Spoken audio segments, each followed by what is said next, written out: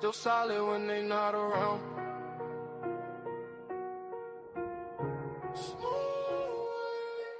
I've been winning, I've been hustling, and I stayed on top. Came from nothing, not a whole world wide. I don't fold, I don't break, I don't stop. Every move I make turns straight to stop. Had to grind through the rain and the drought. Now my name ring bells in the crowd. I've been up, I ain't coming back down. When you build like me, you don't drown. Yo, pressure on my back, but I walk like a king. Had to learn how to boss up, not just dream. They would sleep on the kid, now they blink. Every loss made my vision more clean. I don't talk, I just let it unfold. Silence that's not allowed to glow. Every mile I walk was cold. Now the ice in my watch too bold. I don't chase, sidetrack. Everything I need come back. Real ones only in my pack. No fake love in my lap. I've been winning, I've been hustling, and I stayed on top. Came from nothing, not a whole world wide. I don't fold, I don't break, I don't stop. Every move I make turn straight to stop. Had to grind through the rain and the drought. Now my name ring bells in the crowd. I've been up, I ain't coming back down. When you build like me, you don't drown. Yo, they respect how I move, I'm precise. I ain't gamble with life, I roll dice. On myself every time, that's right. Now my future's shining too bright. No revenge, I just level up. When they doubt me, I double up. I ain't rushing, I'm setting pace. Now they follow my footsteps, trace. Ooh, I remember the days when I nothing but faith. Now I'm breaking the chains, and I'm keeping my place. I've been winning, I've been hustling, then I stayed on top. Came from nothing, not a whole world wide. I don't fold, I don't break, I don't stop. Every move I make turn straight to stop. Had to grind through the rain and the drought. Now my name ring bells in the crowd. I've been up, I ain't coming back down. When you built like me, you don't drown. No joke. Yeah, top floor, no ceiling. Still hungry even when I'm eating. Still hungry even when I'm eating.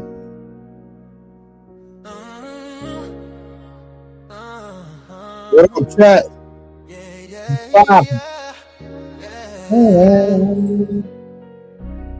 I lift my voice is lifted.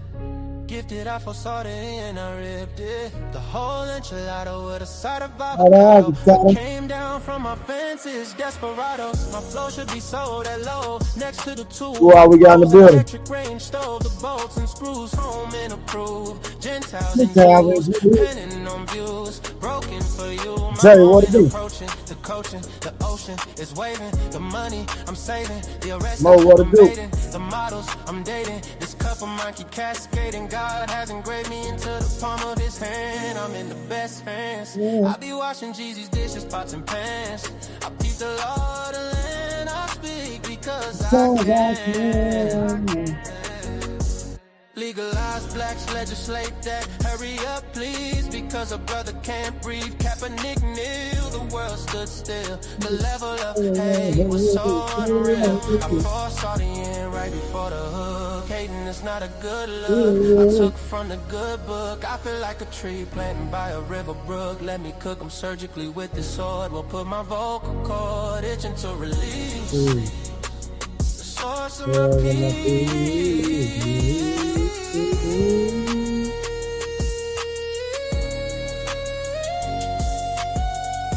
I told you I was different from them other cats. I'm flipping verses on these tracks like an acrobat. Yeah, glory to the Father, he implemented a plan. Jesus carried it out, it is finished. The Spirit empowered, blessing after blessing.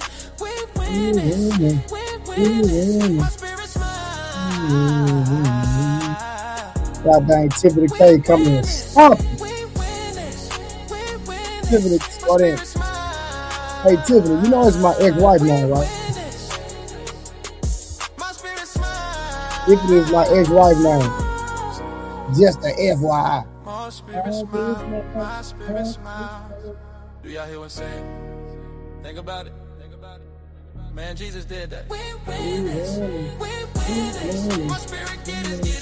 We win this. Do you hear what I'm saying? We win this. My knees buckle, my spirit chuckle. We win this. No,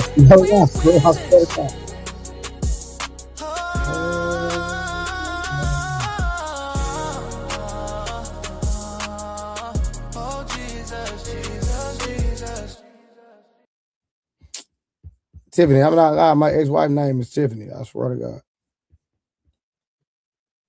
That's my ex-wife name, Tiffany. Appreciate that, Mo. Please remember to support the whole Blu-ray Fitness in that Cash app. You did. Appreciate everybody for pulling up. We're going to have a great show for y'all tonight. Last night, y'all, I fell asleep. I'm not hurt.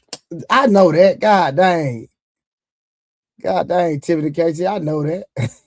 You tripping. I'll just tell you that my ex-wife name is Tiffany for real. Like, no lie.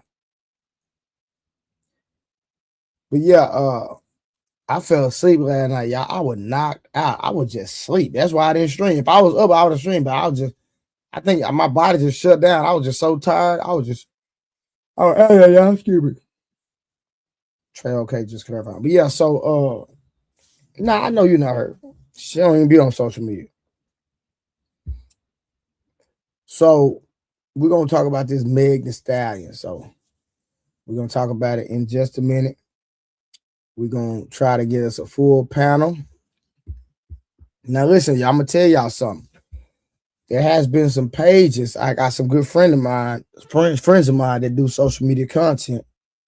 And so I'm going to have a new rule on my platform because they have been demonetizing people. Okay? So I got a new rule. If you come on my platform, you have to cam up.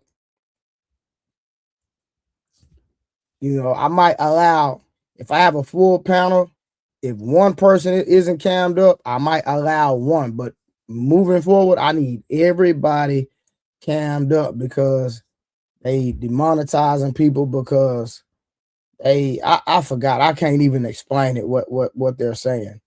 But I can't speak for other people's platform. But on my platform, I need folk camming up. Yes, ma'am. Need people camming up. You dig? So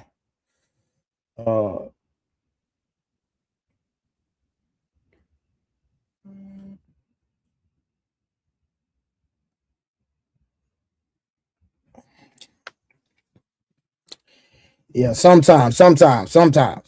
Yeah, but I'm telling people, and even if you got to go do something, I'm gonna drop you down until you get back on camera and come back up.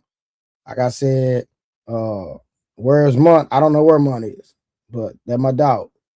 You know what I'm saying? He out here being great, loving on his woman somewhere. I'm pretty sure. Yeah, man, they demonetizing people. My homeboy got demonetized, and his wife got demonetized for not being on camera. So, yes, ma'am, that is a fact. So they so even like me, like when I get tired, I'm just going to sleep. I'm not gonna cam down anymore and have the stream on. No, I'm just gonna end it. When I get tired, I'm going to bed. You know, I'm not gonna get demonetized over no goofy stuff. So they want people, from my understanding, they want actual content creators. They want to see people. They don't want to see avatars. The cutting channels too. Yeah, they taking the whole channel away. Sports guy, they've been taking people channels who got millions and millions of followers who make six figures a month. I'm talking about the whole channel just gone. So yeah, I don't want to be in that number. So if you're gonna be over here, I need the camera on. How you doing? God bless you. But yeah, they cutting channels, man, for not being on camera. They cutting out all the AI channels, like all the channels where you can just go to sleep listening to the stuff, those sleeping channels and all that. Yeah, they ain't playing.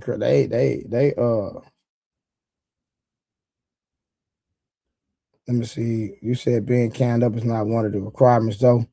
I'm 100% sure. I understand. No. Listen, I'm just telling you what happened to my peoples. So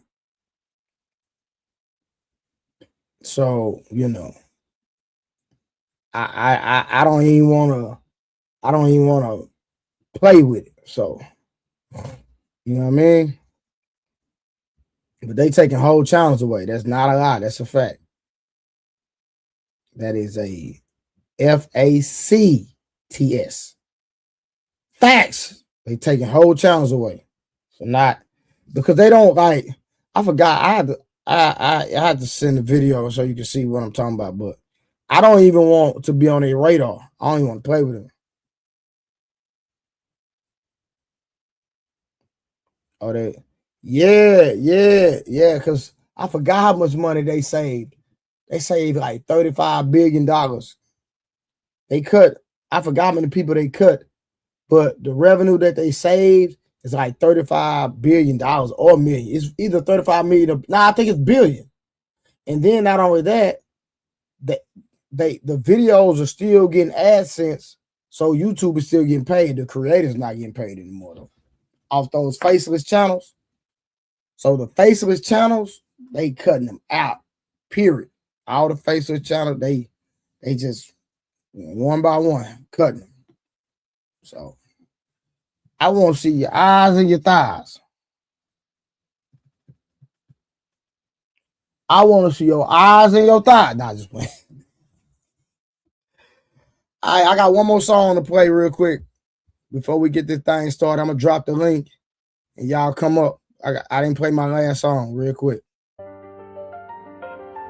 Came from the storm.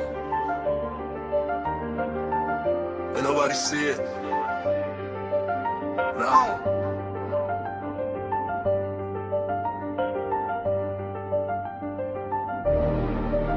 Came from the storm, I was lost in it.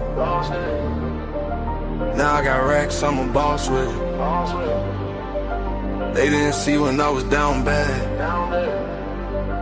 Now every move got a cost with it. I had to grind through the madness. Pain turned me into a savage. Now I just glide through the chaos. I made a way out the damage. Well, down I was stomach, I was fighting myself. Had to build it alone, I ain't asked for no help. They was sleeping on me, now they watching my steps. Now I move like a king, I don't deal with the rest. I done seen it get dark, I ain't fold, I adapt. Every loss that I took, I just turned it to racks. I ain't chasing no love, I just stay in my bag. Now the same ones doubting, tryna say I'm the man.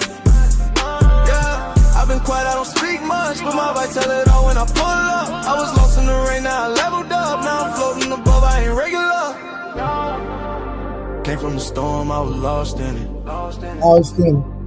Now I got racks, I'm a boss with it. They didn't see when I was down bad. Now every move got a cost with it. I had to grind through the madness. Pain turned me into a savage. Now I just glide through the chaos. I made a way out the damage. I had nights I was thinking about giving up. Had to fight through the doubt, had to live it up. Now I'm up and they see how I'm living now, but they don't know the pain that it took to get up. I done been through the fire and pain. I was moving through life with no plan. Now I'm solid, I know who I am. I ain't worried about nobody's hand. Yeah, I just stay in my zone. I don't need nobody else. I was down on my own. Now I'm up by myself. Yeah, all that pressure made me. All that pain changed me. I ain't the same me. I had to go through it all.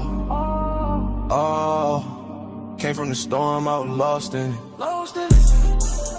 Now I got racks, I'm a boss with it. They didn't see when I was down bad. Now every move got a cost with it. I had to grind through the madness. Pain turned me into a savage. Now I just glide through the chaos. I made a way out the damage. I did.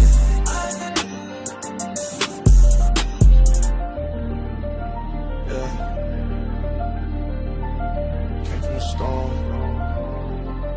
Still standing. Still.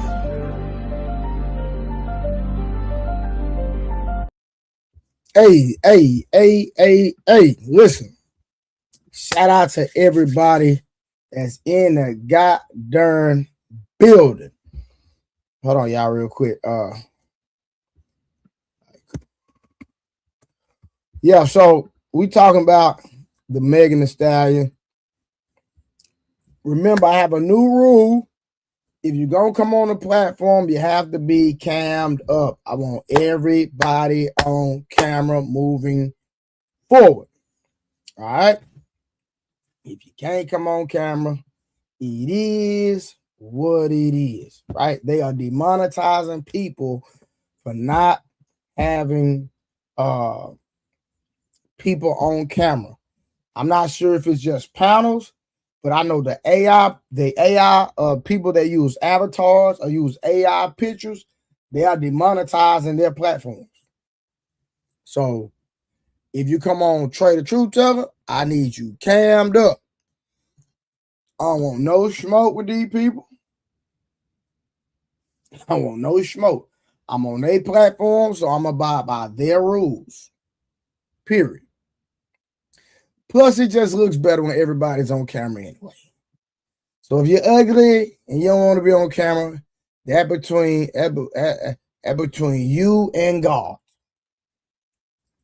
Blame your mama for having intercourse with your daddy, knowing that he had 2 left feet, and his breast thing, and his teeth were like this.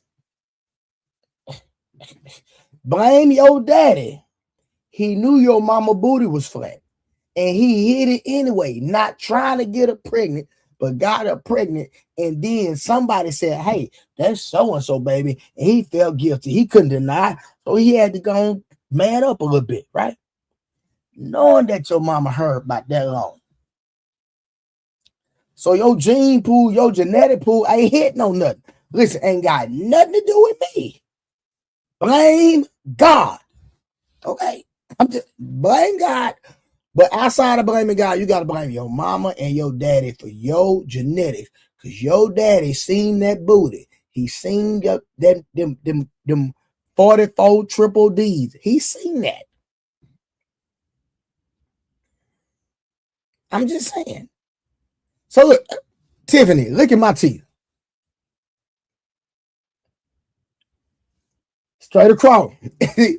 See, I ain't got, listen. Ain't nothing out of order. Nothing. I never had braces.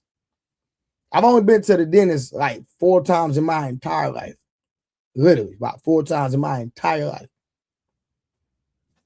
So you got to blame the people that made you. Okay? Now, you know what? I'm done. I'm going to leave it alone.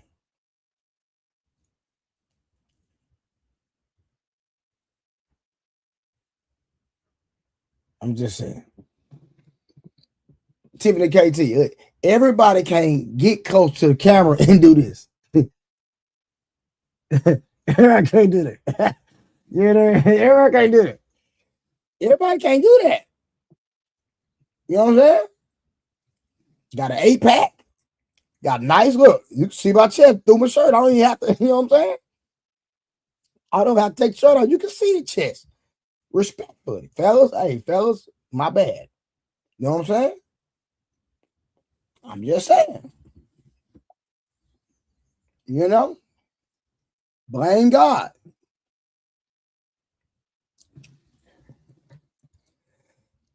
But hey, man, let me quit the jokes. Shout out to everybody that's in the building. Let me go up. Let me start from the beginning and shout everybody out. Make sure y'all like, share, and subscribe. Everybody comment so I can shout you out before we get this thing started. All right, we got E-Dub one more time. Jay, one more time. Mo Love, one more time. OG Sigma, one more time. Tiffany KT with the goddamn came in. Blessing the guy with the over 99. I'm going to say $5 super sticker. Shout out to Tiffany KT and that goddamn bill that came in wiping her blessings. See, the Bible said you give and you shall receive. Press down, shaking, and running over. Shall men give into your bosom. Tiffany came on the live stream and she hit the super chat button, super sticker button. I almost said super chat, but I see she hit the super sticker and it put it down on my, and it going into my bank account. But before it go, YouTube is gonna take 30%. So I gotta pay my tithes to YouTube. Well, I'm just saying. But shout out to Tiffany for the $4.99. All right, who else we got in the building? We got goddamn Bama in the goddamn building. Luis in the goddamn building. Who else we got? Let me see. Goddamn Rush. Hey, Rush, you gotta cam up, bro. They demonetizing people for not camming up, bro. So I got a new rule. If you come over here, you gotta cam up, my boy. Gots to cam up. Hakeem, what it do? Naomi Brown, how you doing? Serene Lemonade. I wonder how that lemonade tastes. How that lemonade tastes. She say Serene Lemonade. Okay. Summer, how you doing? We got the biggest lie on the planet blessing me with 2 dogs. This is a song say. These last 2 dogs. These last 2. Yeah. Brother Trey, what happened in there? I'm not lying. That's what's happening. Shout out to Wolf Stacks, though. Wolf Stacks, man. Hey, he a good brother at heart, for sure. I don't know much about Megan Thee Stallion and Klay Thompson, but this should be interesting. Tiffany KT, it's going to be very interesting. Who else? We got Texas Bully Mom. Okay, that means she got them bullies. I might need to holler at you. You know what I'm talking about? Who else we got in the building? Let me see. Let me keep going. Creative. What up, Creative? How you doing? Oh, Creative. Let me see. They telling me to preach. Y'all want me to preach again? Thrift, what to do? Shiesty, bomb. Is Trey marriage material? The hell I am. Yes, I am. I am marriage material. I can promise you that. Remember, if you come on the platform, you need to be cammed up, peoples. I'm sorry. That's the new rule I got. You got to be on camera. They demonetizing pages. Shiesty bomb. Get on camera and pull up. Come on, am I marriage material? Yeah, I'm marriage material. What you think this is? Am I marriage material? Yes.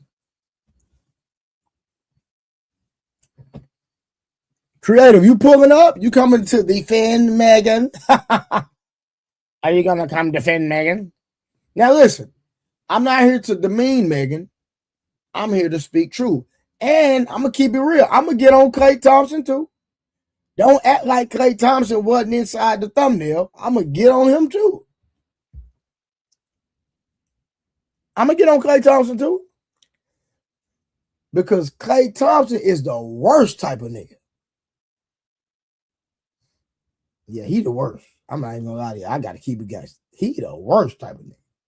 All right, good. What up, young man? How you doing? I don't look my best today. Creative. Who cares?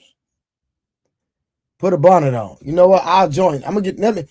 If this will make you feel better, Creative, let me get on my Nick Cannon. Okay, let me get on my Nick Cannon. Does that make you feel better? Now, come on, camera. Does this make you feel better? I'll join you. If your hair messed up, I'll join you. Get on my Nick Cannon, man. Come on. Now what? Creator, what's your excuse now?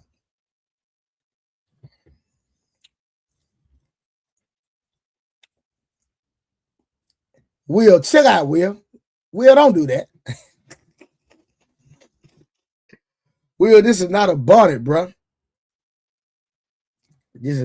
I'm on my Nick Cannon, you know what I mean? This is not a bonnet, Will. Don't do that. And if I did wear a bonnet, so what? I got long hair. You got to take care of your hair, man. I don't care.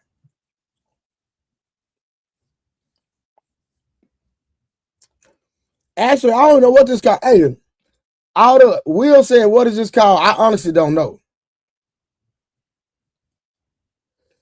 Ladies, what is this called? Because I don't even know what it's called.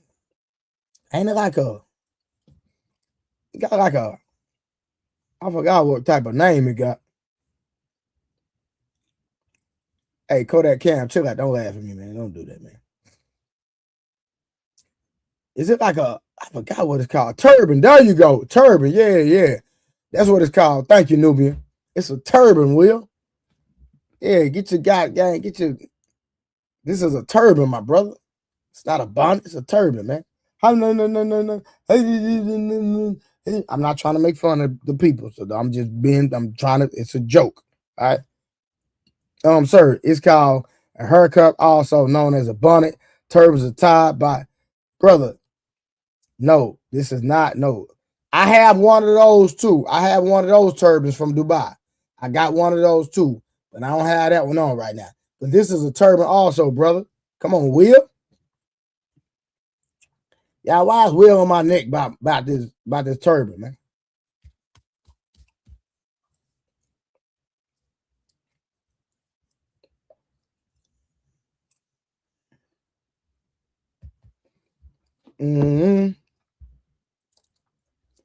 Is anybody pull? Lady, I need the ladies to pull up tonight. I want the ladies. Ladies, y'all pull up. I got questions for y'all. I just wake up with frizzy hair and a messy bun. You must got good hair, Tiff. Tiff, you need to pull up one day and get on camera. I know all the men want to see you. I know all the men want to see Tiffany KT because she always comment of a profile picture. I can't really see it that close, but it looks like she cute. Nah. Don't try to make it masculine, my G. You live in your own. Bro, listen. Let me tell you something, bro. Well, let me tell you something. One thing about me. I wear what I want to wear. I walk around with what is it called? What's the hoochie? Not hoochie daddy shorts. What is they called? What they call the short shorts for men? What's the win? What's the short short? I walk around with short shorts with my thighs out. And I ain't doing no tripping. I be in the hood like that. Don't nobody say nothing to me, bro. On my mama, bro. They already know what type of time I be on. So I'm not embarrassed. Listen, and look, I got a real bonnet. So don't.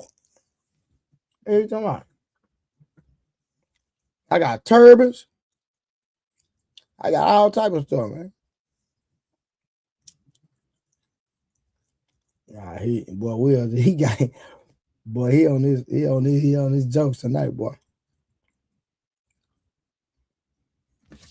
Creative, pull up. Let's go, ladies. Why y'all listen? I want to have this conversation, but I need the women up here tonight. Y'all playing game. We almost 30 minutes in, and y'all playing game. Come on, Summer. Where you at?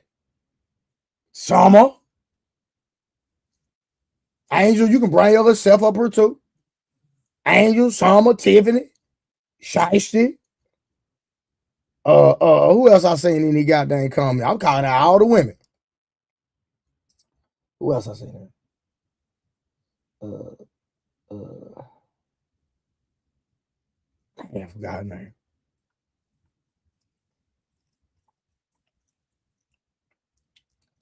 That boy one said got the Alibaba collection.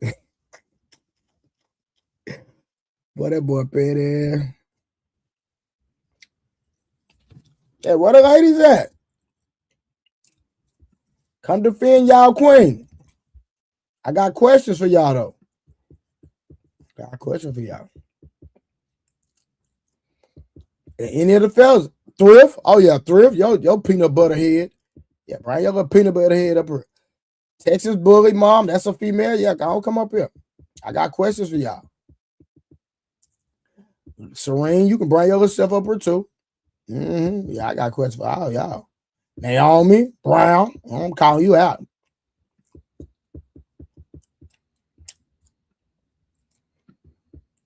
Yeah, but y'all need to get on camera though. Y'all pull up. Y'all need to get on camera. Hey, if any of the fellas want to come up, oh, Nubian says she's not my queen. Oh, okay. We got some women to say, hey, Trey, she don't represent me, baby. Sorry. I care that what now you know I'm saying in the comments. I'm just saying, man. There's a lot of women upset what Klay did.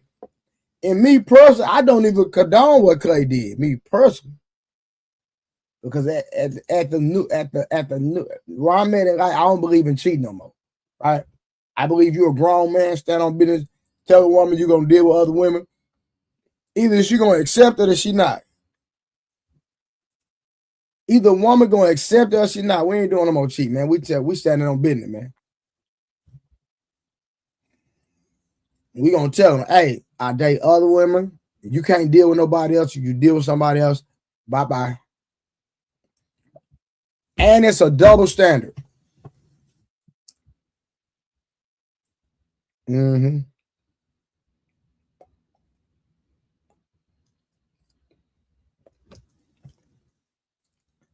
Yeah, fellas, no more cheating. Listen, the only thing a woman can say is no. That's all she can say is no. What else can she do? What's she doing? She wants you. You the prize. Women are the gift. Men are the prize. Women are the gift. Men are the prize.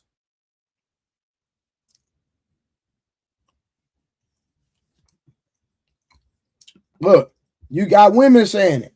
Serena Lemonade said, she the same woman who lied on the man shooting her. Uh-oh. Uh-oh. That's what a woman said. So, ladies, y'all get mad at that woman right there.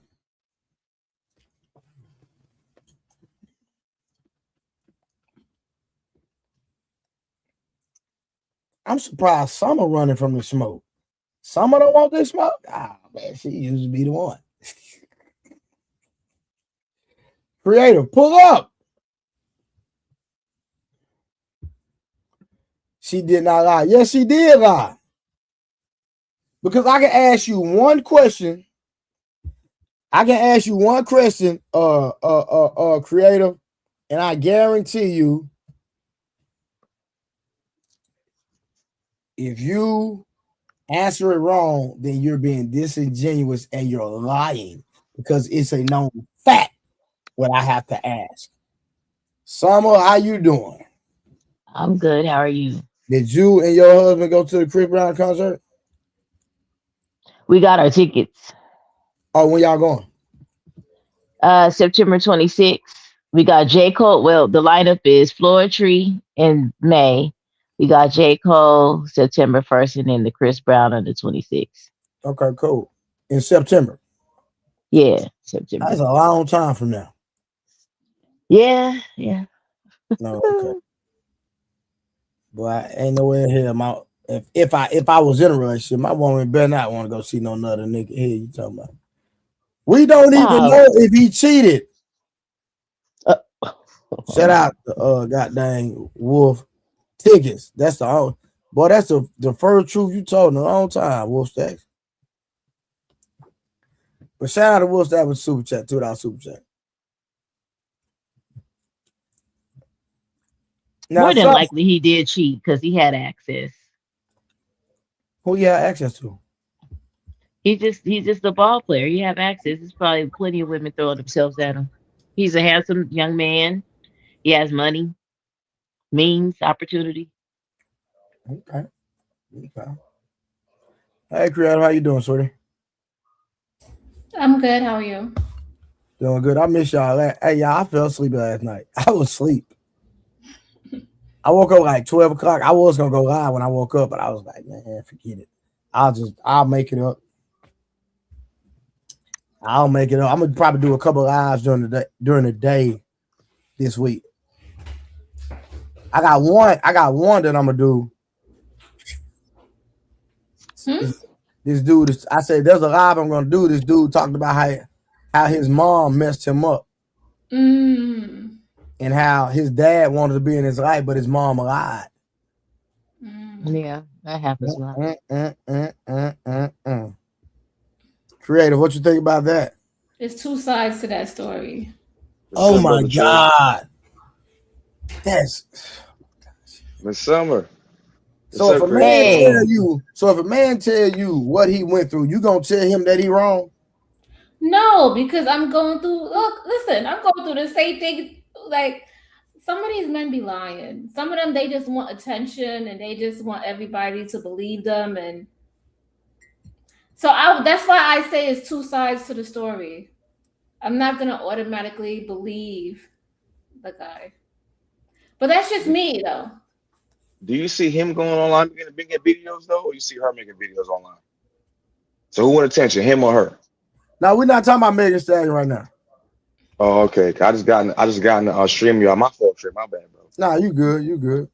But yeah, we're not talking about we gonna do a stream on that though, but the young man I'm talking about, I'm not gonna say his name because I don't want to spoil it, but the mom actually died.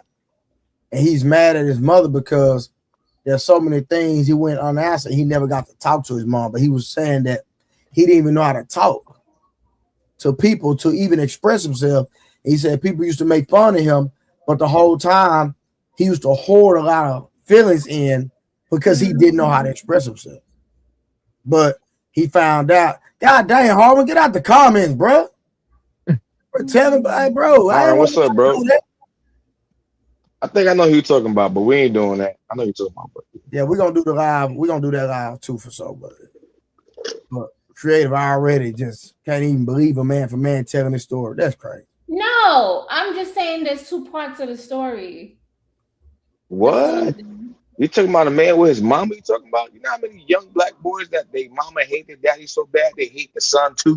I know. That's the story that's being told, but we don't know the two sides of the story. That's all I'm saying. No, I agree with you. I'm just saying, as a woman, you might not know that because you're not nobody's son. As a son, I love my mama beyond the earth, right? My mama hated my daddy so bad before they worked things out. I was getting shit happen to me by my mama. I forgave her a long time ago for that. I'm not mad at my mama. I love my mama. I see my mama all the time. I love her beyond the world, beyond life, beyond Christ. I love my mama.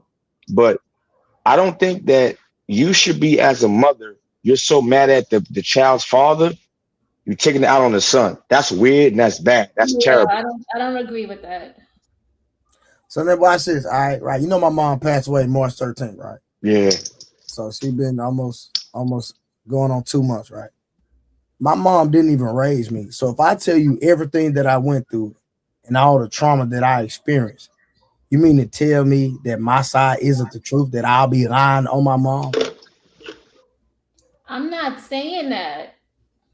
I'm saying as a child, the dad was never there, so you don't know what is going on. As a child, you're in the child's place, so you don't know. You're just, No, no, no. I agree with you 100%. But this is what I'm saying. But he said that his dad was trying to see him and be in his life, but his mom wouldn't let the dad be in his life. So you think he's lying about that? I don't know. I don't know. I Come don't know. I on, don't. but the Oh my bull. God. It's No, some bull. I'll take his word for it. This I don't. man I said his daddy dropped off 30. He dropped off $4,000. The mother took the 38 and gave him $200 and said, "Go back where you coming from. Don't come see my kids no more."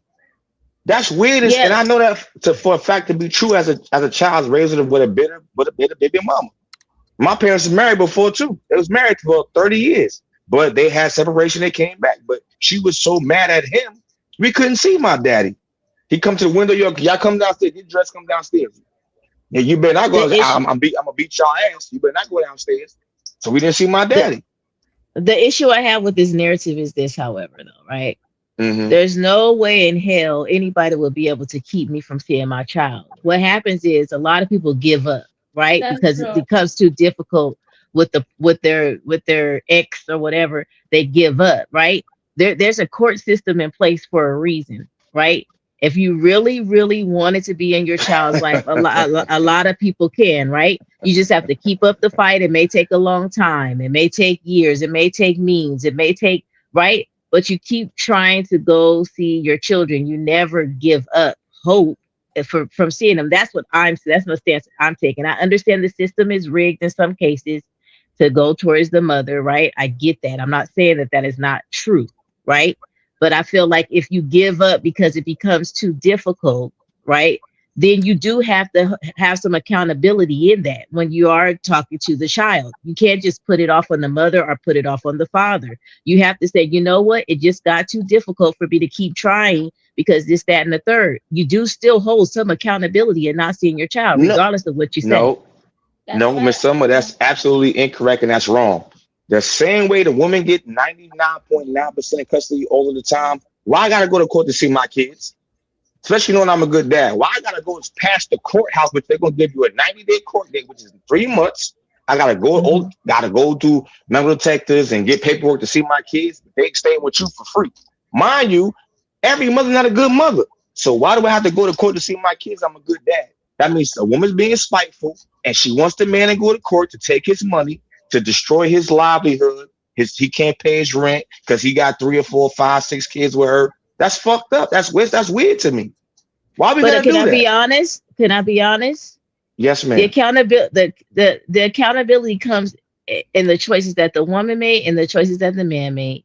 It Mhm. is what it is. These are the choices that you made in life, and you have to hold yourself accountable and do what you need to do in order to see your children. Period. I don't care Yeah. how many metal detectors you have to go through. I don't care how many court days. I don't care if it's 90 days, 120 days, a year. If you still want to be in your child's life, you have to fight for it. All right, 1 second. All right, shout out to Golden Child with the $5. Thank you, brother Nim. Appreciate you so much. We got Juan Solo said, "So what excuse? I mean story did the mom have?" Very, very, very good question, Juan Solo. Then he came back. It didn't get tough. They wanted something new. Now watch this. I had a friend of mine, right? And let me ask you, before I go there, do you believe that the court system has been one-sided for a long time, especially in certain states? Yes. Gotcha. All right, No, I'm not saying that this court system is not rigged whatsoever because I have relatives. My brother, believe me, I've been dealing with it, right? But no. he just kept pressing. You know what I'm saying? Hold. Yeah. What your brother went through? I want to hear this. Same concept. The bitter baby mamas. He been paying for the child, and then he has to go to courthouse, and they talking about it as a gift because the woman don't put up on child support. Talk about all that money you spent was just a gift. He had to fight for custody. He has custody of his daughter now because the mama was messing up. You know what I'm saying? She wasn't doing her due diligence, doing what you had to do. Hold on. She had to mess up. She had to mess up, but she was the one that got custody, right? No, just here's the thing is what okay, here's the thing. A lot of times when it gets too difficult, a lot of times people just say, I'ma just be in their life when I can be in their life, and I'm just gonna go ahead and let them handle it because it's just too much of a hassle, right?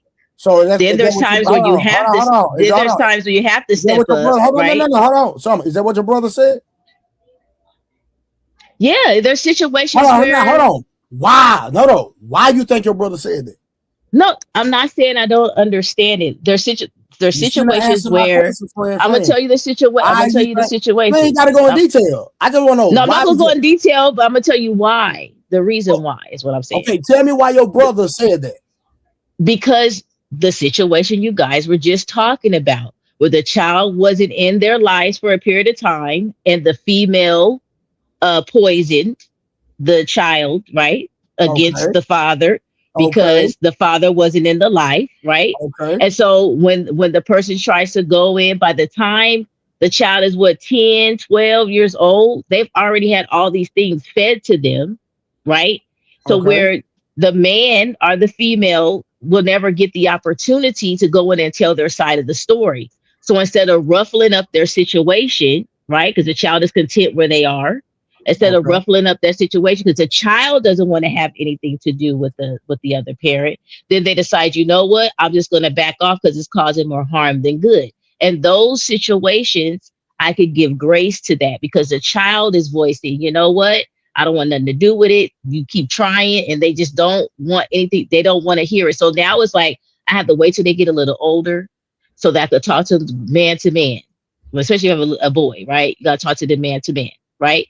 So I'm not saying that there are not cases where certain things happen, but when your Summer, child is the young, fact, hold on, is Summer. what I'm saying. The fact that your brother came to that conclusion, why would you even try to fight for, even explain for the system, saying people are not fighting hard enough when your brother was like, man, bought this? Because there's other situations, is what I'm saying. Right.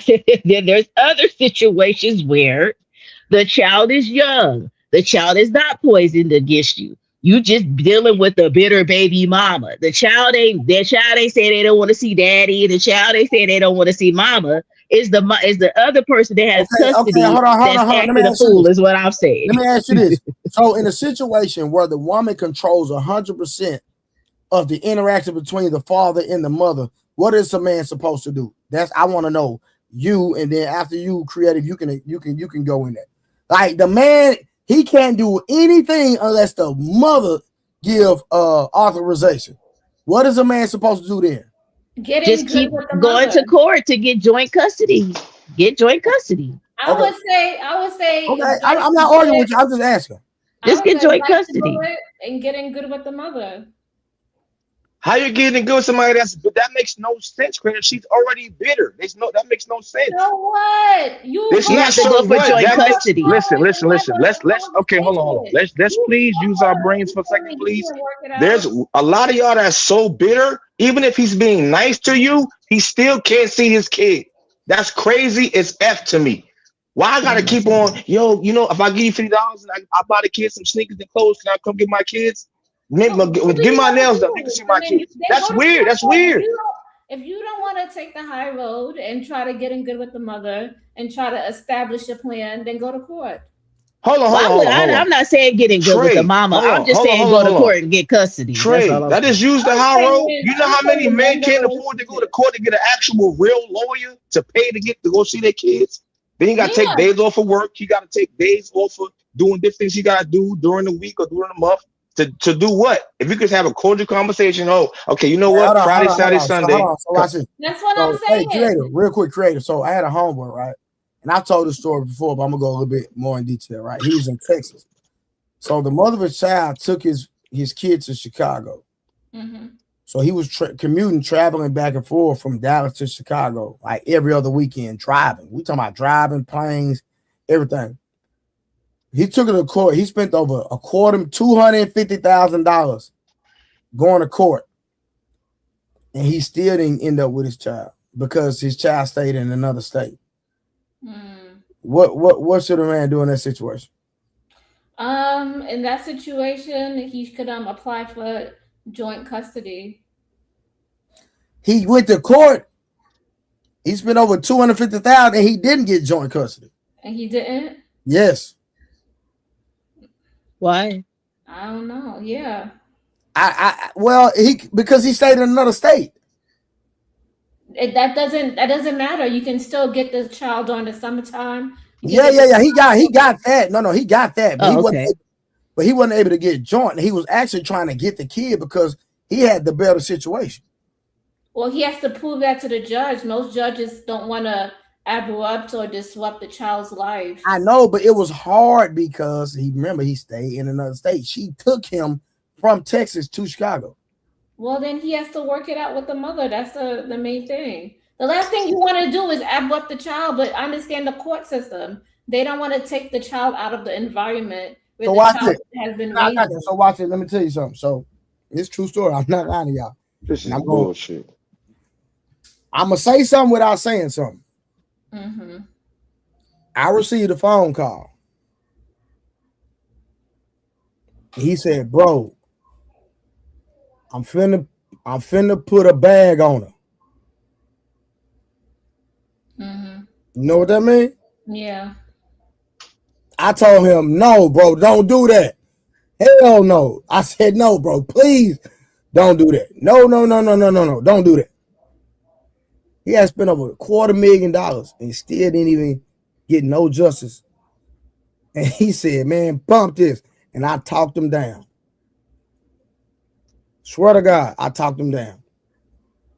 I'm gonna show you how. I think we're having several different conversations. Go ahead. We not. We having the same conversation. Me and Trace basically. Hold on, y'all. Hold on. He's trying to explain the breaking point. But go ahead. So what happened was he on the phone bawling, crying. I'm talking about tears. I can hear him. He's snotting and everything. And so I say, bro, don't do that. He said, bro, what should I do? I said, pray. Cause I'm gonna keep it gangster. I didn't know what else to tell him. I say, bro, you gotta pray. And what happened was, now crazy part is he got custody of his son right now. No bad. Got full custody. Hold on, just listen. He got full custody right now. Mm-hmm. He been had full custody for like maybe 5 years now. But what happened was, what up, Will? What happened was he started playing football. He started getting bigger. He got stronger than his mama. Mm-hmm. She couldn't deal with him no more. And she put him on a plane and sent him to his daddy. That's how he got him. Mm-hmm. True story. That's how it happened. That's crazy. If I may clarify, something, because we're having several different conversations within one conversation, right? Yeah, I don't agree with the court system siding towards the women all the time and it being one-sided in most cases, right? I don't believe in that. I do believe if there's an opportunity for you to fight for your children, you fight until you can't fight no more, right? Mm-hmm. I do understand on the child's end, they don't care, right? Because they don't know what's going on between the parents. All they know is that Papa ain't there or Mama ain't there at the end of the day. So there's consequences that are going to be had, regardless if you have to deal with it when they get older, or if you get joint custody, you deal with it when they're younger, right? So I'm not agreeing with women keeping their children away from the father, because there are bitter women out there. I don't agree with fathers giving up, but I do understand there are situations and times where you have to. Right. So this is different nuances with this situation. And I understand it's a sensitive topic and people are getting upset in the comments or whatever. But what's fair is fair. I do know people that just give up on their kids on GP. Oh, well, I just see it when they're 18. They don't even fight at all. I'm talking to those individuals. Right. Real quick before y'all start cooking and read the last two super chats. Willie said, "Oh, the bounty's on." This nigga Willie. I told him no. I told him no. All right. One solo said they don't even know the difference between a legal and natural father. Why are people who won't experience the symptoms speaking like they know? That's a great comment. But go ahead, Will. As a person who's been in the system, as a person who's fought the system, as a person who's in league with the coalition of fathers all across the United States of America, no disrespect to Summer or to Creative, bullshit. And I'm going to tell you why. This is the system that the community has fought for, has vied for, has bent the knee for, has bowed down to. And unfortunately, if you are a man and you are living in the state where you have a child with a woman, which I don't promote any man having a child with a woman that he's not married to. But guess what? I would be a hypocrite to say that I'm not a part of that group, because guess what? I am a part of that group. I do have a baby mother, right? And I have a baby mother because technically we were supposed to be in a relationship, but the bitch cheated on me. But I still got to go to court. Not only do I got to go to court, I still got to pay child support. I'm not talking about my situation. I'm talking about a very close relative of mine, right? So let me give you the rundown of how this happened. Mm-hmm. She cheated on him. She ended up taking him to court. He ended up paying child support. When that baby turned 8 years old, guess what happened? She sent that baby to that man. That baby been with that man for a whole year. That man took his baby mama back to the court. The court then awards him custody. The court then puts her on child support. But guess what? She doesn't have a job. So guess what her monthly payments is? What? Take a wild guess. Just take a wild guess. $50. Somewhere between the neighborhood about 25 to 30. 25 and 30. That's $8.25 a week. Hold on. It gets better. Some guys now, pay that also. Hold on. Not wait, it gets better. Because now she has court mandated time with the child. Mm-hmm. Guess how many times she's seen the child? Mind you, that child went to that man when she was 8. That child is now 18 and still has not seen her mama. Guess how many times she was supposed to see her mama? How many? 2 weekends out of each month. Now, if that was a man, what do you think would have happened to him? Nothing. He probably would have lost custody. Lost custody? The court does not take custody away from fathers. That's not how that works.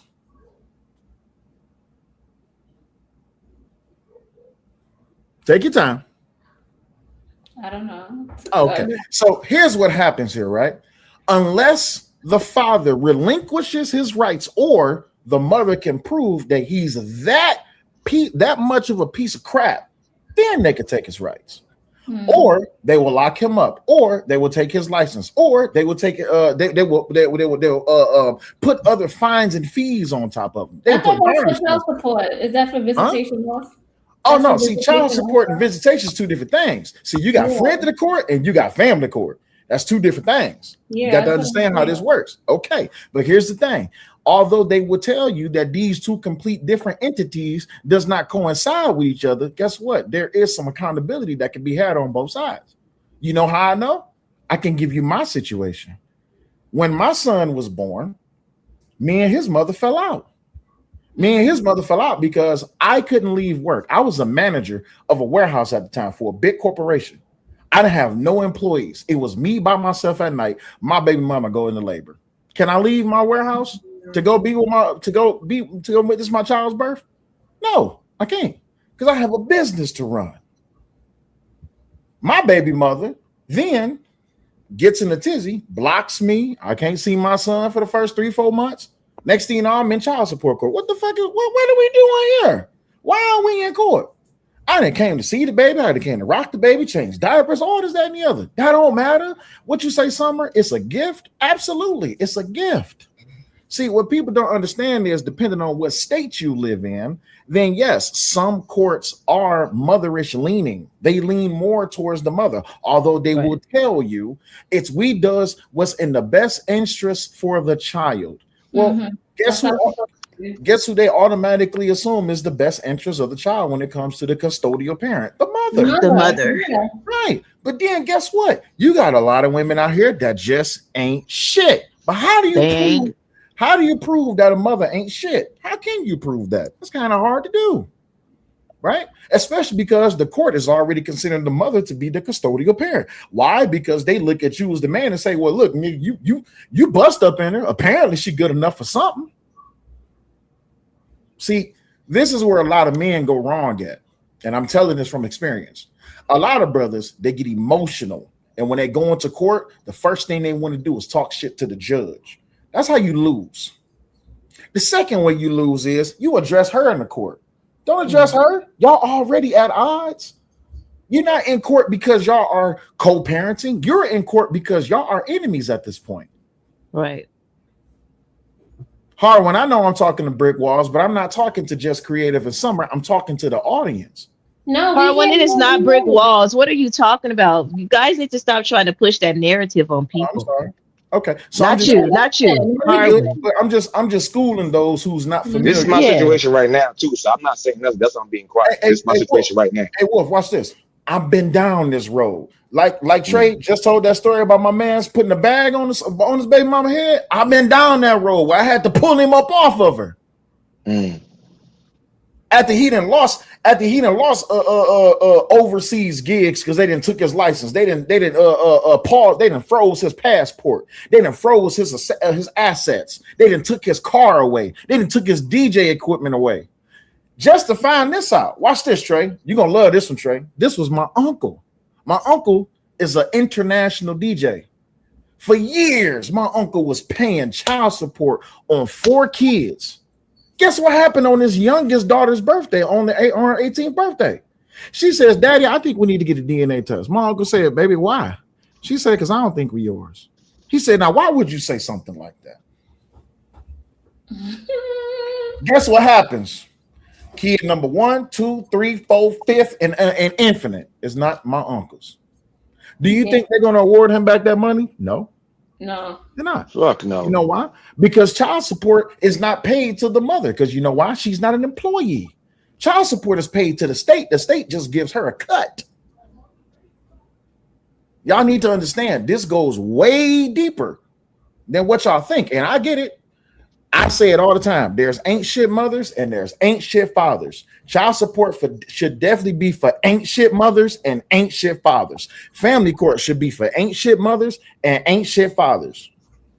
But you know what the biggest problem is? When they go to calculate how much child support you have to pay, they don't look at your situation. They look at a formula. In Michigan, it's 25% across the board. Don't matter who you are. So 25% of whatever the hell you make, that's going to child support. But you know what this boils down to? What did they say back in the 60s and the 70s? You got to get that nigga about the house. And they welcomed it. Yeah. So it goes way deeper. Now, don't get me wrong. Are there some people who just does not need to be around? Absolutely not. Hell no. You wasn't shit when you created the baby, and you wasn't shit when the baby was here. I hear Negroes running around all around this platform, man. F them kids. Oh, okay. Let's see. I want you to repeat that same statement in front of that judge. When that judge said you got to pay 500 some odd. Because when I was working for that big corporation, when I got put on child support, my payments was $533 every 2 weeks. I was making big money. But also, when things boiled out the bottom of the bag, when it came time for me to get my kids, guess what my baby mama did? She blocked me. This was during COVID. I had to work a whole job for a whole year paying all of my bills, including child support, and I couldn't even see my child. Just for me to take my baby mama to court after COVID-19 ended, and I reported to the court, hey, she blocked my number. I haven't spoke to my child in a whole year. Is there some type of punishment behind this? Is there some? I haven't seen nothing. Guess what the court told me? And there's nothing we can do about it. All they did was write up a little document that says that she has to have my child call me at 7:00 every night. That's supposed to fix a year? No, that's not going to fix a year. That's what I'm saying, though. But I have a I don't just look at the mothers on this situation too, because I take self accountability. I'm the one that messed with her, so it's my fault. But look, Will, let me tell you something, bro. This happened to me right now too, brother. With my 4 kids, I got my ex-wife, right? Mm-hmm. We went to court for 2.5 years because she got my kids taken away. This is a real life thing. Mm-hmm. Trey knows this. Everybody that's been here talking to me knows this. These are my kids on my chain. All 5 of my kids on my chain, right? Mm-hmm. I had to go to father classes, parenting class, anger management class. Mind you, them getting taken away had nothing to do with me. They got taken because of her. So let me give you a short rundown, bro. She called me at work one day. It's a Friday, right? She's like, yo, my son Kamari's autistic. She's like, yo, can you come get him right now? He's acting out. He's hitting on me. She's not telling me that she's hitting on him and that she's screaming at him. My son is a speaking autistic child, but he's very intelligent. But non-verbal or verbal? He's verbal. He Okay. speaks. He's verbal. So she was hitting him because he did something at school. So instead of her just talking to him and talking to me, she said, yo, it's like I get off at 5:00. So I work from 8 to 5 at the time, right? She said, yo, if you don't come get him, I'm gonna unalive all our kids. At the time, I had my 3 sons. Did Did you record it? Yes. She sent me text messages and voicemails. I sent it to my lawyer, and I sent it to ACS. Did you call CPS? Of course, yes. Okay, cool. I definitely called them. So it's look, ACS in New York. Right, it's ACS in New York. Right. So they got my kids within an hour. I'm not gonna call out her name. This chick called me crying. You know what you did? You got our kids taken away. I said, yo, you want to unalive our kids because you can't handle them.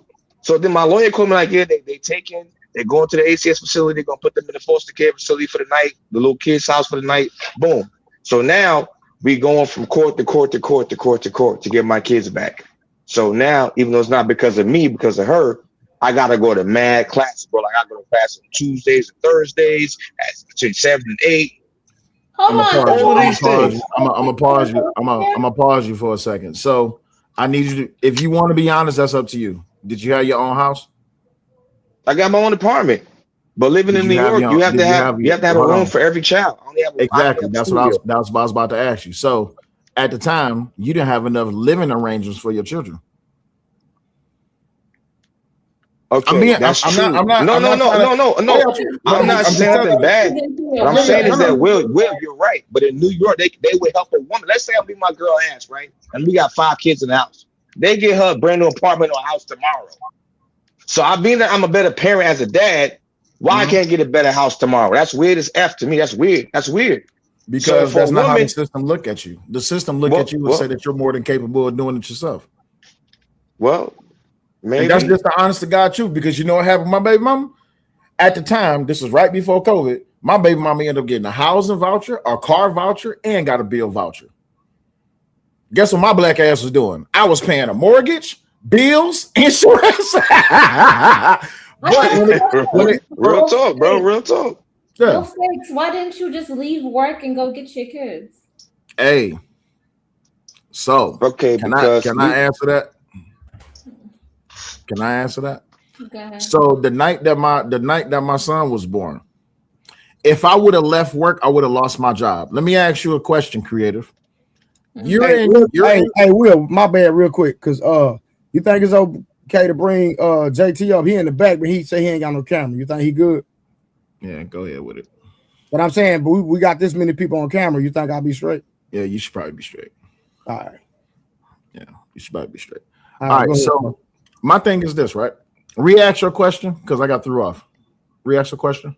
I said, why didn't you just leave work? Say it's an emergency. You got to go. So here's the thing. I was in a warehouse by myself. As a matter of fact, I was in a warehouse by myself on Christmas Day, right? My child is getting ready to be born. Can I leave? I'm about to cost this company hundreds of thousands of dollars because my child is not about to my child's about to be born. Would you want me to leave? Let's say I was your baby father. Would you want me to leave work? I would leave work. Oh, okay, cool. So now I ain't got no job, right? So now it's me, you, and this baby, and I ain't got no job. So now this is a different thing. I wasn't talking about you. It's same situation. No, let's say yes, it is. Let's say hold on. Let's say Wolf could have lost his job. He on his 3rd write-up. If he have any more incurrencies, he could lose his job. If he leave that job right now, are you willing to be okay with him losing his job? I mean, does he have do you have family in New York? Creative, yes. My mom and my dad live in New York, but I don't live with them. I live in my own apartment, right? So we had court documentation. That's everything except Wolf. That's everything except what I'm asking. I'm just saying, you got all these resources. No, I want to answer her question. I would like to answer her question. I got you, but I want to hear her answer first instead of answering the question with a question. He's at work. Do you want him to potentially lose his job just to be there for the birth of the baby? Your kids. Which one? You go have your kids. So thank you. I'm glad. That's why I wanted you to answer the question. So if I'm not there, wait. So that's why I wanted you to answer the question. So just because I'm not there for the birth of the baby, I'm gonna lose my kids? You're not gonna lose your kid. But you just said lose your kids. situation. You just said Why lose are your you trying kids. to make stuff about you? I'm not making nothing about me. I'm asking you. This again, creative. Your situation is a little bit different. Creative. Nothing personally against you, but and we already had this. Remember, we had this discussion a little while back about your position, why it is that don't take it personal, that people of that ideology don't like to take chances and take stances and positions because there's fallacy in it, right? The thing is, you just said that if I don't come to the birth of my child, I'm going to lose my kid. I wasn't talking about your situation. I'm responding to what you said. You said lose your job or lose your kids. I wasn't talking about you. But I got you. But the example, creative. This is why this creative. No, no. You in this corner. She was talking about Wolf's situation where the kids was going to go in the system. Summer. Do not save her. Don't save her. Don't save her. Don't save her because you said what you said.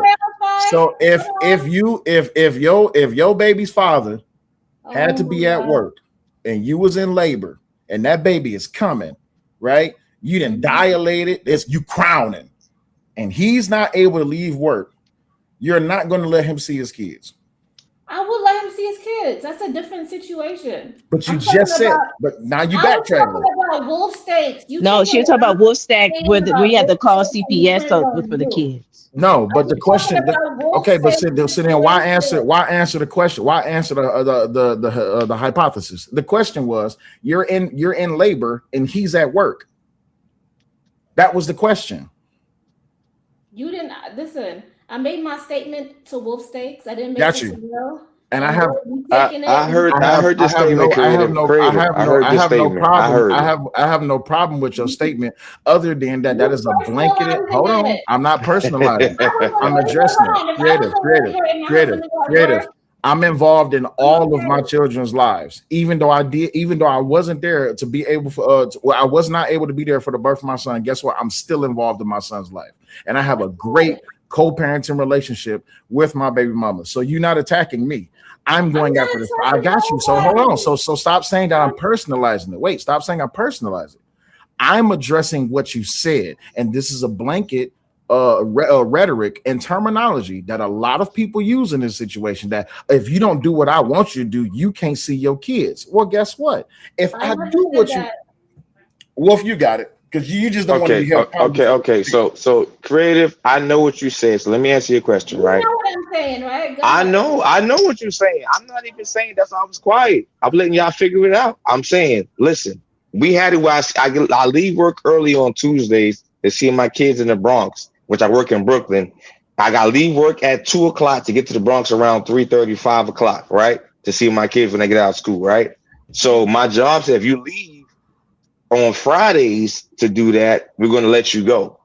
Mm-hmm. So I had to make a decision. I live alone. This is my place. I pay all the bills, all the rent, all the everything in this house. I paid for food, everything. So I was not available with my job at the time because my workload was so heavy to leave the job and just, go see my kids.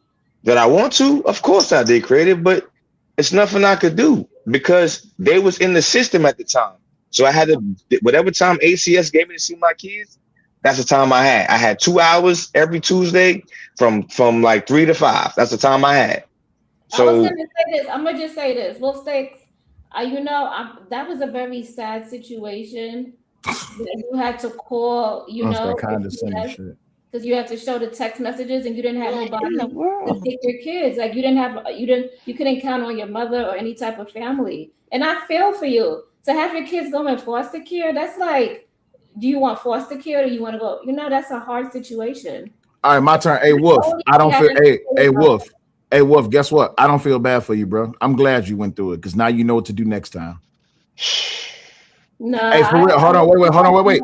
This is. I'm stepping away. I'm stepping away from what y'all saying. That's the worst feeling of all time, brother. Hold on, That's the worst feeling of all time. I got you, but guess what? I'm speaking to you man to man. No one's going to feel sorry for you, and to expect anyone. And I'm not saying that you are.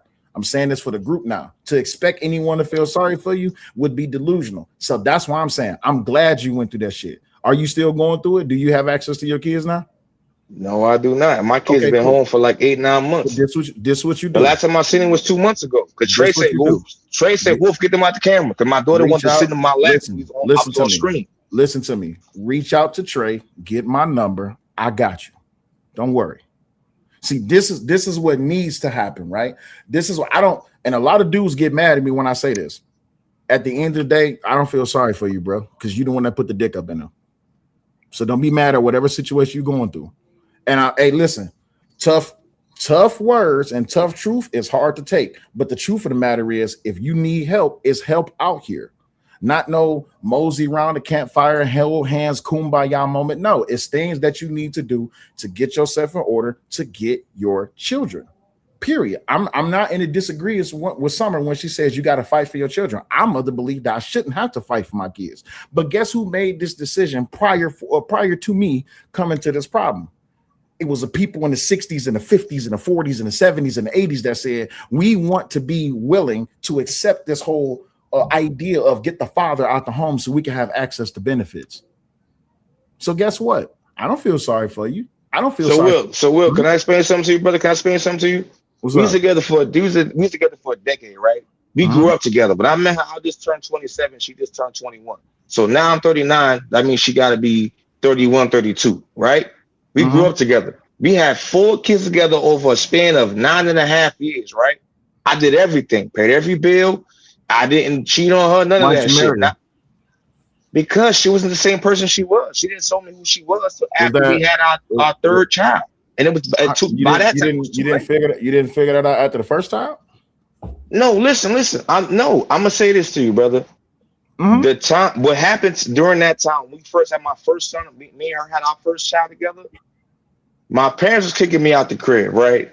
Because I was like, I think I was turning 26, whatever. During the time my parents kicking me out the crib. She actually called a moving company to put my shit in storage. Well, I paid the money, of course, but she called the number. I didn't know how to do that shit because my mom and my dad didn't like her. But something inside of me said, yo, she's for me. So we went to the shelter. We got a domestic partnership, right? We lived together. The next thing I know, we was in the shelter for like 5.5, 6 months. And she did some wild, funny shit and got me kicked out. So they kept her in the shelter and they kicked me out. So I went to the men's shelter. They kept her in there, right? So I found out later. This was with child or without child? This is with our first child. So she had a son and I had a son separately. We had our first child, our first son together. So we each had one child apiece. Gotcha. But long story short, she told me her mother told her that if she said I hit her, she'd get her apartment faster. So which she did. How did y'all go from this domestic turmoil? You said this was one child, right? How did y'all end up with child number 2? When she got her apartment, she called me like, yo, I got my crib. You know, I'm sorry. Yeah, you went over there, you dropped some dick off. Nah, but I'm not saying that you're wrong. What I'm saying is she told me she was. I'm just saying that what she said to me was convincing enough for me to go back. Right. I hear you. But this is my thing, right? This is where I talk about self-accountability. Brother, when it come down to them yams, ain't nobody gonna knock you for it. But at the same time, we got to understand that it's a responsibility that come with it. You put a baby up in there, you got to take care of it. Whatever troubles come a long way with it. Period, point blank.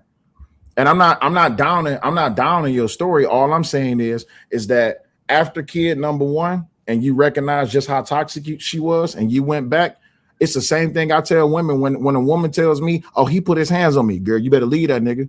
And then next month she right back with the nigga. Don't call my phone. Don't call, tell me that he did it. Don't call, tell me he hit me again, because whatever it is that you went through with him, apparently you liked it.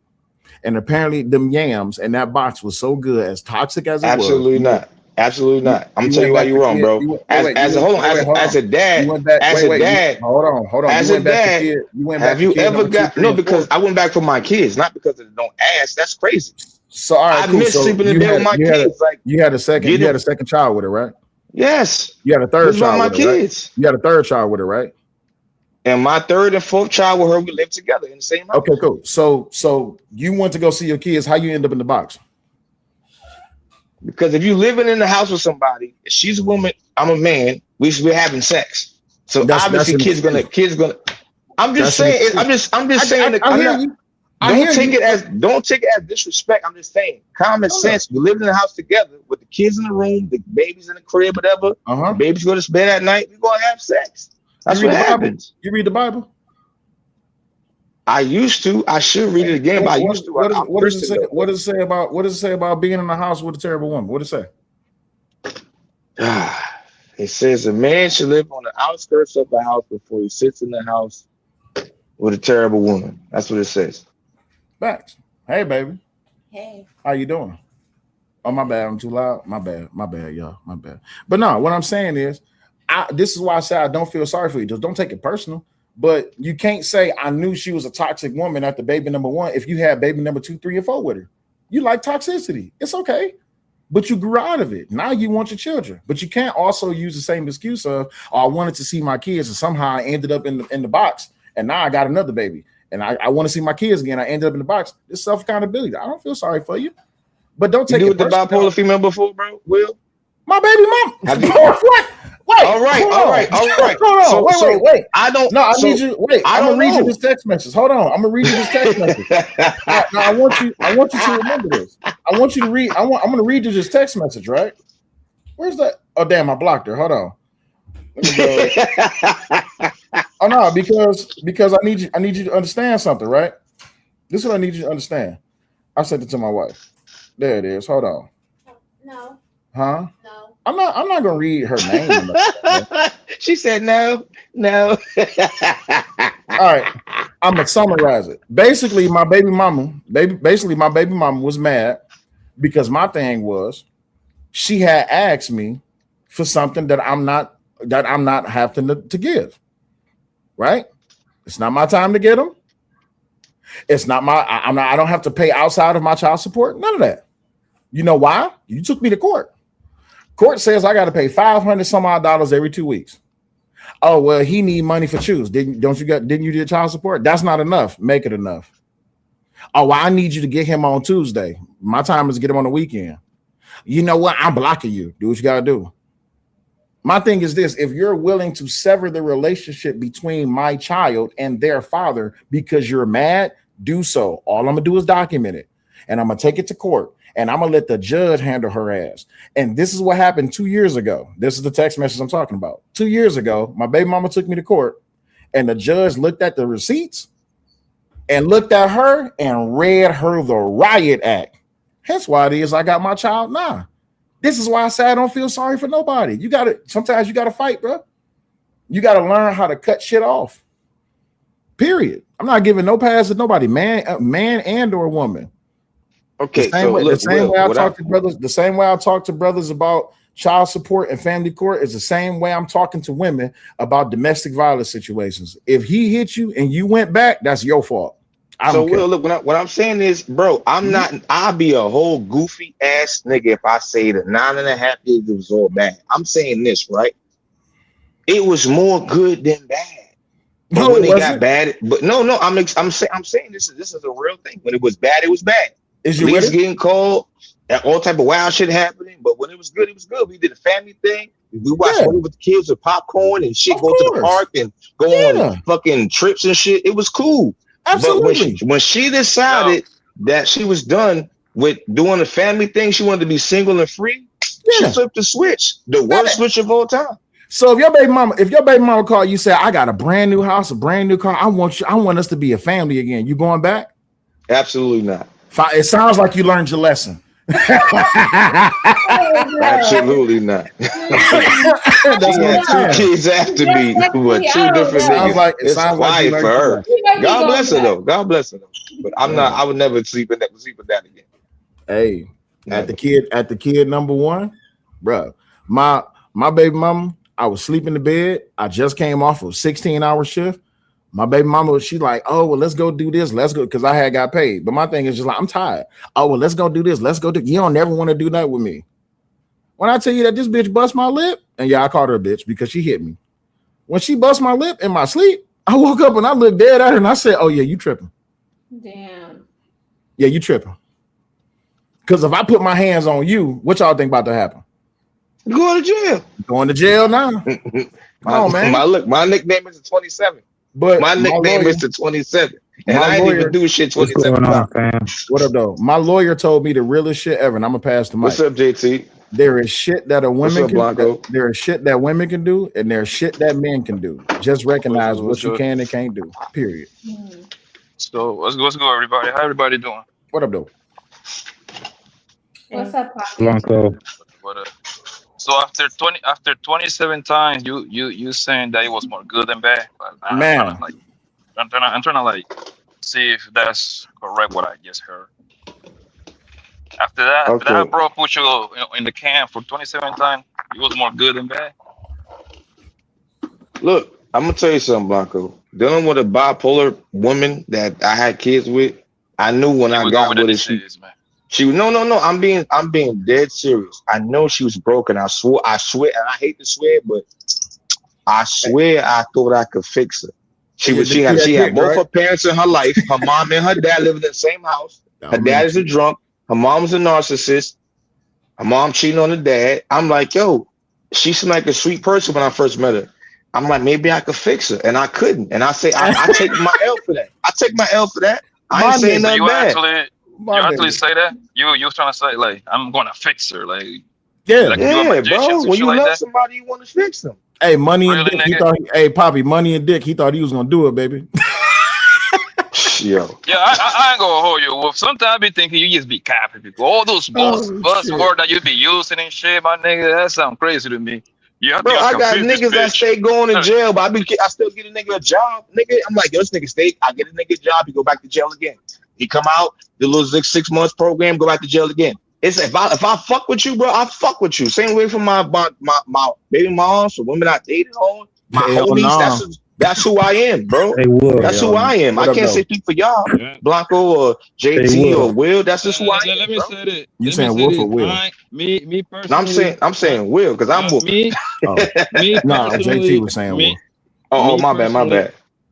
Me personally, I ain't fighting for no kids, my nigga. If I'm doing everything for my kids and the bitch trying to boy, hey, Poppy, your microphone is terrible, bro. How about now? Can you hear me now? That shit is terrible. How about now? It sounds like you're talking like that. No, it's low, bro. It's low, Blanco. How about now? Just go ahead and talk. Yeah, go ahead, bro. Do it sound bad? Well, it's low. It's not bad. It's just low. Go ahead. Let me get it. Okay. What up, JT?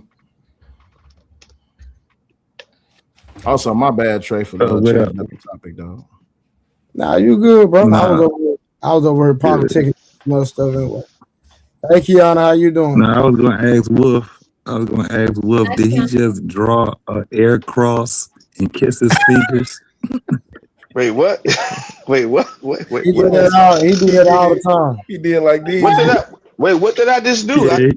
He do that all the time. He did like this and then kissed your hand. No, I just did a cross. I did, yeah. You drew an air cross to kiss your fingers. People, I know. Look, I got that from my dad. My dad does that. I'm just joking with you, my guy. I know, Is your dad light skinned like you? Yes, he is. That's my That's my dad. I love my dad. That's my pop, man. He's a good dude, man. Yeah, man.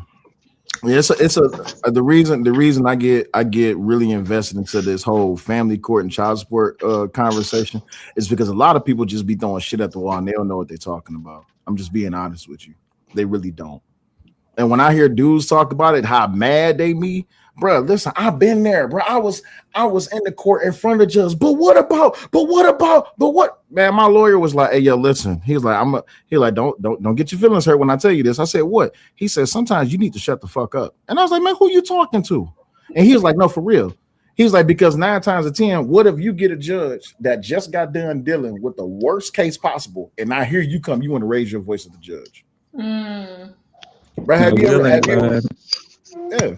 You ain't lying, Will. I don't get it. I was held in contempt probably about 11 times when I first started dealing with that court stuff. Man. I ain't know nothing. Damn. I was a true infant in that court, bro. I was held in contempt at least 10 times, my guy.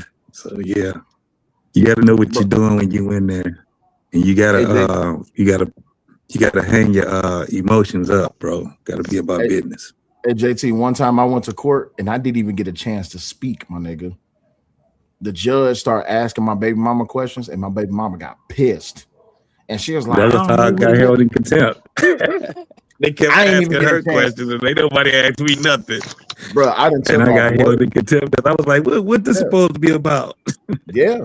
And then next thing you know, here come that bailiff pulling your arm. Come on, you gotta leave. Yeah. Look, the bullshit is I had a lawyer. I had a white lady, female lawyer, an older lady. She about 55, almost 60. Big, heavy set lady. When they ask you a question, it's only a yes or no question. Well, they be like, well, Mr. Woolstack, did you do this? Did you do that? I'm like, yes. But did you do this? Did you do that? I'm like, yes. I'd be like, no. You really can't speak at all. Only a lawyer can speak in family court. You can't say shit at all. But they let her speak. And Absolutely. Look, she got a lawyer. The kids got a lawyer. But you can't say shit. Absolutely. What the fuck? That's why you got to get a damn good lawyer that really does have you and your child's best interests at heart. My lawyer, I'm gonna tell you right now, my lawyer was a bad motherfucker. I'm talking about. When I showed up to court, I was literally there just to exist. That's it. I was here just to breathe. But my lawyer did all the talking, did all the paperwork. Her lawyer was going back and forth with my lawyer. Next thing you know, they come back with a what they call it when the two of y'all meet together and y'all have a conversation. I can't remember. Mediation. Yeah. We had a mediation and I came out on top. But see, like I said, you gotta leave them emotions at the door, man. You have to. If you don't leave those emotions at the door, just know that you lost your case. Well, I tell you right now, bro, New York is the worst because it's my kid's lawyer was gay. My lawyer was an old, heavy-set white woman. Her lawyer was a white woman, and then the person from ACS lawyer, she was a Spanish woman that's a misandry, so she hated men. Period. So whenever she would talk about me in the court, the ACS lawyer, she would say, "Oh, well, Mr. Reed went to court and he went to the kids' visit, and the kids said they didn't want to be with him." I say, "I got videos of me with my kids saying they had a good time with me." And I showed the videos to the court. She was like, "Oh, well, the kids told the therapist that they didn't want to be with you." I said, "You're lying because they had a good time with me." So it's like 7 to 10 different people speaking on your behalf when you in ACS court with your kids as a man. And 99.9% of the time, they're going to be all women, whether it's your lawyer, the kid's lawyer. Let's just say everybody involved is always a woman. I'm not saying nothing bad. I'm just saying like it's basically built against men. Even if you do the best you can, the best person you could possibly be. And 9 times out of 10, the kids got taken from the mother. So why are you giving me the same shit you giving her? That's weird as hell. That's weird. That's because y'all wasn't really, you wasn't fighting against the family court system. You was fighting against the state. Yep. And when you had it was a lot of money involved with those kids. So hey, do it sound like TT breaking up, y'all? Yeah, it yes. That's TT breaking up. Yeah, okay, let me change up. You got real bad static. Pete Smart, what up though? What's going on, family? What's good? What's up, Paul? Hey. How do I sound now? Do I sound good? You sound a little bit better. Yeah, you better. Like you outside of the jungle gym. Feel like he in Coney Island or something right now. He like he in Coney Island on the boardwalk. I got a quick question for Poppy Blanca and for anybody who in New York, right? Because I just had. I'm in New York right now, so. All right, I just had a falling out with the wife. Now y'all know Raw is from New York, right? Mm-hmm. Harlem. All right, cool. So I said I'm from Detroit.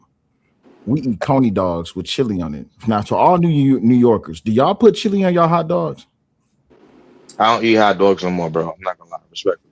I'm being dead ass. I'm just say when I was younger, I did. Yes. When I was younger, I did too. Chili belongs on a hot dog. What are you? I bet y'all eat ranch with y'all pizza, don't y'all? Yes, I do. I eat ranch with my pizza. That shit tastes mad good with some chicken, some steak on it. Y'all some unhealthy blue cheese. So what y'all eat with wings? Y'all eat ranch or blue cheese? Both. I don't eat neither. Either. Ranch. Well, Trey be car watching, so you can't ask Trey about cheap foods. Trey be car watching because he's a personal trainer. But I eat everything on my chicken. Trey, what's a cheap food for you, Trey? Any food that's not healthy. So you would eat some fried chicken then? I will if I had a taste for it, yeah. But that's like that might be once every year or once every 6 months. For real? I eat that shit every day. It's blue cheese with wings. I don't know what's wrong with y'all. That's why you ain't got a 6-pack like Trippy. No, Wait, whoa. Hey, creative. I don't need a 6-pack. Whoa, so Will, you gotta get some. You gotta get some Hidden Valley Ranch and get some gorgonzola cheese. It's like bottled in blue cheese, and crumble it in the ranch and mix it up. It makes the bomb blue cheese. I'm just telling you, Hidden Valley Ranch, gorgonzola cheese. Mix it all together and let it sit, and then put that on your wings. It's like a milder blue cheese. Miss Summer, that's just like that's like 8,000 calories. That's like 3 pounds on the thighs. Just saying, if you gonna do it, I feel my blood pressure. I keep throwing shots at me. That's crazy. I feel my blood pressure going up. Can y'all hear me now?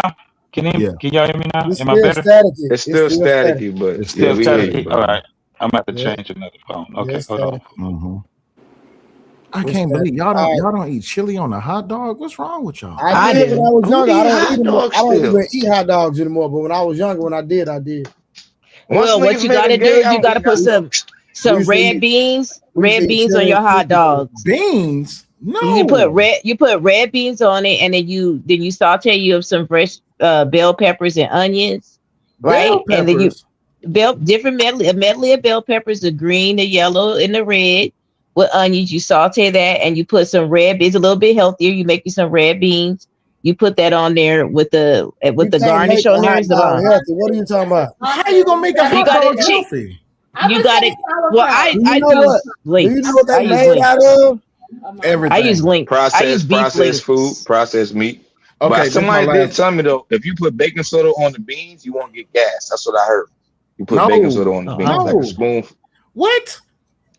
Okay, Wolf, do you eat chitlins? Hell nah. Okay, stop talking. So okay, cool. I ate it. I have eaten it before. That's pig intestines. I ate it before. It tasted alright, but that's this shit smell like shit. So this I don't eat that shit again. Like when y'all eat a hamburger, do y'all put a fried egg on it? I have. When I do my turkey burgers, yeah. Turkey burger? What the hell is a turkey burger? Good. A healthy burger? What part of the turkey does the burger come from? I don't know if I'm being honest. That's just like turkey bacon. That's just like turkey bacon. Ain't nothing on the turkey. Turkey bacon is mad salty too. Turkey bacon is disrespectful. There's no part of the turkey that the bacon comes from. Where it come from? We don't know. We don't process the food. Well, we don't know why y'all eat it. Why y'all eat? Because it's food. We gotta eat. We're gonna die. We gotta eat food. 90% of my food I cook anyway. So yeah. I just made some bomb ass burgers tonight. All right, y'all. I just had to change the subject a little bit because JT need to get his staticky mic together really quick, and then Poppy just came black too. My bad. Now y'all good. All right, so we're gonna get on this Megan Thee Stallion, man. Before we get on that, Kiana, did you want to chime in and say anything? I know you've been listening for a minute. You've been chilling. Nah, you do what you got to do. You introduce the topic, and then I'll fall in. No, I'm saying they had been talking. You didn't want to say nothing about anything they have been talking about. I got no kids. Why am I talking about child support and family court? I don't know. You don't have kids. I'm with her on that. She wants no part. I ain't got no reason to jump in no conversation. That ain't got nothing to do with me. Damn. Okay. But hold on. But you want to talk about the Megan thing? Yeah, sure. Well, hold on. So the type of woman Meg, and that her reputation, you can relate to her having her type of reputation. In what way? We gonna play these type games? Do you want me to pull some videos? Hold on. You want me to pull some videos and hear her say certain things that come out of her mouth? I think reputation is a funny thing. So I was going to ask you to expound upon the question that you asked. No. Hold on, no. Kiara, and I know you're a very smart girl. Thank you. But and you play games, but I'm with the Bulls. Okay, so again, do you want me to pull up her when she say, when I drink Hennessy, I get drunk and I do things and I don't remember what I do? Can you relate to that? Can I relate to that? Not that part necessarily. Oh, no. Okay. Can you relate to her giving niggas head that she not in relationships with? LOL. Can I relate? Can I Creator, relate? I'm talking to no, because Kiana said she did not want to comment on the subject about the kids because she didn't have kids, right? And I respect that. I don't have an issue with that. But then I say, well, we're about to talk about Megan. Megan has a whorish reputation. Okay. So I'm just asking, since she didn't want to comment on that, you want to stay and comment on the Megan Thee Stallion conversation. Okay. But you can't relate to that, correct? I can relate to being a young woman who has been called a whore, a slut for various reasons. Yeah.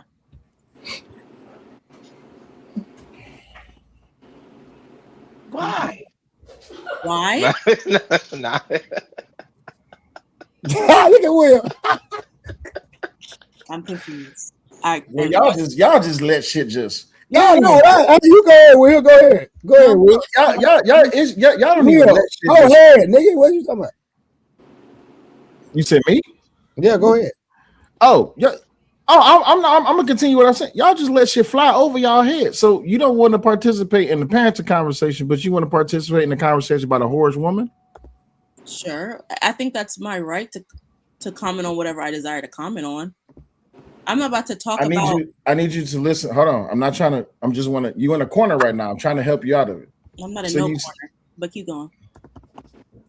Oh, okay. So you said you don't want to participate in the conversation about parenting because you have no experience with parenting, right? That's part of the reason why I didn't want to participate in the conversation. But yet the topic is about a presumptuously whorish woman, and when Trey is asking you about participating in the conversation you have experience on or that you can relate to, you're comfortable with relating to a topic about a potentially whorish woman. Okay. Nah, okay, cool. So do you want me to talk about why I relate to one thing versus another thing? Because I think it would be disingenuous and insensitive to talk about a man's situation with his children when I have no children. He's talking about a personal matter, something that affected him personally. For me to give my 2 cents in with no firsthand experience, having a father who wasn't necessarily in my life who had to deal with child support, that doesn't mean I've ever had to deal with it. So then that would be against my morality and my character to chime in on something about a man's personal matter, right? I don't know this man. I don't know Wolf at all. I don't know this man from Adam. So y'all going back and forth about it. What my voice and my opinion would have no weight because again, I have nothing to do with that. However, there is a part of Megan's reputation or Megan's music or just being a Black woman that I can more closely relate to than a Black man talking about children. Gotcha. Okay. All right, real quick. So I just wanna give me 1 second. Hold on. It sound better. So keep talking. It sound better. Yeah, that sounds better. It sounds like how I normally sound, bro. Yeah. All right, hold on real quick. Y'all just hold on real quick.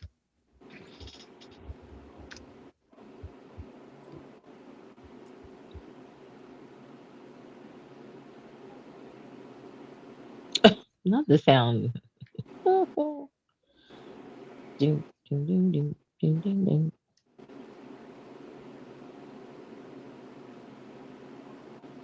Ping, ping, ping, ping, ping, ping, ping, ping, ping, ping, ping. Okay. So,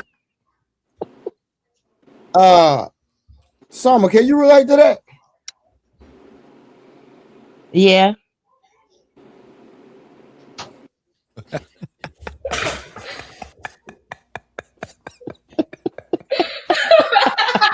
I love it. My husband could relate to it a lot.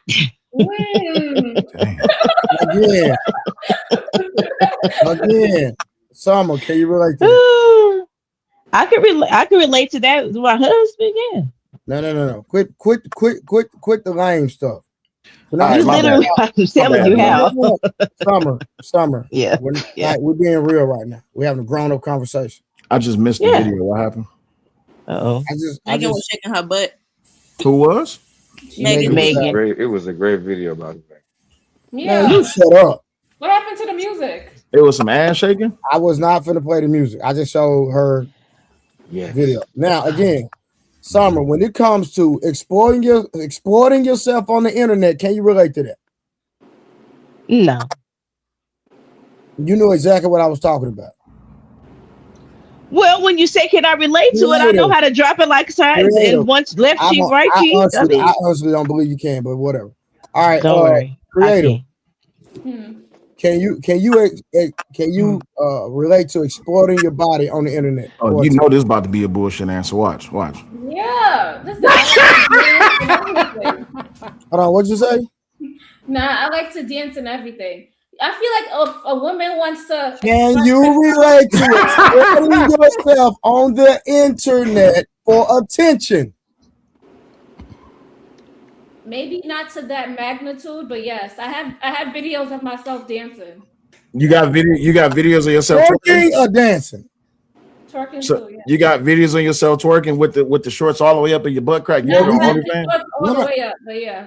Oh, okay. So we can see your butt. Ass. Hold on. We can see your butt in the video, right? No, you can't see my butt in the video. So you're not. So what are you talking about? Now, the one picture on your Instagram when you had the towel on with nothing under it. Whoa.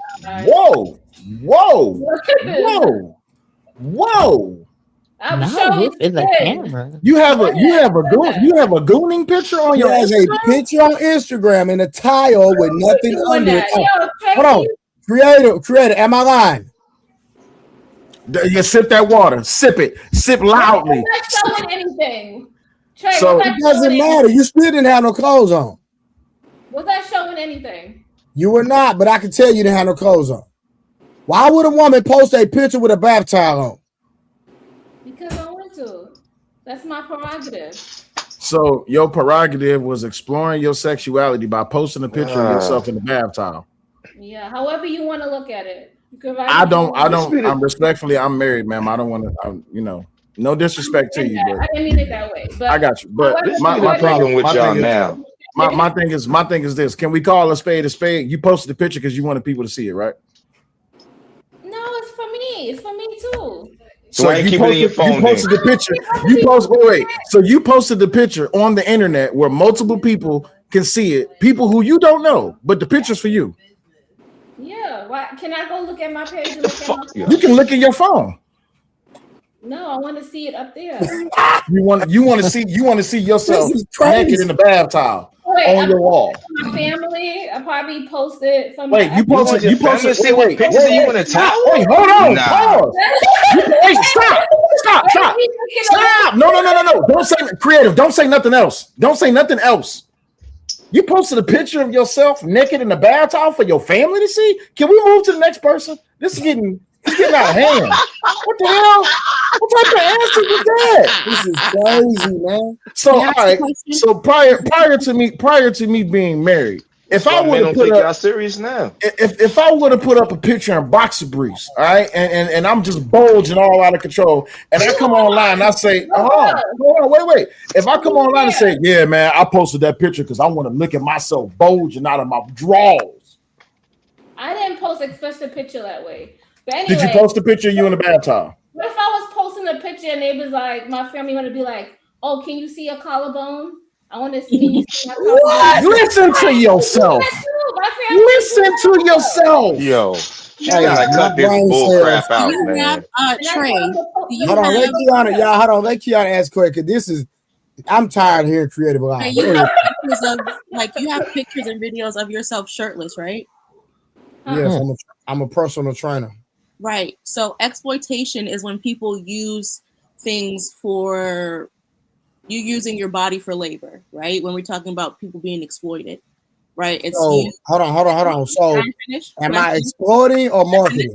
Can I finish? No, am I exploiting or marketing? So to me, there is a fine line of exploitation and marketing, right? Okay.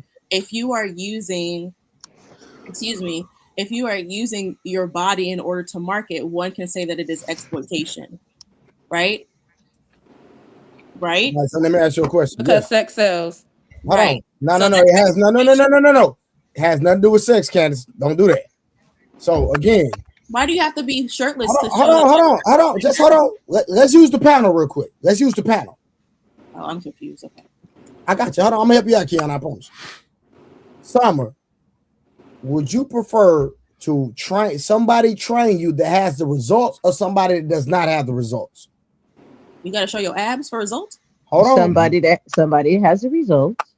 Okay, now, creative, would you want to train with somebody that has the results or somebody that does not have the results? Has results and it has clean skin, clear skin. Wolf stuff. Wolf. Wow. Wolf. Well, no. It's okay, sir. Wolf, would you want to train with somebody that has the results or does not have the results? Results, bro. Results. Will. You already know my answer. JT. Results. Absolutely. Candace. I feel like the answer to the question is obvious. Results. The point is, do you have to show your naked body or your half naked body in order to prove that you have results? Okay. All right, hold on one second. Okay. P. Smurf. Results. Blanco. Results. Kiana. I'm with Candace. Say it again.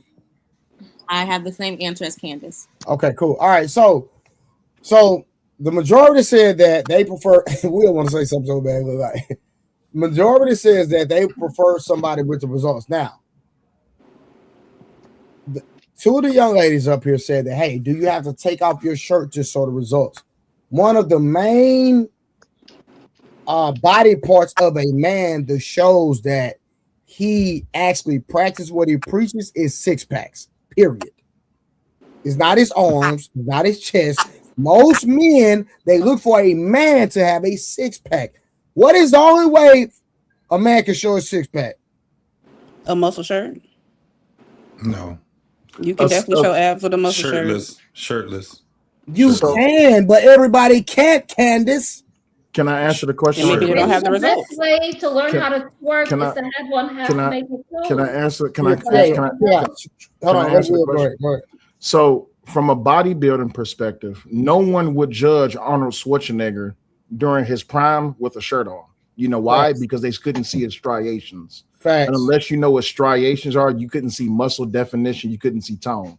So if you look at bodybuilders of the prime Arnold Schwarzenegger days, like Lou Ferrigno and all those guys, and you look at bodybuilders of today, they have this thing called a belly gut. They have a beer belly. It literally look like a pregnant woman's stomach. And you can have all the muscles in the world, but why is it that your six-pack look like a 9-month-old baby? 100%. So you go look back. I'll give you a prime example. Mike Tyson had less than 5% body weight. I mean, less than 5% body fat at the prime of his career. But then you look at someone like Muhammad Ali. Larry Holmes. Yeah, Larry Holmes. Larry Holmes didn't look like he was chiseled out of marble. Mike Tyson did. Then you look at someone who's 6'7", 350 pounds with a six-pack. It's just like, wait, something ain't right about that. You see what I'm saying? So, yeah. Yeah, but Will, you ain't even have to go that far. Why were you entertaining this, man? Oh, you wanna know why? Because it's a lot of stupid in the air. You're making a comparison. It's a lot of stupid in the air. Yeah, it's a lot of stupid in the air. Where's the stupid at? That's in the air? Yeah, you're making a comparison to this nigga making literally money out of his guy. It's an actual business, so obviously he got to show his goddamn body to a girl that is butt naked in a goddamn tub, bro. Like, what's the comparison there, bro? Poppy, the only comparison is that if Creative got a picture of her in the bathtub, then Trey will have to post a picture of him in the bathtub wrapped around his waist. Well, I have a question. Hold on a second. The point is that this nigga Trey is looking to market himself so he can grow his business while creating one's attention. Exactly. That's my point. Got it. I have a question. Got it. I have a question. So I could make sure I could understand where everybody is, right? Let's say Trey was in marketing and he did exactly what Will said, and he was in the tub with the towel wrapped around his waist. And with the oil on, and he looking at the camera. Is that the same? Would you guys have the same smoke for him? Saying that he wants attention. You just changed the whole trajectory. I'm not trying to change. I'm trying to ask you questions so I can see if we all on the same plane and we're all being fair. That's not a comparison. That's not a comparison at all. No. Thank you, Wolf. Okay, I'm sorry. I'm going across the board. Hold your mule. I'm just going across like Trey did. I'm going across like Trey did. I'm asking you a question. If it was the same concept, a creative way. If y'all let me finish, you can say yes or no. Got you. If it's the same concept and creative had the bath towel and she showed whatever, and then Trey had the bath towel around his waist, it was the same exact picture. He was showing his top with the bath towel around his waist. She wasn't showing nothing but with the bath towel covering her up. Will we still? Is it equal to say if they're both doing it for attention, then they would both be wrong? I'm not trying to. Oh my God! I'm not trying to change it. I'm trying to equalize it. I'm trying to ask if you guys' mindset will be the same if you saw another man. Wait, hold on, if you saw. Well, that's what the issue is. There, I guess that's the problem. No, Summer. That's the problem, man. I couldn't hear you because I heard other people chiming. I was just telling people to hold on so we can understand you changing this up. Go ahead, finish. No, I'm not trying to. I'm just trying to see what your mindsets, but the men and the women's mindset on the panel is before we have this discussion. Trey, I get it. You're marketing because you have a business. You've been working out. You're trying to show your results so that you can get other people to train and use your program. I understand that 100%. What I'm asking to the men. Let me put context to me. Yeah.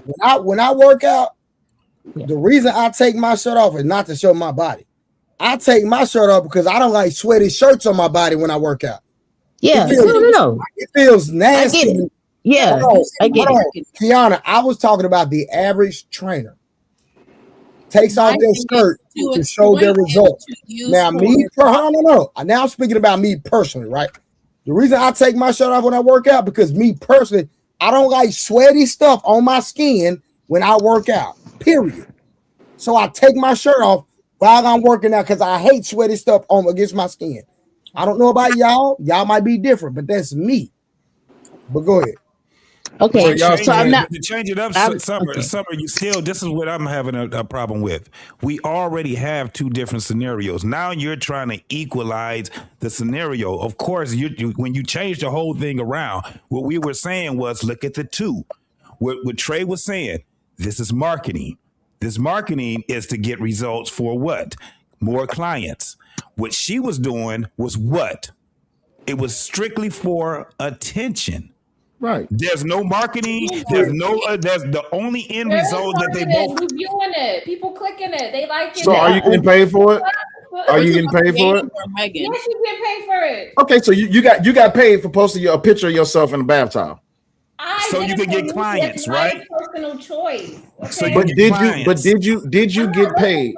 Did you get paid? Or was there another avenue leading to a business transaction that came from the attention that you got from?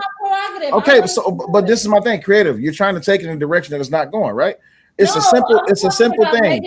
But we're talking about you in the bathtub, which I didn't know that there was a picture of you in the bathtub. I'm still trying to get that out of my head. But you in the bathtub and Trey in the bathtub is two completely different things. I'm just being honest. And I'm not saying that to be disrespectful. I'm not showing anything. It's like right here, and all you see is like the skin right here. Oh, well, Trey, you made it seem like her whole leg was out. No. I didn't say that. I just said it was a picture of the bathtub. That's all I said. It was an insinuation, but keep going. I didn't. No. I didn't insinuate. No. I didn't insinuate nothing. I literally said she had on a bath towel and she don't have no clothes on under it. And she agreed and conceded to what I said. So don't sit up here and act like I try to make a lie. I said she had on I said she had on a bath towel. She didn't have nothing under it, and she didn't answer because she didn't have nothing under it. Period. So now that point was proven. Hey, why y'all sitting there like I lied on that girl? I didn't lie on her. She I didn't say you lied on her. I was just saying the way you presented it, like she hold on. Let me tell you why. The reason I can tell is because you can see a crease. Nigga, she got big titties. The cleavage. The Cleveland. The Ohio's. I don't know if it's Am I lying today?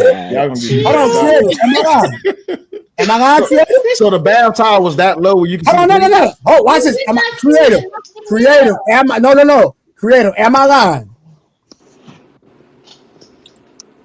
Am I lying? You insinuated. Exactly what. Wow. Did you have cleavage showing in the picture or no? No, I don't think she had the crease. She had the crease showing for sure. That's a fact. She did.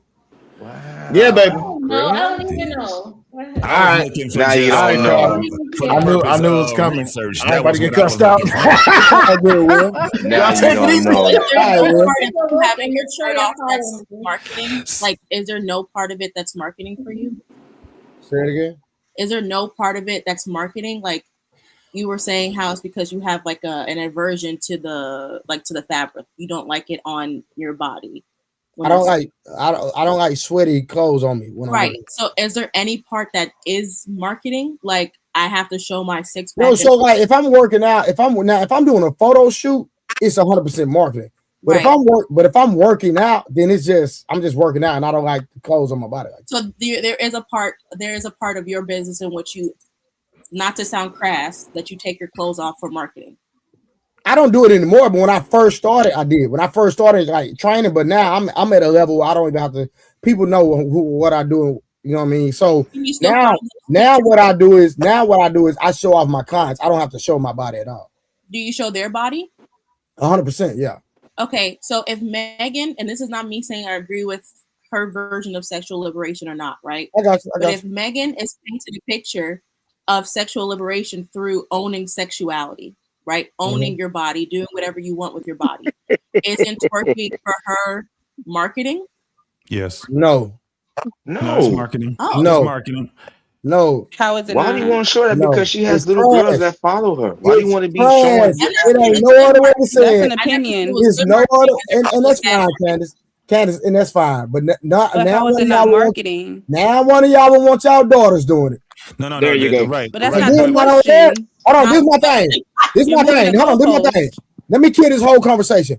LOL. Candace, would you post the exact same video that she posted? That's not the question. No, that's my question. No. The question was, that's my question. But not because you're moving the goalpost. So I'm I going to can answer move the whatever I original want to question. move. The question. Right. Oh, you can? Okay, Let me tell you why. Hold on. Let me tell you why. Because that makes it more relatable. She left. She raised. That's fine. It's fine. So Kiana, let me ask you this: Would it make it more relatable if I said, "Hey, would you do something versus what somebody else did?" What do you mean? Would it make it more relatable? Okay, so what I'm saying is, you're saying it's okay for her to do that. So my thing, okay, I didn't fine. say that. No.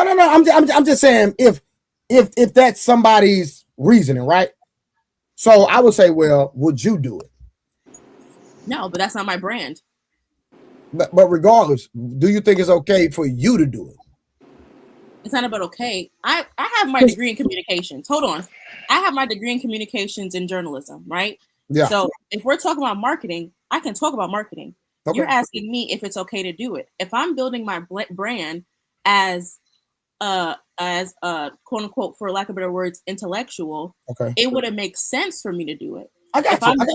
But at the end of the day, but this is my thing, Keandre. This is my thing. I'm the type person. I'm not gonna vouch for something that I'm not gonna do. I can vouch for something I'm not gonna do if I don't see a morality issue with it. Okay, so hold on. So is there a morality issue with that? Is there a morality issue with her twerking on camera? Yes. Well, her shorts and her butt. Be quiet.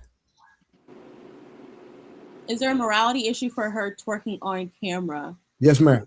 I am 75-25 on it. So 75 that there is a morality issue? 75 that there isn't, 25 that there is. What? So Trey, she's coming from a marketing standpoint. The answer still would be, but Trey, the answer still would be. I find a problem with it. The answer, so Trey, the answer still would be when she asks, "Is it marketing?" It is absolutely still marketing. It doesn't mean that it's more that it has morality and things like that. I didn't ask but this is where it comes down to understanding also how she's not being taken serious from a love interest also, right? Because she's marketing what? Sex. She's marketing the crass lifestyle. She's marketing that shit.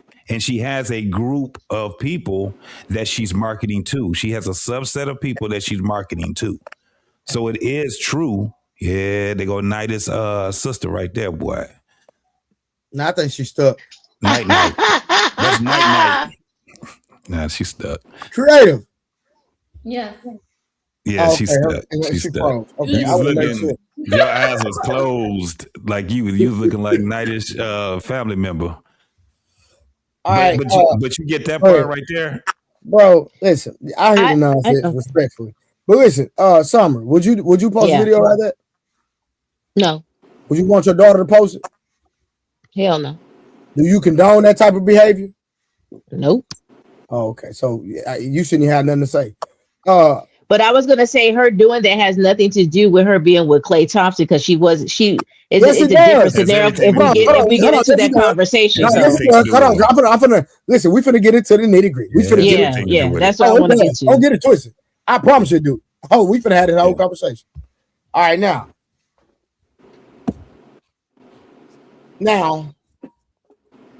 y'all seen the videos of her in the kitchen whipping it up for Klay Thompson and making the family food and all this, right? Yeah. Klay Thompson is a goofy. Oh, y'all thought y'all had another Russell Wilson, didn't you? Let me tell you why he's a goofy. Oh, I didn't. Because Klay Thompson is the worst type of nigga. He like wolf stacks. Because Blanco said wolf stacks is the worst type of nigga. Right? But we're gonna get on Klay Thompson in a minute. I ain't gonna deal with him yet. I'm gonna show y'all why he the worst type of nigga. But listen, I'm gonna ask y'all something. Why did she give the box to Tory Lanez without cooking for him, but she had to cook for Klay Thompson and make him and treat him like that's her husband? Yeah. But she gave it up to Tory Lanez for the free $99. And the baby. And hold on. We ain't gonna go down the list yet. We gonna just hold on. I'm not deep into her stuff, but how do we know she didn't cook for Tory Lanez?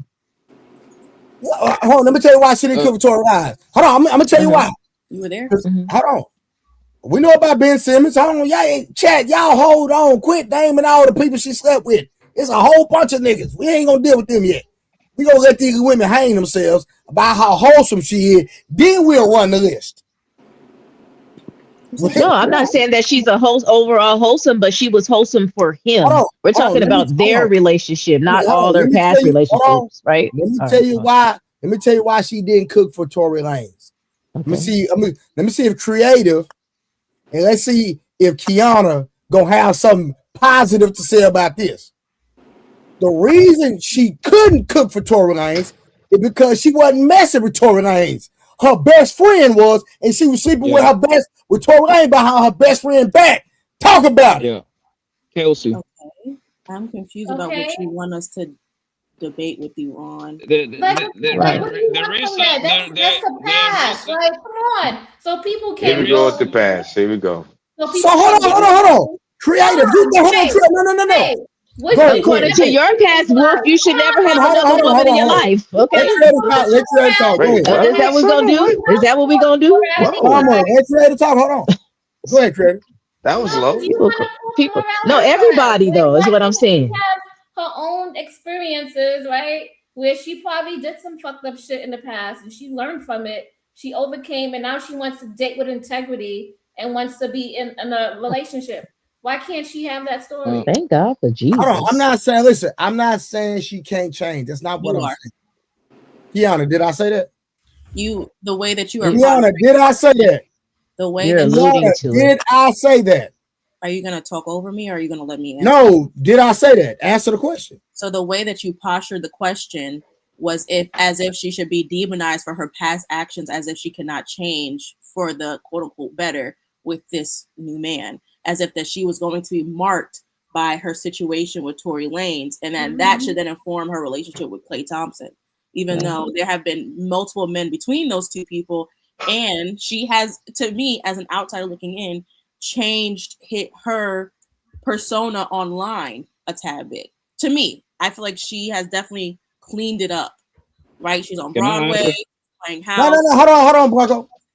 So it was almost as if you were saying, "Oh, well, because like you doing all that."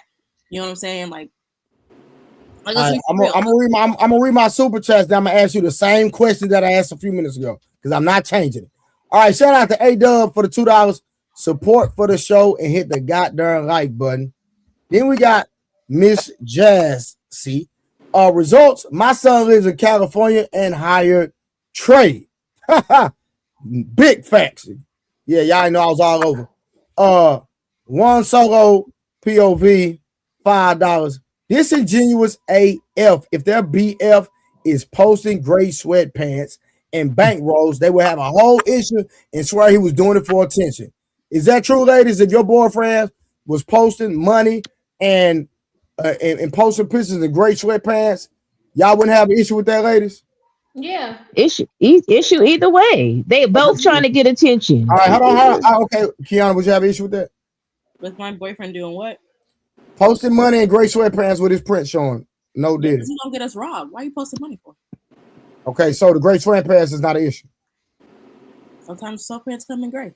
If he's showing his pee-pee, then I'm gonna have a problem. That's what we're saying. We're talking about showing his print. Yeah, I'm gonna have a problem. Okay, cool. All right, now again, Kiana, did I say that? I already answered the question. The question has been asked and answered. Don't waste your time. No, Go to you did not answer it. No, you didn't answer it. You did not answer it. Did I say that? So let's read some of these other ones to show that your insinuation was not. Hold on. You want me to answer the question? Did I say it though? Hold on. Let's read some of these comments. Hold on. No. Hold on, Kiana. You gotta answer my question, then you can read the comment. Kiana, did I say it? Life doesn't work like Kiana, that. Did I say it? If you didn't say it, what did you mean by asking that question? Yeah, because it's so simple to answer the question, Kiana. Did I say it? I said that question was asked and answered, but you didn't accept that as an answer. You said that I applied something. Did I say that? Are we going to set up here that implication? We're going to sit up here until you answer my straight question with a straight forward? Are we going to act like insinuation is not the sister of saying something? Did I say it? Okay, period. Remember this. No, you did not. I say it, though? You did not literally say word for word that. Thank you. I appreciate Remember that. this. Remember this. I appreciate that. Remember this. So what did you mean by asking that question? Hold on. Don't get ask what? Come on. Why did you ask that question though? Why did you? What question did I ask? Why did you say that? What question did I ask? Why did you go back? You were asking about why did she not cook for Tory Lanez? Kiana, you gotta let her make her own point, Kiana. Go ahead, sweetie. Yeah, go ahead. Why she didn't cook for Tory Lanez? Why she slept with her friend's boyfriend? Listen, I told you. No. Listen. Why? Summer. Creative. Summer said how I know she didn't cook for Tory Lanez. That's what Summer said. And my answer is because she was not dating Tory Lanez, her best friend was. Okay. Does that make sense? Mm-hmm. This is crazy. This is crazy. Yeah, but can I say something? Go ahead, bro. Go ahead, Poppy. Most likely, if she was messing with a nigga, touring all the other niggas, right? Most likely than not, she cooked for the niggas, bro. The thing is that she's not posting none of that because right now, the reason why she's posting is because she is trying to rebrand herself, right? Because there is nothing positive about a woman out here. Every time she sit down to do an interview or something, they're gonna ask her about Tory. They're gonna ask her about being a side piece. They're gonna ask her about sucking Blueface dick. They're gonna ask her about all of that. So This relationship was made up. Oh, y'all didn't know that? It's very easy. Oh, y'all didn't know about Blueface? We can't hear you.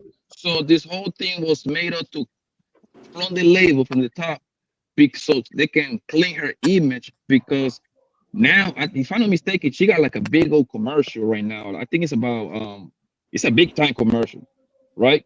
And that's how the people that's how the label make money, because most women rappers, they don't make money. They don't make money musically. They don't turn a profit. You see what I'm saying? The top though, the people at the top made money, but however, she got 30-something million followers. However, every time she drop an album, she only sells about 70,000. The math don't add up. The only way you can make money out of that is by going on tour nowadays, since they're on 360 deals. That's the reason Klay Thompson and her, it was a made up thing. You can just see, it's very easy to tell. She giving this nigga a watch 300,000, posting it. You know what I mean? She cooking for the family. Like, come on, man. You see what I'm saying? Like, all that she was just made up to make her look good so she can start making money for the label. But she could have truly just loved that band. I mean, too. You know what I'm saying? Like, I don't get it. Like, hey, I'm gonna be honest, Summer. I agree with you. No, Summer. Now that part I agree with. See, I can compartmentalize. I truly believe she really was into Klay Thompson 100%. I believe that she really loved it, man. I'm not gonna doubt that.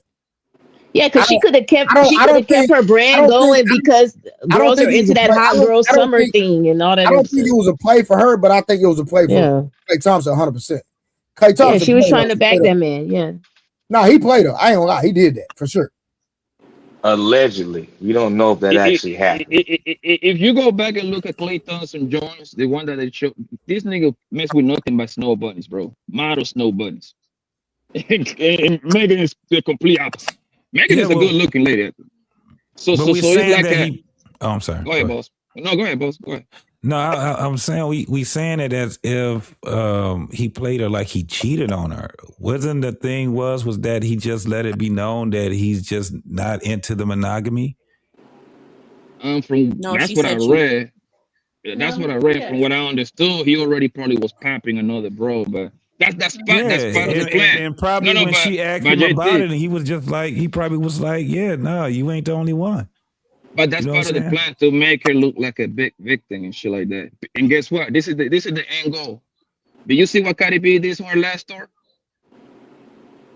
What? Oh yeah, when the meltdown, the tour that she did with the meltdown. The little. I think the little drama tour. I think that's a drama something. I forgot the name of the tour. Right? She sold out 35 cities, and she brought in $70 million.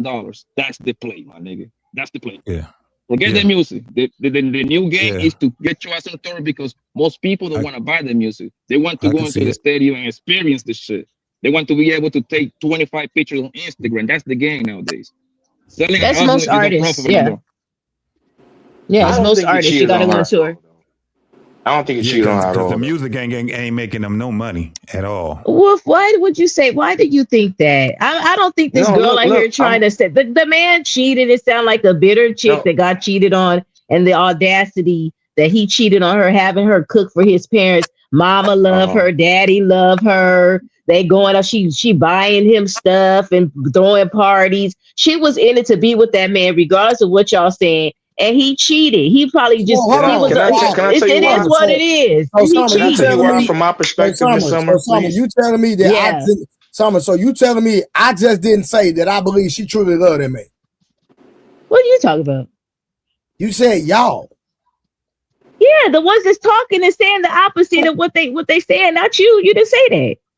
If it don't apply, let it fly, Trey. Summer, I'm saying this, right? I think he knew he wasn't going to have no good ending with her. So he might have walked around with a female that he might not slept with the female, but like, you know what? I can't deal with her no more. She's too much for me. She's too loud. She's too ratchet. So let me appear with a picture with a female so she can leave me the fuck alone. I think the opposite. I'm sorry, JT. No, JT, I think the opposite of what y'all trying to say Meg was trying to do. You trying to say Meg is trying to rebrand and do all this and that. And the third, no, she already had a good branding with this hot girl summer thought 304 Tatiana personality. No. What I'm saying is stop. I want to make my point. No, you don't forget it. That's what I need you to do. I'm not gonna forget it. I think Klay, on the other hand, because he was being nobody. I didn't know about no Klay Thompson before he started dating Meg Thee Stallion. I'm gonna say, hold on, but in the sports realm, I was gonna say in the sports realm, nigga, get on the panel, nigga. I was gonna say now get on the panel, nigga. Real talk. You're always in the comments being lame, nigga. Get on the panel and put your camera on, nigga. Yeah, you talking about? I was going to say in the sports realm, however, he could have, he was a big dog, right? In the sports realm. What I'm saying is. No. Now you disrespect Klay Thompson. We talking about first ballot, 4-time champion, Hall of Famer, Splash Brother. You really going to sit up here and say that? I said in the sports realm, he was hot in basketball history. I said in the sports realm, he was hot stuff. Klay Thompson and Megan Thee Stallion. Make it make sense. That don't make no sense. I didn't compare. If I may finish. Klay Thompson is a man. Klay Thompson is a man that have made 300 million of NBA contracts. Number one, number two. He's the third greatest shooter we ever seen on planet Earth. Yeah. Okay, plain and simple. You can't compare them. Number three. I wasn't trying to compare them. I was trying to make a statement. Number three, okay. Klay Thompson is way more famous than Megan Thee Stallion would ever think of in her lifetime. That's not even. He's part of the dynasty. He's part of something special of a very small group. Okay. So how old is Klay? If I may ask. 35 years, mid-30s. Around like, 35 years around that area. 35, 36. He getting towards the end of his NBA career, correct? He getting kind of close to his NBA career, close to the end of his NBA career, correct? Yes, most likely that. Okay, so got it. I'm not knocking his hustle. I'm not knocking his shine. I said that. What I'm saying is, I think it's the opposite of what you're trying to say of Meg Thee Stallion trying to rebrand. I think it's Klay trying to rebrand. A lot of times with these NBA. What do we need to rebrand? What do we need? Oh my God. If you guys will listen to me, a lot of times when the NBA players are getting close to the end of their run, they have to now start doing other stuff to stay relevant and continue to make money, right? Not saying that he needs the money, but if he wants to go in a different way and he wants to like be a sportscaster, you see a lot of the NBA players that were Megan to be a sportscaster. What are you talking about? Okay. No. Listen. Okay, it is what it is. No. Hold on. Watch this, y'all. Hold on. Go ask your husband. Do Klay Thompson need to rebrand himself to go be a sportcaster? Don't ask me. I was giving examples of what they do. I don't know what he's going for. I don't know what he's going to do after his career. I'm just giving examples. If y'all let me finish a sentence, you can get what I'm trying to pick up what I'm putting down, but I can't put nothing down. The reason they keep cutting you off because what you're saying ain't making sense, friend. But I can't finish. So how does it not make sense? Because I'm not finishing. When Summer, Kiana, and Creative talk, could y'all at least let them finish and land their plane? Lord have mercy. What are you talking about? Summer is trying to finish her sentence to explain exactly what she meant by her statement. And then y'all are jumping on her for not. I just told the men on the panel to let her land. Yeah, but you wasn't trying to hear all that at first. So don't act like you. I'm not gonna lie. I wasn't because it wasn't making sense, Kiana. That's why. Yeah. All right, go ahead and finish, man, so I can go next. Yeah, go ahead, Summer.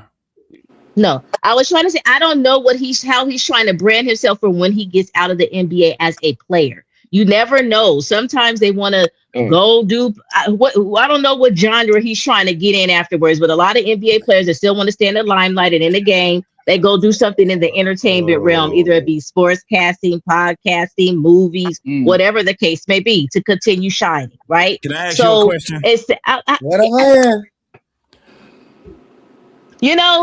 Go ahead. I'm menopausal. I'm forgetting what the hell I was about to say. So y'all go ahead and have it. Y'all want to be right. Y'all go ahead and have it. No, it's not. I can't remember half the shit I'm sorry, I'm cussing, but y'all tonight is not the night. Okay. Summer, listen. I just wanted to interject first and foremost I wanted to ask you a question. It ain't got to be so tumultuous.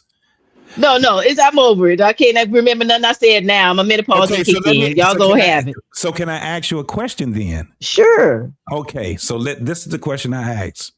Do you know any man that's in Hollywood that uses a woman to remarket or rebrand himself on anything? Any man that uses a woman? Skipping my brain right now. If I think of it, I'll let you know. The Playboy guy. Honestly. So I disagree, Summer, and this the reason why. They need less drama. Men need less drama in order to climb the industry or industries that they're in. Now, the rebranding comes into play with Megan because she's not relevant at this period of time. Within years, she has been, but she hasn't, and her brand has taken a big flump because we're calling her 304. Now, if she this drama hit in her life, guess who's going to support everything that comes into play due to this type of drama? The thing is the yes. The thing is that Klay Thompson don't need no damn Megan Thee Stallion because number one, he come from royalty. His daddy's an NBA nigga, a sport analyst, okay, for 30-something years from ESPN. What are you talking about, man? This man is a made man, yo. You don't need no damn little. If you want to quote unquote, if you need clout, he would get with Katy Perry, one of those big time hoes, man, that singer that is worth $1 billion. Just like what's the guy from the Kansas City Chiefs? The tight end, Kelsey. Travis Kelsey, man. Travis nigga, that's how you do if you want to get to the top of the mountain faster. To remind you, he's a Hall of Famer himself. Okay, Travis Kelsey is probably the greatest tight end ever, right? So no, Klay Thompson don't need Megan Thee Stallion to quote unquote rebrand. This is for Megan, bro. That's plain and simple. That man has kept in the NBA. That nigga only has say like 3 words. He just happened to be that good. He just a great basketball player. He just don't talk too much. All right, let me read these super chats, y'all. All right, shout out to Juan Solo. My boy said, "Who said she was smart?" Shout out to Juan. Then he came back. This is hilariously pathetic. Then he came back. Megan, man, living in her karma, which I agree. Me too. I might not agree, but I agree 100%. She living in her karma. All right. Nicholas say, Pimp C voice, man. You gotta pick your lane. Either you're going to promote ho-ish or you want the square love. You can't get both.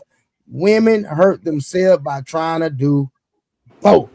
No cap. Then we got One Soul came back. The boy said a demon would have rebrand with Megan. Stop it. Yeah. But shout out to Miss Kim in the Cash App. Miss Kim in the Cash App. She said, for Miss Kim, hey, your hands are full tonight. All right, so let me real quick, y'all. So go ahead, Kim. Go ahead. From like a marketing standpoint, I don't know if Klay Thompson would use Megan for marketing, but if I was his manager or what part of his marketing team, I would see it as a win only because Black women specifically are attached to her for whatever reason. And contrary to popular belief, I do feel like she has elevated, like she's on Broadway, right? They say like the hardest stage to be on is Broadway in terms of acting, right? So to allow her to the fact that she is on Broadway shows that she is elevating, right? I do think that men use women for marketing. They may actually love this person, but their manager most likely has said, if you align yourself with this woman, you will be back in good graces. For example, Jonathan Majors, right? He had that whole abuse thing happening, that entire thing. And then he gets with Black America's sweetheart, Megan Good. I'm not saying that he did it for money and cents and dollars, but if there was a Black woman that he could be with to show that he likes Black women, because remember that abuse scandal was with a white woman, right?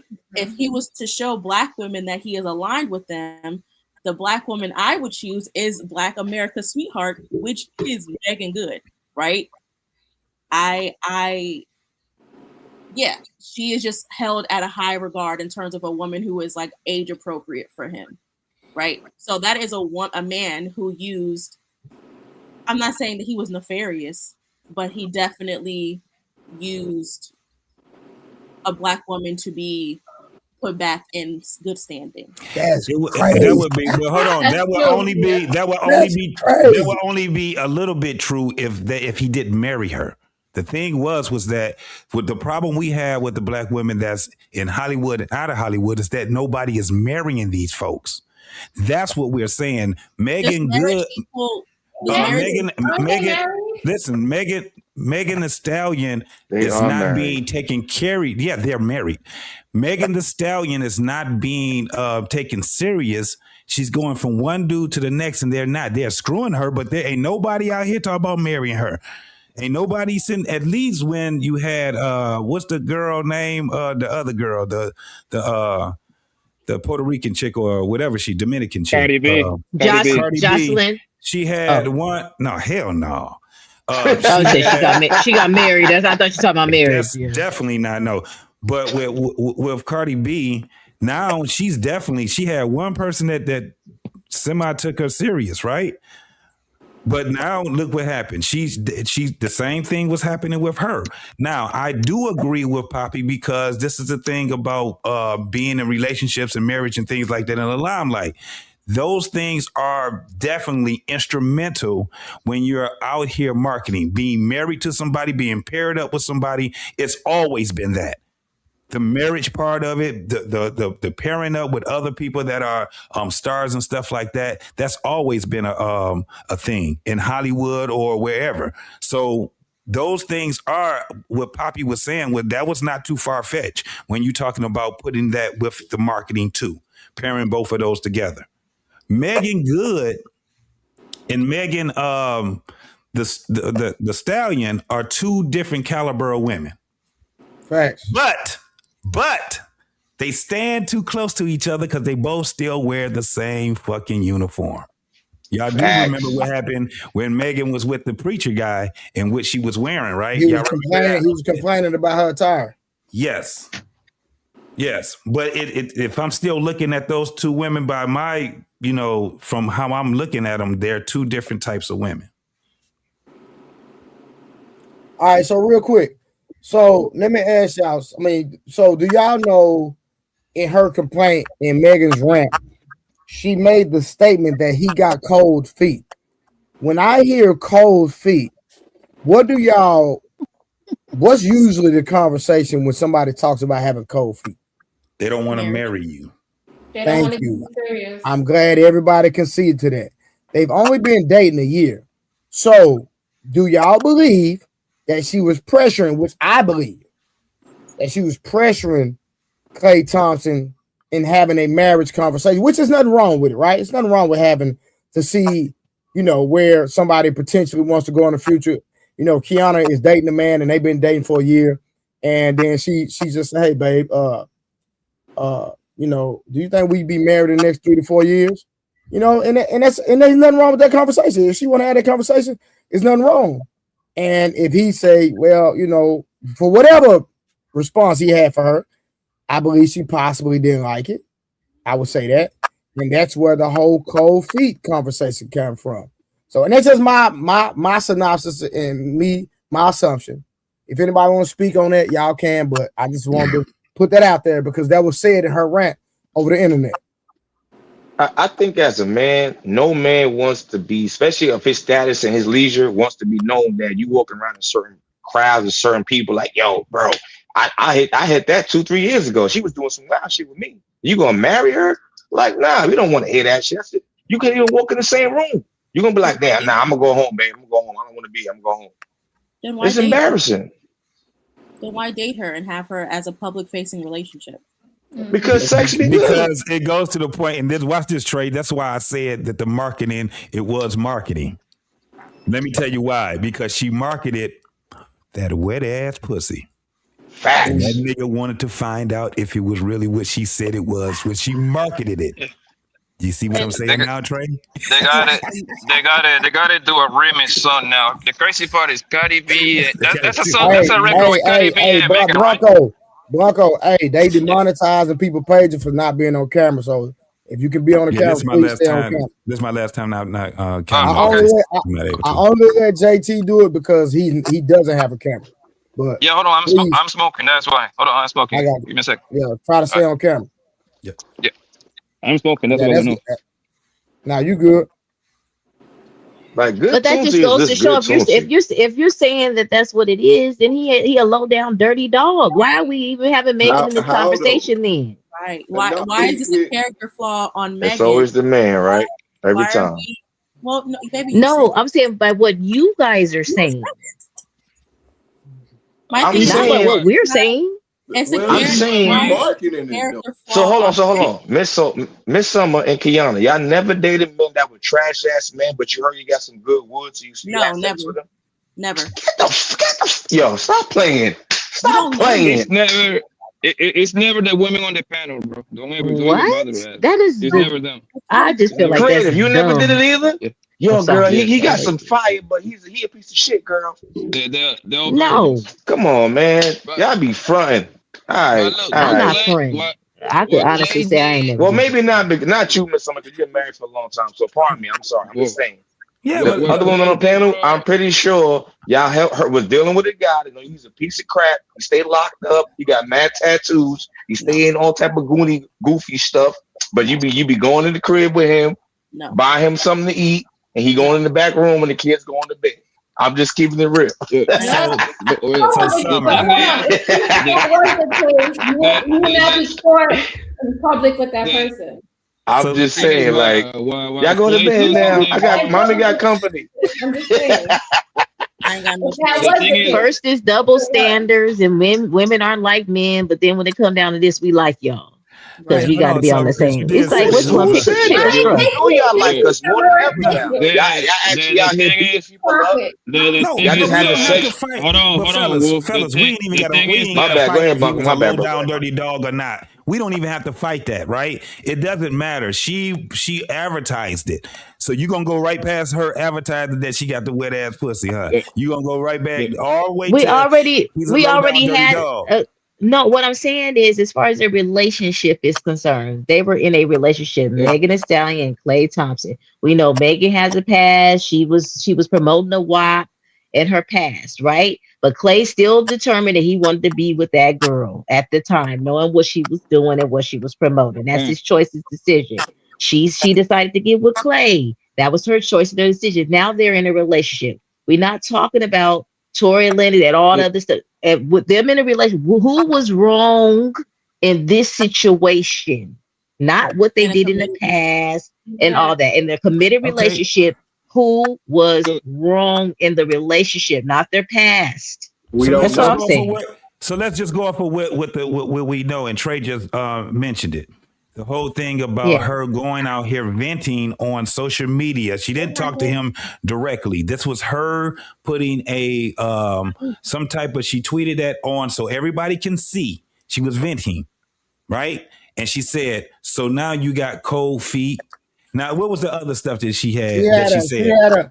She said about you getting having mood swings. About his NBA schedule. Now, let me interpretate that. This is what's going on. That man has a 82 game season, right? Any man on his night, Peace Merc, JT, Wolf, and Blanco, no. The worst thing we want while we getting to our money is a woman getting on our nerve. Yeah. And if a man has a 82 game season, he's not going to have time to be up under you all the time. It's just not going to happen. Not in his profession. So when she talks about his mood swings, that's just i.e. for complaining about him not being able to spend time with her like she wants to. You're making a lot of assumptions. You're making a lot of assumptions. Listen. I'm decoding, and that's fine. And Kiana, that's fine. But I'm decoding this. Explicitly saying that he was cheating, right? There was no assumption. I understand. No. Hold on. JT. No hypothetical. Kiana, JT literally. Kiana. JT just literally asked, what else was she complaining about? Kiana again. Kiana, just wait your turn. No, I don't remember. You said magically going through this every night. So you're telling me JT didn't ask? Hold on. So you're telling me JT didn't ask whatever was said? What do you mean JT didn't ask? What does that talk about? What is that relevant? No, hold on, Blanco. Hold on. JT, did you not ask that? Yes. So we can move the conversation forward. So again, Kiana. So again, I was relaying. Somebody asked, hold on. Somebody on the panel asked what else was said. Yeah. Right. And then I you said what was said, and then at the end of the day, I decoded it. And it's fine. Y'all don't have to agree with me. But at the end of the day, one thing I do know is that women love for men to spend time. And a man like Klay Thompson is not going to have a lot of time, period. But he didn't say, give me your interpretation. He said what was said on the Instagram story post. And I decided to decode it. Yeah, but that's not what he asked for. I don't care. I can do what I want to do. Questions, and that's fine. I can do what I want to do still. That they asked. Now I can answer. I can say whatever I want to say. And you're Trey the lie teller. Okay, I'll be there. Trey the thing is. Thank you, Kiana. It's not funny, babe. That's not funny. Listen, whoa, come on. You know I'm not sensitive, bro. Stop it. Yo, the thing is very simple, bro. Megan Thee Stallion is lying like a motherfucker because a month ago, she was like literally saying all kind of stuff about this nigga. Talk about he's the best man that she ever had. He is the most nicest, more understanding guy ever. Like I saw that clear. I'm like, so now a month later, because you know one thing about the internet, you got dates on it, right? She did that interview with Channel Chart. I'm pretty sure if you look for the Klay on Twitter, you can find it. Literally, because I saw it too, right? And she did that over there, right? She said, "Oh, he's the greatest, sweet, loving, most understanding." And a month later, you're gonna tell me now this nigga got mood swings? Like, come on, yo. Really? After you've been with this nigga for 8 months? Really? Because one of the boobs was him being kind and sweet and stuff. That's one of the boobs. Well, we do already know that she is a liar. So she has been proven that she was a liar. She has been proven to be a liar. We believe in a known liar on national television. And Klay got with the known. Klay got with the known liar. Look at you, Cap. She sure did. But you still the Tootsie. That's what we're talking about, their relationship. Why we keep talking about her? He got with her knowing everything about this. It's not her past, Summer. She's currently a hoe. And he still stayed with her, made a song about him twerking naked, and made a song about her man. And he was loving and laughing it up. That's not her past. I never said she was a past heroine. I think you just triggered by the conversation. And I never said that. I said everybody up there said heard you say it's her past. No, I said we're talking about their relationship today. You know what I believe? Not what she did in the past. We're talking about their relationship, not what she did in the past. I believe she was trying to secure the bag, if I'm being honest. Why? She got her own money. She don't got no money. No. She don't got his money. Stop it. It's levels to having money. Don't do that. Summer, you gonna compare a man that made $300 million to Megan Thee Stallion and talking about she got her own money compared to him? You really gonna do that? Why you say Summer? I didn't say that. I mean, Karina said that bullshit. Does she have her own money? Yes or no? She don't got his money. But that's when we're talking about Klay, we're talking about a different level. He got multiple. Listen, there are rooms. Megan Thee Stallion, even with her network, she can't walk in that Klay Thompson walks in. That there is a reason why Sweetie Megan Thee Stallion doesn't own a boat. This man owns a yacht. What are you talking about? No, you don't know. There is a reason. There is a reason why. What's the guy's name? Sweetie got caught selling pussy in the UK with the soccer niggas over there getting real money. What you mean? What? What is the argument? The argument is very simple. Them girls, they probably got more money than the average person, but I think athletes nigga got different money. That's the point that I'm trying to drive here. Okay, Sweetie is selling plenty of pussy in the UK. Like she got blasted all over there. Like last summer, selling pussy for 100,000, 80,000. What that tells you, and this is a quote unquote famous rapper. What that tells you. But here's the thing that I want to ask, because you guys say that the sisterhood is strong and we need to be holding these women accountable and stuff right now. We're talking about a specific situation right now with Klay Thompson and Meg Thee Stallion, where it's coming out that Klay did, after being with this woman, said he didn't want to be in a commitment and he cheated, right? Allegedly. So men, so my question is, when another story comes out like this and the shoe was on the other foot, right? And if we say, well, we don't know for sure if she cheated, it's allegedly. Are we going to get like mocked and the sisterhood? Y'all never can hold women accountable. Are we going to take it at face value? Hold on. Are we going to take it at face value? Let me ask you a question. I don't care if she's a proven liar. We're talking about this relationship. What the heck? This relationship, she's a liar. Y'all hold on, Summer. Do you really think? Oh, wow. And I'm just asking. I'm just asking you a question, right? Yeah. Please go there. Hey, y'all get the likes up. We got 61 likes. We got 132 people watching. What we doing? Come on now. Y'all being real disrespectful. Put some goddamn color in the chat. Appreciate that, A-Dub. Shout out to everybody. Hey, become a member of the platform if you're not. Okay, we ain't got no memberships today. All right. Hit that cash app a little bit more real quick. Hold on. Let me ask you a question. Yeah. Go there, please. Do you believe, and I'm just saying, do you believe, based off Megan Thee Stallion's reputation, that you don't think that men consider that at all? Like the thing that she's done in her life. I'm talking about publicly. You don't think men Of course you guys do. Yeah, of course you do.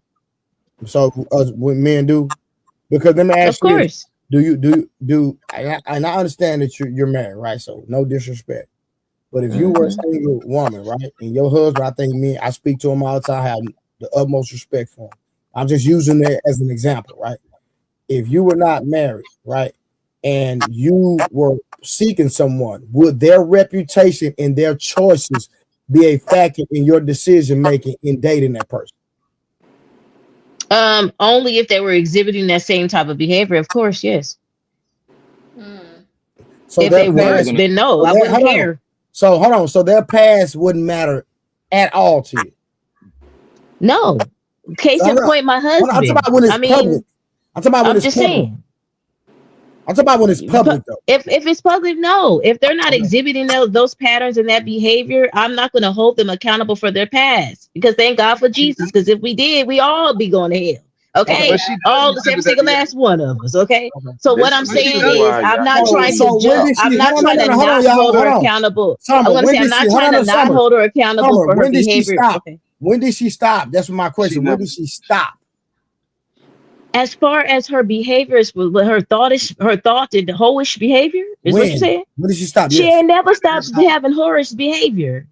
My point is that no, that's not the point. The point is that Klay determined to still get with this girl, and she's still exhibiting whorish behavior. He made a choice. He made a choice, but he lied. Let me finish. Trey, listen, and this is what I say all the time. In Summer, did I not say Klay Thompson is the worst type of nigga? Did I not say that? You, because you got to go there, right? But let me tell you where I'm coming from. Did I say that? Hold on. Did I say that?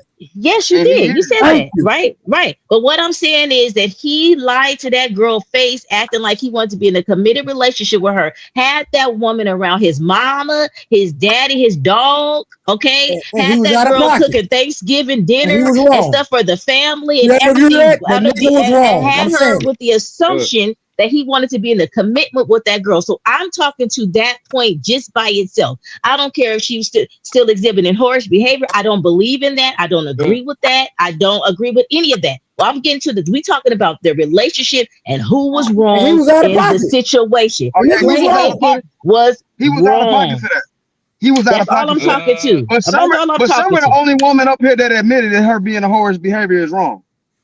Lord of mercy. Let me say this, man. Listen, man. There is no nigga on planet Earth with that kind of fame, that kind of money are gonna be loyal to none of you. I'm sorry. It's only one. It's God. You got that kind of money, that kind of fame, they're not gonna be loyal to you. I don't know. And why would only on Disney movies y'all believe that bullshit? Okay, the Beauty and the Beast that only happening there. If ain't no nigga get that kind of money to fuck with one bitch for the rest of his life. That's a fact. Okay, that's a fact. Nah, Blanco, you All wrong about that, bro. No, I'm that right. I'm that right. Don't tell me what I'm wrong. Why would you want to pay multiple women? You could just pay for one. That's crazy. Because what are you talking about? Why think they got NDAs? Why think they got NDAs, Wolf. bro? No, Wolf. Hold on, Wolf. Name a nigga you know that's over $250 million that's 100% faithful. Name one. I don't know a nigga that's making 200 million, but I know niggas making 10 million. That's a rapper that he. Nigga, Blanco literally said they're making Klay Thompson type money, sir. Let's stick with the context. Jeff Bezos cheated. Motherfucking Bill Gates cheated. Hell, Elon Musk got 11 baby mamas. And I'm just using these names because that's the most famous names that everybody can relate. I know rich niggas that got $1 million. They got a couple of hoes, man. Yo, ain't no man gonna have that kind of money just to be faithful to one bro, fam. Like you can't use them, Blanco. They paying to have kids with these women. They paying to have kids. They not ain't no who's laying down with Bill Gates. So sometimes hold on. I'm asking. I'm asking a serious question. Who's laying down with Bill Gates without paying somebody to sleep with? For him to sleep with her. He was married. I'm not talking about that. Their whole 20 years. The whole 20 years that Bill Gates was married, he had a side piece the whole time, man. The wife said it. You think he's busting that for free? Think he's busting that for free? Yes or no? But nigga, who cares, bro? It doesn't matter because certain type of niggas. It don't matter, Wolf. That's stupid. Pay to play. It's not. That's it's not dumb, bro. It is because he's still married. His point is that he's over making 200 million. He cheating on his wife. That's his point. Exactly, man. What are you talking about? Yeah. Are you tweaking? No. The point is that there's lots of niggas that got plenty of money that don't cheat. That's still married to their wife. They married for 15, 20 years. If my every nigga that got money don't cheat, too, bro. Right? Yeah, okay, you believe that. Okay. Michael Jordan broke up with Juanita and paid 160 million because he was running through them holes, nigga, back in the days, man. It was no cameras, nigga. Yo, listen, the amount of pussy that these niggas get thrown their way, I've been around, my nigga. My homies, they're not even that famous. They just happen to be in the field. You see what I'm saying? I can only imagine, niggas. Let's just say, nigga, the wrong, it looks clean in front of people. I know some things. I seen some things. Myself. Hey, Blanco. Not Blanco. Wolf, I don't know if you got, I train world-class athletes, like people that's like super rich, right? I don't know if you ever been in that vicinity before. I went to the, I got a lot of people I done trained in NBA, NFL out there. I went to the club with one of my NFL homies one time. Nigga, I'm not in the NFL, right? But just because I was with him, guess what they thought? Same thing. You're part of the team. Or you was a boxer, or you was there. JT, they asked me what position you play. I'm like, nigga, what? Yeah. Nigga, I'm just here. You know what I'm saying? Hey, there you go. The pick of the litter. Yeah. Mm-hmm. And you know what? Anytime you got these old weird people that they getting panties dropped on them due to fame, right? Not just money, just fame, bro. It's a whole different story, man. So yeah, I don't agree with sleeping around, but I think if you're in that position like Klay and you traveling and you have, I don't think any woman should honestly be taking anything serious from young, successful men that have access and traveling is away from the house a lot. I said this on many different panels, Trey. I've said it. I would be going in there with my eyes wide open. I wouldn't even, if they don't cheat, listen, look at God. But if they do, I wasn't no fool. I do. They probably was going to do it. Kiana, yeah. Kiana, what do you think about what's your how, and you don't have to answer because I know I ask you a question, it's gonna go somewhere else, but I'm gonna try.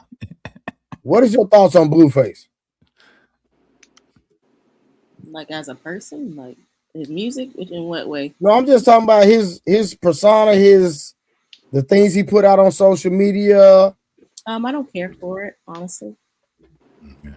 I seen a video of him today he got a new girl pregnant, and he was just calling her trash, the B word, just all type of stuff. You know what I'm saying? But this is the same man that went to check on Megan Thee Stallion, and when he was checking on her, she ended up giving him some head. He said, "I just went to check on her," and she just started giving a nigga head. Do you think Blueface is a person with integrity to believe? It's not that fact. It's not that he has integrity to believe. It's the fact that anytime celebrities, especially Megan Thee Stallion, if you know her track record, if anytime somebody speak on her name and it's not true, they end up going to court. Go do your research. This is what I do. A lot of time. Listen, I might not have a degree in communication and all that, in journalism, whatever, but I do this right here, podcasting, and I know my facts. Everybody that ever spoke on Megan Thee Stallion name has been to court. Go ask DJ Academics. That's why he in court now. Exactly. Hold on, Blueface. She never denied it. When Blueface went on Hollywood Unlocked and said it publicly, that, I went over there.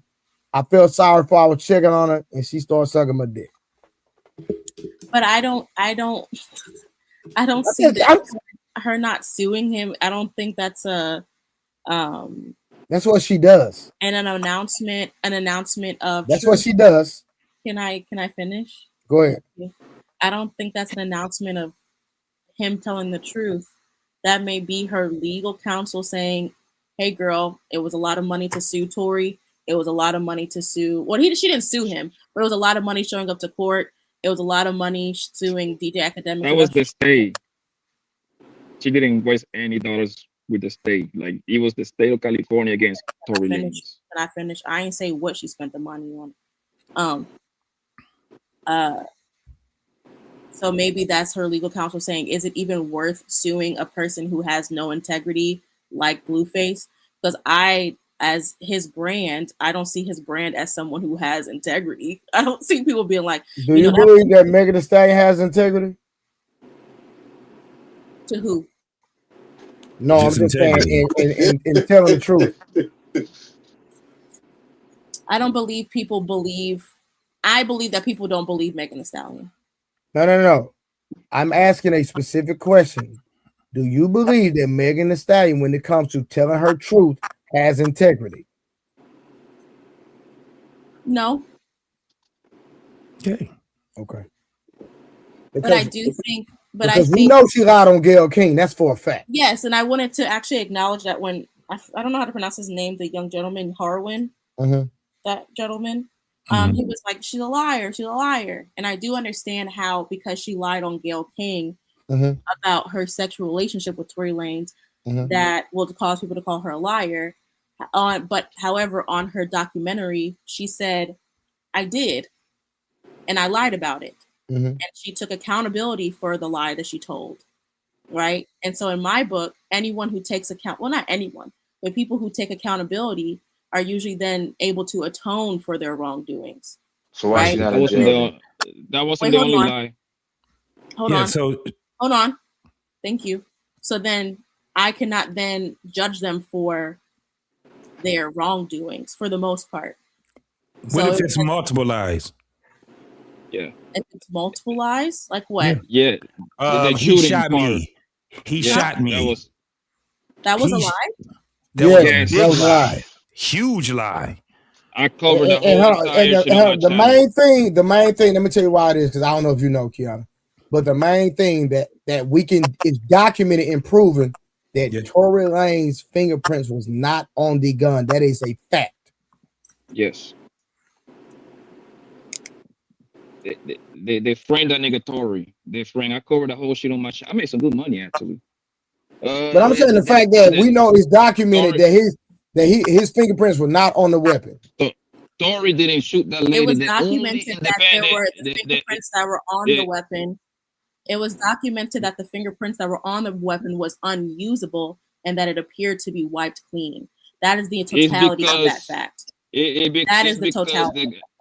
No. It actually said that her best friend. The witness. Hold on, listen. The witness that was there on video had the girl shot the gun. That's a fact. The witness said that.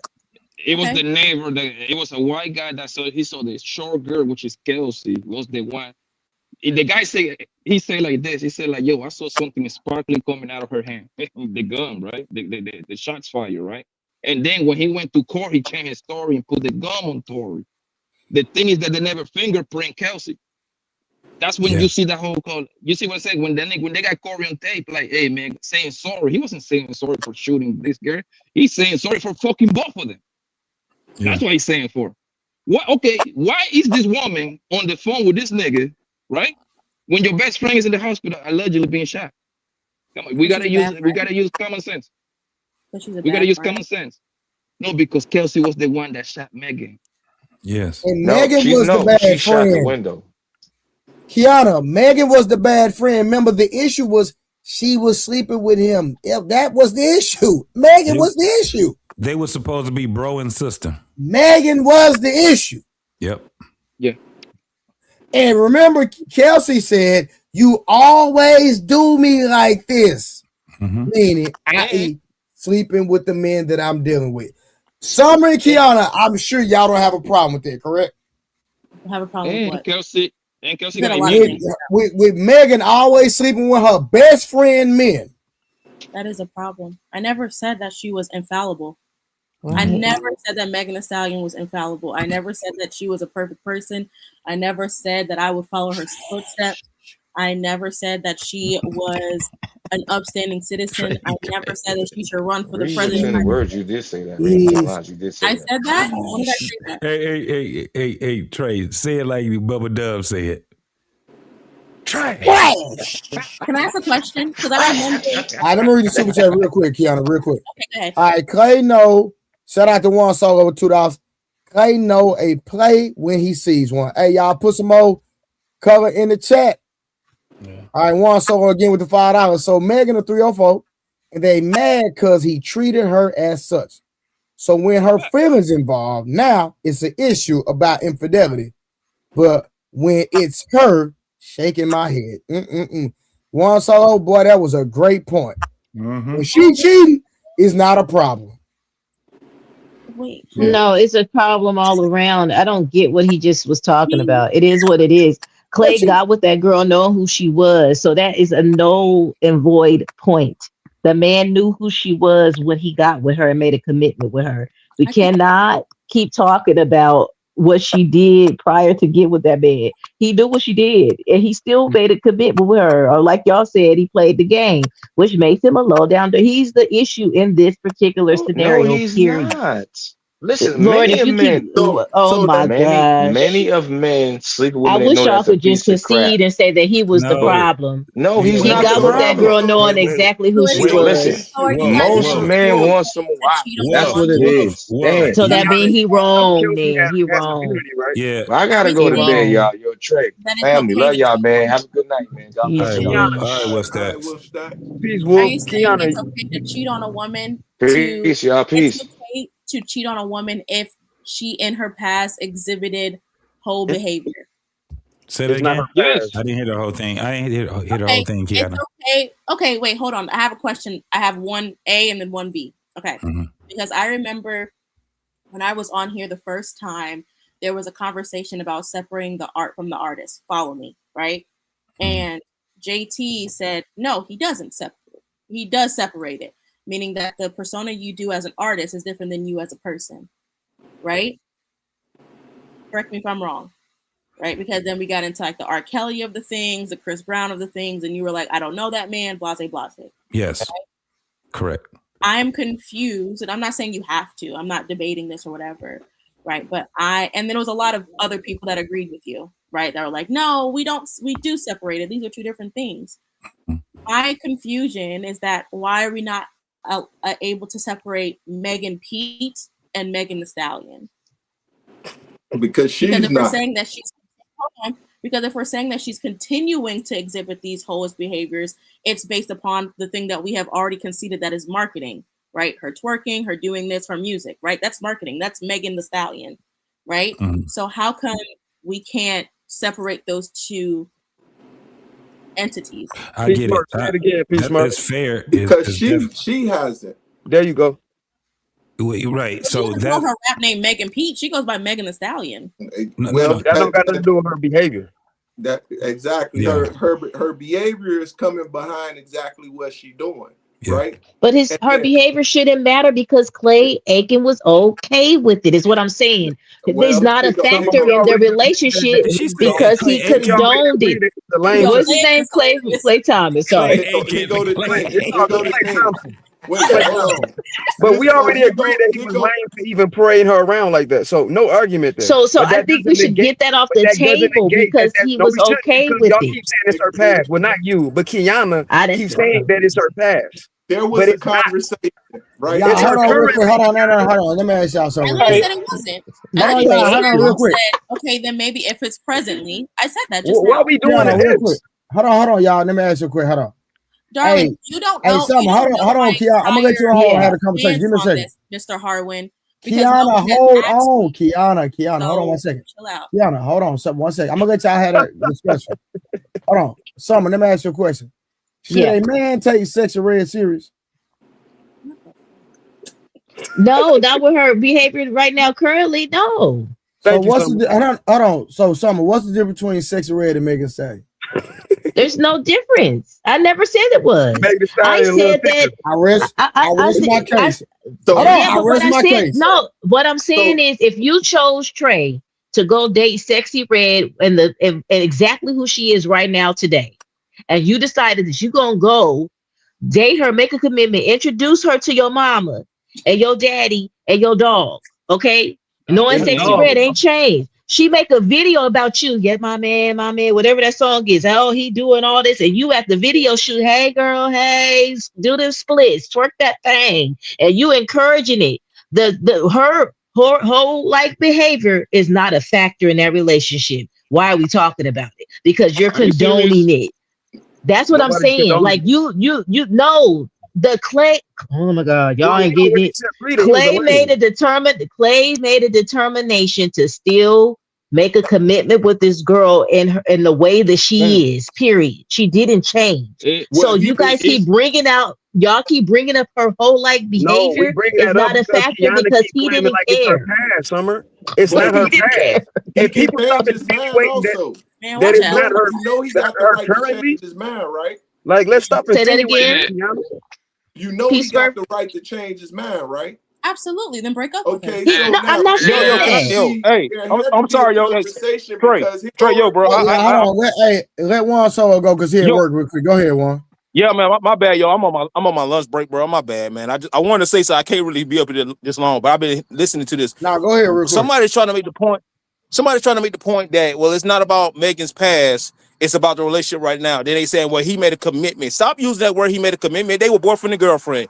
That was it. It's a lot of people who are not serious about another person that let them meet their parents all the time. You know what it really is? The fact of the matter is, Megan Thee Stallion is a hoe. She been out here doing what she want to do, and if she ran into a nigga who feel like, hey, Shot, I know what you is, so I'm not gonna take you no serious than what I need to take you. So he took her serious. He took her to the mama house. The daddy cooked Thanksgiving dinner. That man is an NBA player. That man has taken plenty of years to meet his parents. The girlfriend is a commitment, though, bro. Hey, hold on. Let me interject. A marriage commitment. Hey, Juan, I'm gonna keep it gangster though. Hey, Juan, I'm gonna keep it gang. I'm not taking no thought to see my mom and daddy, bro. Yeah, thank you. Nah, that's a lame. Hey, that's you. Hey, that's you. It's a lot of I know niggas that don't take plenty of bros to their mama and daddy house. That don't mean absolutely nothing. That don't mean nothing. That's what I'm saying. No. Listen, I respect what y'all saying, but I'm saying for me, I don't care about them niggas. Right. In my opinion, you just don't let anybody meet your mom and daddy. I'm sorry. I agree. But listen, Trey, hold on. But listen, I know niggas that think whatever bitch they meet to their mama. I know niggas that have stayed in the friend zone for 3-5 years. But we don't, Bronco. That's not my. I understand that. We understand it's a lot of goofy niggas out here, but y'all missing my point. They goofy. They goofy for that, Papa. I wouldn't call them goofy. Niggas, what I'm trying to say is them niggas do whatever it takes to get the pussy. My nigga, it's like 100. That's lame though. Let me tell you why. Hold on. Let me tell you why. Hold on. Let me tell y'all why it's lame and why I said Klay Thompson the worst type of nigga. Because what I'm not finna do, I'm not finna play house with a broad when Blueface getting head for free. I'm not playing house with a broad with Tory Lane smashing for the free 99. I ain't doing it, bro. You gonna give me the same energy you gave them broad of them other niggas. And I agree with that. And, and I agree with that. But see, this is the point though. That's why I said stop with this commitment stuff. How y'all know he wasn't on that same tip? She was the one that was putting all this stuff out about him being her man and being committed. He didn't say nothing. He was just going with it. He ain't deny it either.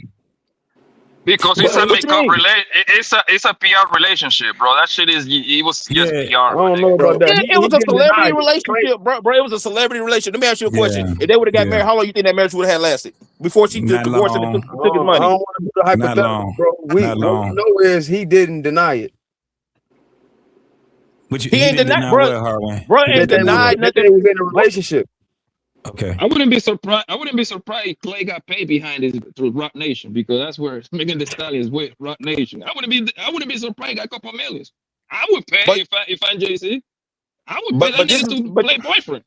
But this is my point though. This is my point because I sat right here and listened to y'all ask the women when it was a revert, when the shoe was on the foot, they kept making these darn excuses for it. The only time they say, well, no, cheating is wrong, period, which is true. Cheating should be, no matter who it is, cheating is wrong, period.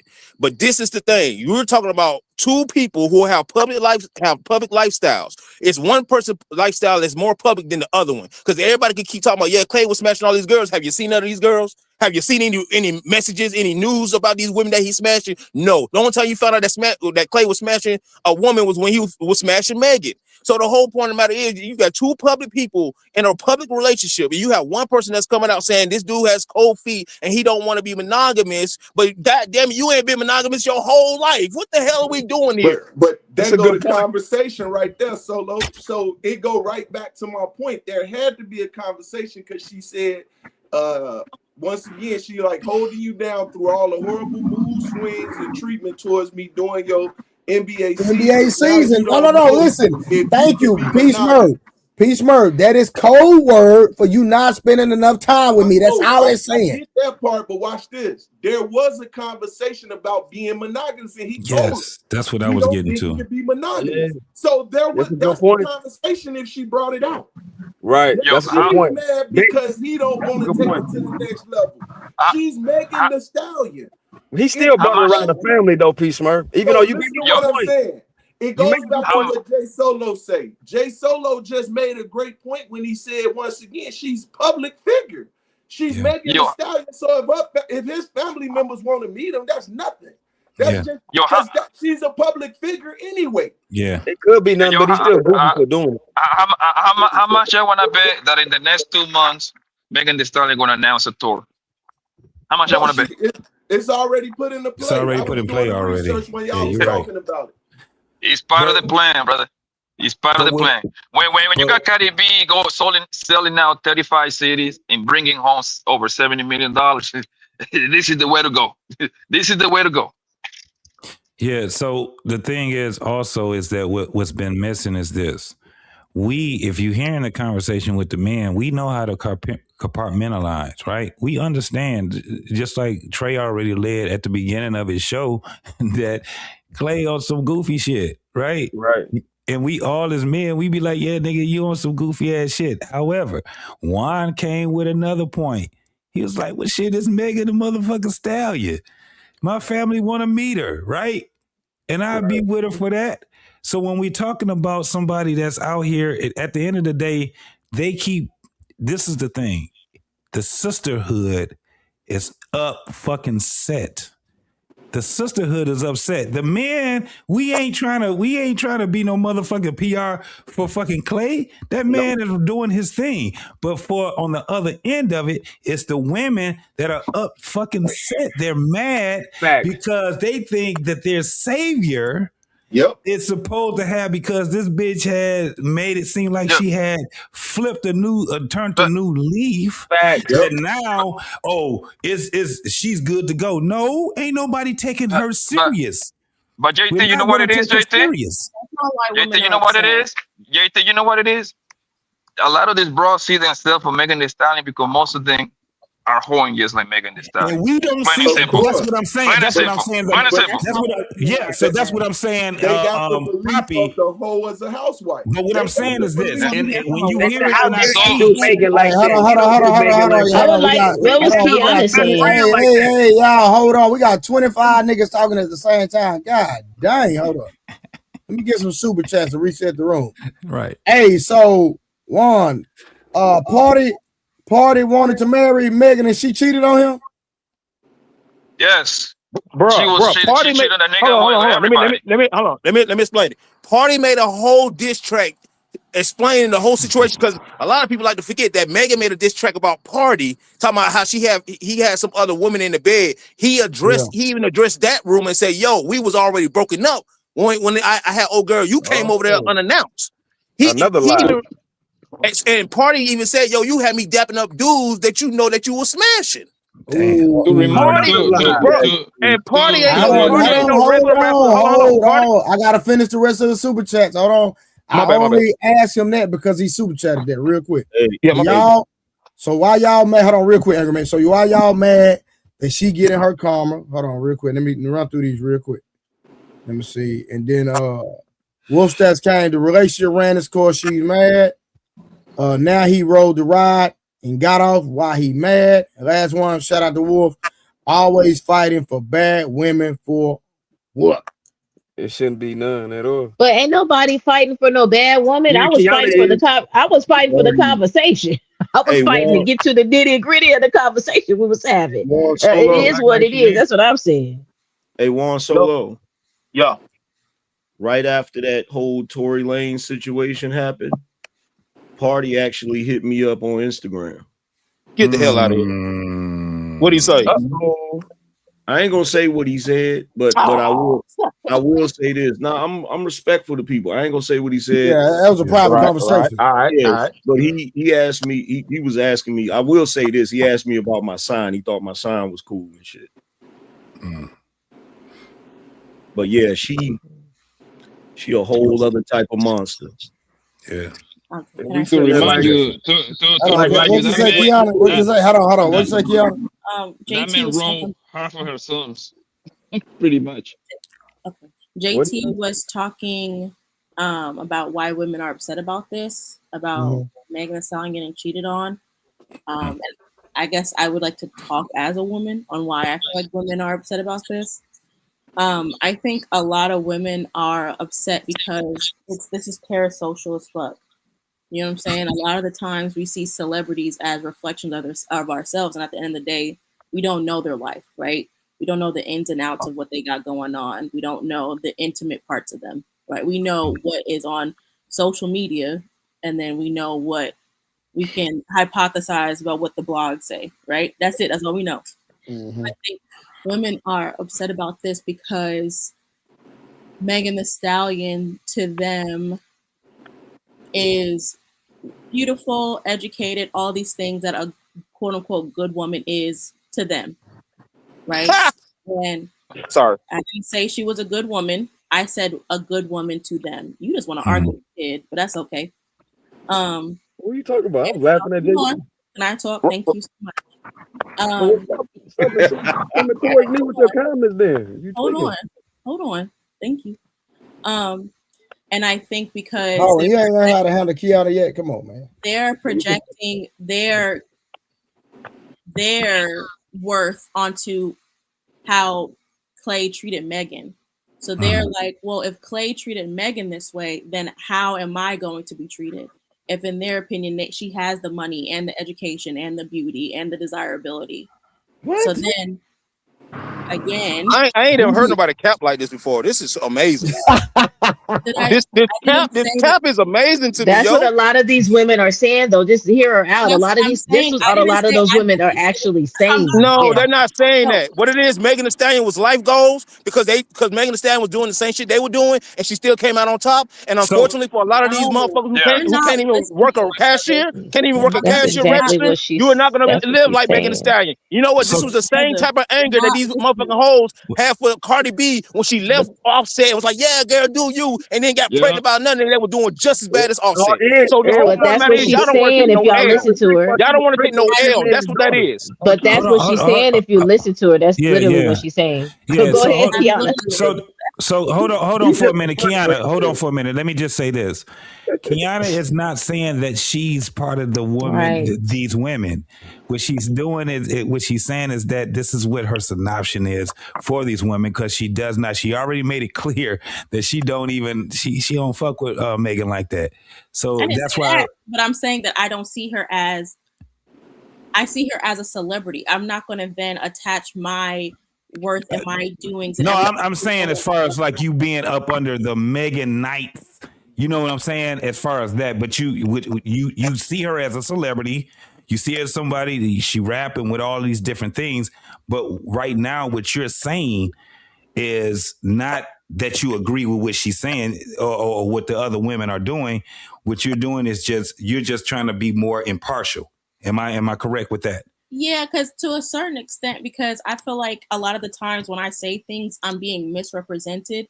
Right. I feel like you guys are used to women to just argue you down. So that when I give a difference of opinion, it's like rah. And I can't express myself in the way that I want to, because either I'm getting laughed at or interrupted. Because Harwin had a lot to say in the comments talking about Kiana thinks, hold on. Harwin had a lot to say in the comments about Kiana thinks this is sexual liberation. When I don't believe that her music is sexual liberation.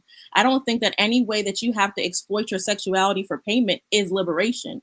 So that's what I'm saying. Like, things that I say get misrepresented. Okay, but the problem with that is whether you interpret it as sexual liberation or not is irrelevant.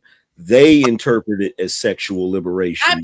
I know that. That's why I said what I said. That's what she's saying. Yeah. Arwen said Kiana sees it as sexual liberation when that is not true. Yeah, when she was twerking. Yeah, we can rewind it. That come off like that. I said people like y'all said about Trey. You was insinuating that. No, because she said people. She said people see that. Yeah. And I'm saying like she did with Trey. She's insinuating that. No, those are baby using that word wrong, but it's all right. I'm not. You insinuating that you agree with it. I know what that word means, brother. My vocabulary is extensive. Let's not do that. Yeah, Kiana, you talking to a man. Kiana, hey, when it comes, Kiana, I promise you, when you come to education, you're not nearly decorated than that man, and that man speaks 4 languages. That man speaks 4 languages. You don't know anything about me, my brother. That man speaks 4 languages. How many languages? Hold on. Let's start with how many languages. How many languages you speak? Oh my God. Kiana, how many languages? No. How many languages? How many languages do you speak? This is the problem. No. How many languages you speak? Was the one talking about how many languages do you speak? And now you want to how many languages you speak? With the respect that how many languages do you speak? I'm just asking a question. Why is that relevant? Because hold on.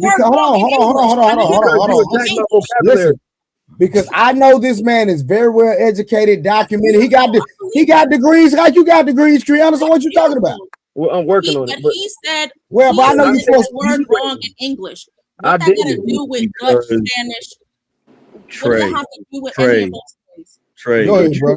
You got to understand with that behavior.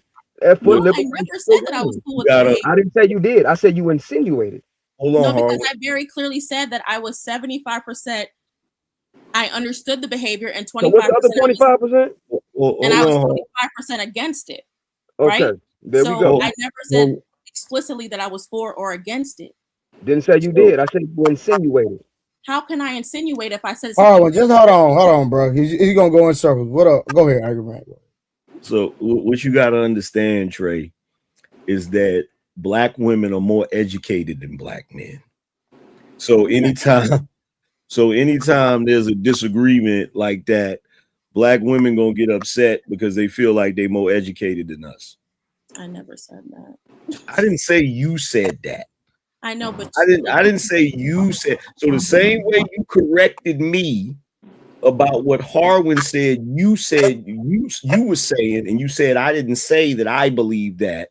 You can't sit here and say that I'm saying you said that. I'm just saying the general consensus in YouTube, in these spaces, when people are on panels, I notice black women are always talking down to black men as if they're not educated. And when you said to him, you're using that word incorrectly, that was you talking down to him as if you're more educated than him.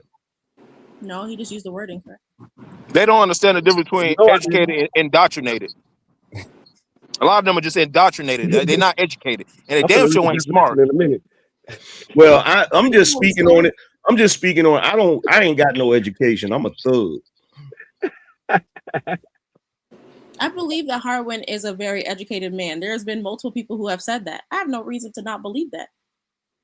I'm just saying that he used the word. I'm just saying, if he starts speaking to you in another language, would you be able to keep up? Depends on the language. Arabic. That's a good point. There's a lot of crossover between Arabic and Spanish. So those are long words though. They're not the same language. Let's not do that. I didn't say they were the same language. I said, but I know you didn't say that, but I'm saying he said Arabic. And to his point, I don't speak Arabic. I speak Sabian, which is a parent system to Arabic. Exactly.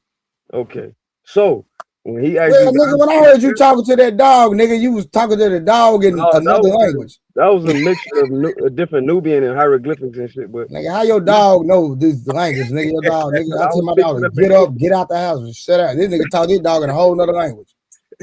His dog Shout out to the educated black people on the panel. Shout out to both of y'all. Do your dog understand English? Hey, or whoever else on there. Listen, this is the only nigga on the panel who dog don't understand English. Hey, if you speak to a dog long enough in any language, they'll start to understand it. Yeah. They're actually smarter. They're actually smarter than chimps. People don't know. That's a nice fun fact. I didn't know that. In some ways. No. In what way? Oh, absolutely. They're smart. Intelligence is subjective. In what way? You said in what way? No, I'm very curious now. Like, in what ways are they? There's a guy that did an experiment with his dog, right? He took a bunch of toys, like a pile of dog toys. All of them were different and shit, right? And he did these experiments where he would label the different toys, different stuff, right? And then he would tell the dog, go get such and such, the name of the toy. And the dog would dive in the pile and find the actual toy that he labeled out of a mountain of toys. And they kept doing these studies, and they realized that dogs actually are more, they have better comprehension than apes. When your dog got them little buttons you can press to say, like, I want this, I want that. No, I don't do that, but they understand clicks in different. I speak to them in a couple different languages. Yeah, because they actually, what they found out is the reason why dogs the reason why they understand us so well is because dogs actually look at the side of only one side of our face shows emotion. So they always, whenever somebody's talking to a dog, you can look at the dog, you'll see him look to that side of your face. He's trying to read your emotions to understand what you got going on. So yeah, it's true. They did a bunch of studies on that shit. Yeah, but chimps can recognize themselves in the mirror. Dogs can't. As far as you know. That make them dumb? No, I'm saying that there's just different levels of intelligence. I don't know. Somebody saying somebody chat said it's a chimp that knows sign language. Y'all never seen what's that movie with the apes? Planet Oh yeah, the Congo. What's that movie? I just watched that like last month. That's crazy. I'm telling you though, Harwin, this is something they just found out recently. They was like, I know dogs. That's why. Did you get a monkey, Harwin? Would I get a monkey? Hell no. Nah. Maybe a chimp, but not a monkey. I would be like, yo, you gotta like put them in like a decathlon or some shit. Like no, do you know what would happen? Do you know what would happen? That's one of the most dangerous pets to have. I don't know. Michael Jackson had and he put that strong and dangerous. And he put him in a cage too because he went crazy. Listen, I'm not a zoologist. He was they will snatch your face off like somebody snatching a piece of paper. Like they are insanely strong. That shit is crazy how strong they are.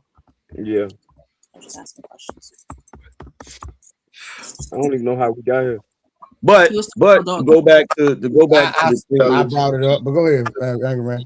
to go back to the thing about Meg Thee Stallion, what the brothers are saying is 100% correct. Like these women, and you said this too, Kiana, but these women, they are self-identifying with her. So whenever she takes a loss, they feel like they took a loss. The only problem I have with it is whenever Meg Thee Stallion or a celebrity like her that they look up to takes that type of loss, they want to come to the internet and talk shit about all of us. They want to come to they was at a movement about cheating because Megan got cheated. I was like, that is some shenanigans. Why are they promoting that? That's wild. Look at what y'all saying about her here. Why, as a woman, why wouldn't I feel defensive, right? If I'm watching this, for example, right? Well, you're a woman. You're naturally gonna feel defensive. But hold on. But the thing is, like, we had people calling her a bitch. We had people calling her a hoe. She just a hoe. If she should be treated like a hoe, all these things. She call herself that, sis. Wait, hold on. I understand that.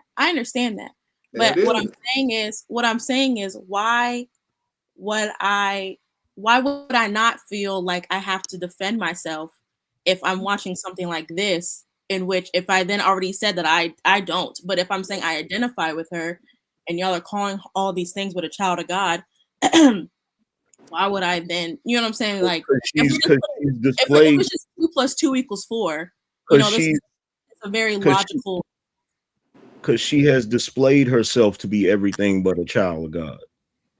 I'm not saying she is. What I'm saying is, like, literally, y'all, like, people have called her everything. I'm saying, like, disparaging. But she called herself that. So if she called herself that, I get the right to address you the same way. She does reference herself as a that. So let me ask this question. Let me ask this question to Kiana. Let me ask this question, Kiana. So let's say, for argument's sake, that let's say you own the business, and some dude decided to apply at your business, right? He wants a job at your business, and the job that he's applying for is handling money, right? And you look at his resume and stuff, and you're like, oh, he seemed like a good fit, right? And then you do his criminal background check, and you find out that he went to prison for robbing a bank. You gonna hire him? Don't ask me that question, because I believe in restorative justice. So I may be the wrong person to ask that question to. So no. If you believe in that, that's what you believe in. So what you're telling me, what I'm asking you is, are you going to hire this guy to handle your money? If I believe that the restorative justice had taken place, yeah. Okay, let's say you did. Let's say you did believe in. Let's say you said you believe in restorative justice, and you believe he was rehabilitated. Okay, cool. You hire him. One day the money come up short. Who you gonna look at first? The dude who handled the money. Why? Because he handled the money. Because past performance is an indicator of future performance, right? No, because he handled the money.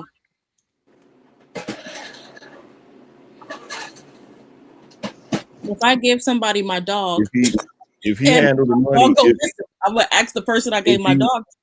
If he handled the money, but he not the only employee you got, you still gonna look at him even though there's other employees there? Do my other employees have access to the money? Yes. I'm looking at everybody. Okay. It's kind of like when a woman or a kid don't get in touch in a particular neighborhood, the first people they're gonna snatch is the people that got them right outside the house. Whether they did it or not, they're getting snatched. Yeah, because future performance logic dictates that future performance is an indicator of past performance is an indicator of future performance, right? So if you spend all your time acting like a hoe, you can't be mad when people address you as and treat you like a hoe. That's why reputations matter. See, here's where the problem comes in, and this is the reason why whore culture is so popular now, because women believe that they should be able to be all of those things and then get a clean slate when they decide they no longer want to be all of those things. Become religious. That's the next step. And we don't do that. We don't do that with nothing else. We don't do that with nothing else. Like for instance, I'll give you a prime example. There's dudes out here that say, oh, I ain't gonna date no chick with a whole bunch of bodies. I ain't gonna date no chick that was a hoe, right? And people say, well, she still got value. Let me ask the ladies on this panel something right now. I'm gonna ask Summer and Kiana this question.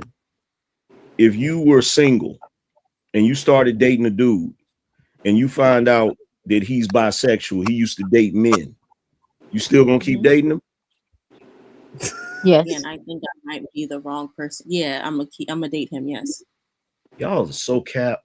Y'all so nasty. Y'all some lying ass. Yo, If they were no longer doing it, you know what I mean? If they were no longer doing it. Here's the funny thing, right? Here's the funny Trey. This is the reason why I said that before. Like this is why I ask questions like this, because this is what I notice about women. They will say some bullshit just to validate their position.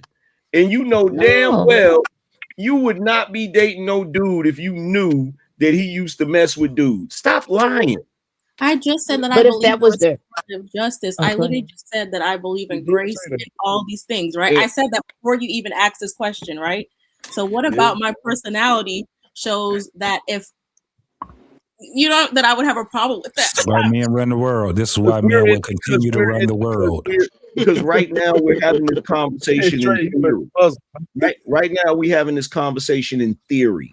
Right. So because it's in theory, you have no problem saying that because that's your position. Hey, Angry Man, you real life, you're not gonna do. How do you know I've never dated Angry Man, you open up a can of worms, bro. Since they playing games, we gotta be a little bit more direct. Yeah. Okay, yeah, go ahead. So Paul, I gotta say pause before I go here. So Summer, nigga say he used to suck. I knew that was coming. That ain't gonna bother you at all. No, does he still do it? Oh my God! Men still run the world. This is why men will continue to run the world. I don't, because you know why? Because we've all because listen, we all have a past, right? We've all done things that were not. But to a man, see, you're asking two women, right? So I don't know. It's going to be a different answer because to a man, it's the most disgusting thing y'all ever could even imagine. That is nasty, right? Because you guys are men. You would never even whatever. But if we asked you guys, would you date a woman that used to date women? It's a double standard, right? You guys wouldn't think that was so disgusting, right? Y'all do know. No, Summer, you capping. Y'all do know that that's the reason why the STI rate is high, right? Yeah, I get it, but I'm saying if they're not exhibiting that behavior and they said they used to do so in the past, but they no longer do it, then I'm not gonna have a problem. Angry Man, this is so fucking cap because when a woman don't like. Hold on, let me say this. Because when a woman don't like what a man has to say, what's the first thing that they're gonna say about that fucking man? Yeah, because they're homophobic. He's gay. He's gay. Yeah, he's fucking gay. So that shit is so fucking cat what y'all just said. Are you asking us or you asking JT, you just took the words out of my mouth, right? Because I was gonna go there literally just now. I was gonna say like, yo, Angry Man, I believe them. I believe they answer because as soon as they get mad, argument one day, JT. I believe they answer because as soon as the relationship goes south and they break up, guess the first thing they're gonna do? Throw that thing under the bus. You decent. Well, here's the thing, Poppy. No, I don't ride for that. Honestly, I think that's disgusting when women say if a man does something wrong, he is then gay. I don't use the word sassy. I don't use the word sassy in my everyday vocabulary. I think it's homophobic. I think it's disgusting. I think anytime a woman does that, I call her out on it. I don't like that, honestly. This is what I have it's crazy because it's crazy because y'all are the one that hang out with gay niggas all day long. That's your best friend, that's your brother, that's your cousin. But some way, somehow, on social media, literally every nigga's gay according to y'all. Hey, let me tell you something. Hey, Blanco, Summer hubbing and not letting her hang with no gay nigga. I promise you that.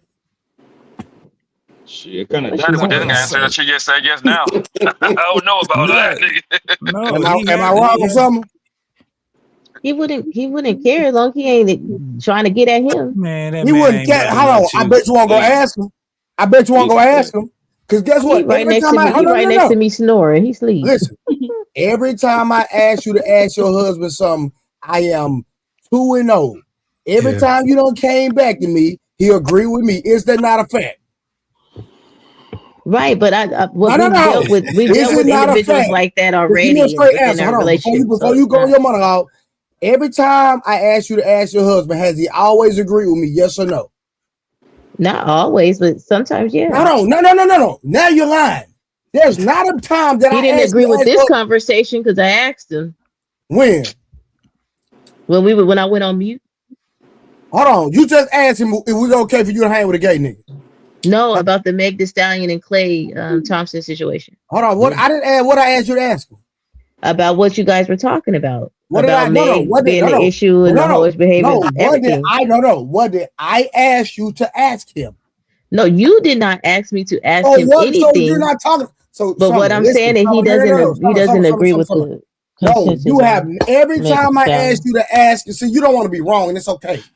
Every time what I'm saying is we've dealt with individuals that have again. Every time I've asked you to ask your husband a question, you always come back and he said I was right. Is that not a fact? You wildin'. I'm talking to Summer, not Kiana. You don't have no husband. You don't know me. You literally don't know Summer, is that not a fact? Okay. You don't know me, baby. Summer, is that not a fact? When you specifically asked me to ask my husband certain questions, which you've done go twice. Ask your husband this. What you've done twice. Came back and he said I was right. With you. He's agreed with you. Yes, he's agreed with you. Thank you. Why so hard? Because but I didn't say that. What I was saying was I've had several different conversations. The reason why it's so hard is because a woman will take a position, even if it's wrong, and stand on it just because she wants the dude to be wrong. Yeah. No, what I'm saying is that we've dealt with individuals that have been gay before. That's why I can answer undefeated. Okay. Anchor man, I am undefeated when I ask her, hey, go ask your husband this. Every time she come back and say, if I may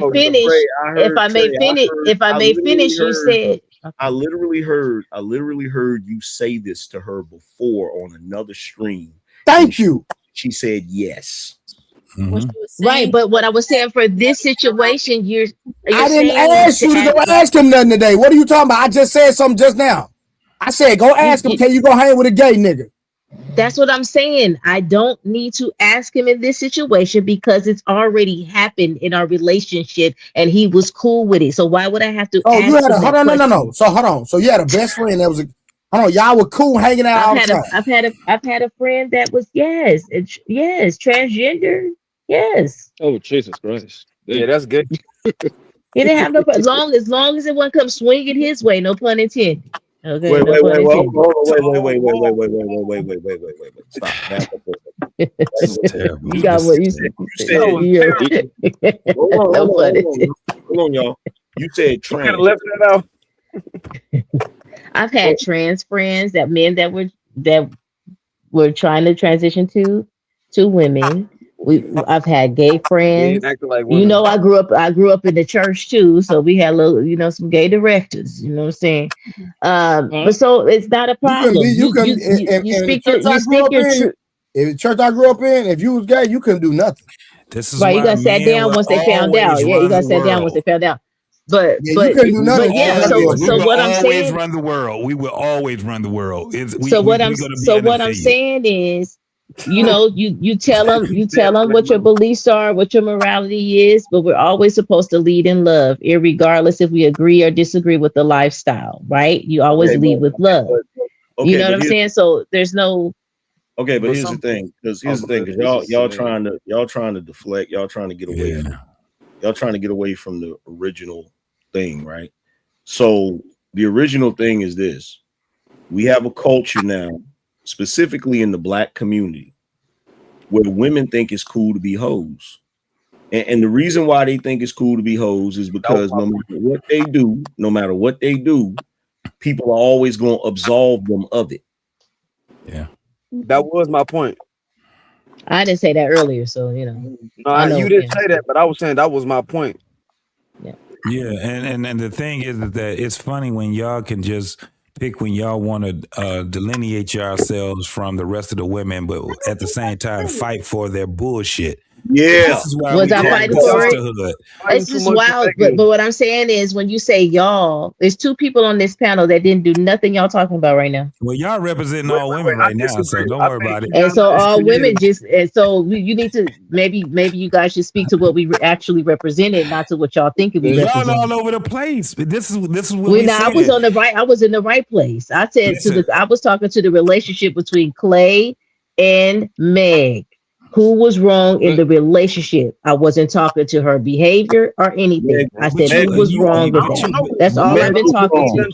Hold on. But Summer, that's all I've been talking to. But Summer, you've been in this conversation for a long time, and you know how conversations go. These conversations go. We got ebbs and flows, and it's a lot of things that you were saying where it gets to a point where you have been contradictive. I'll address what she said. I'll address what she asked. Meg was wrong. Meg was wrong. Yeah, she was wrong. So when you say like what, the whole thing came down to the point of this. If you found out that your husband was doing homosexual activities, would you still be with him? And you said, yeah, well, yes. Yeah, I mean, it is what it is. And you start pontificating off of your yes. Okay, that shit is that you are all over the place.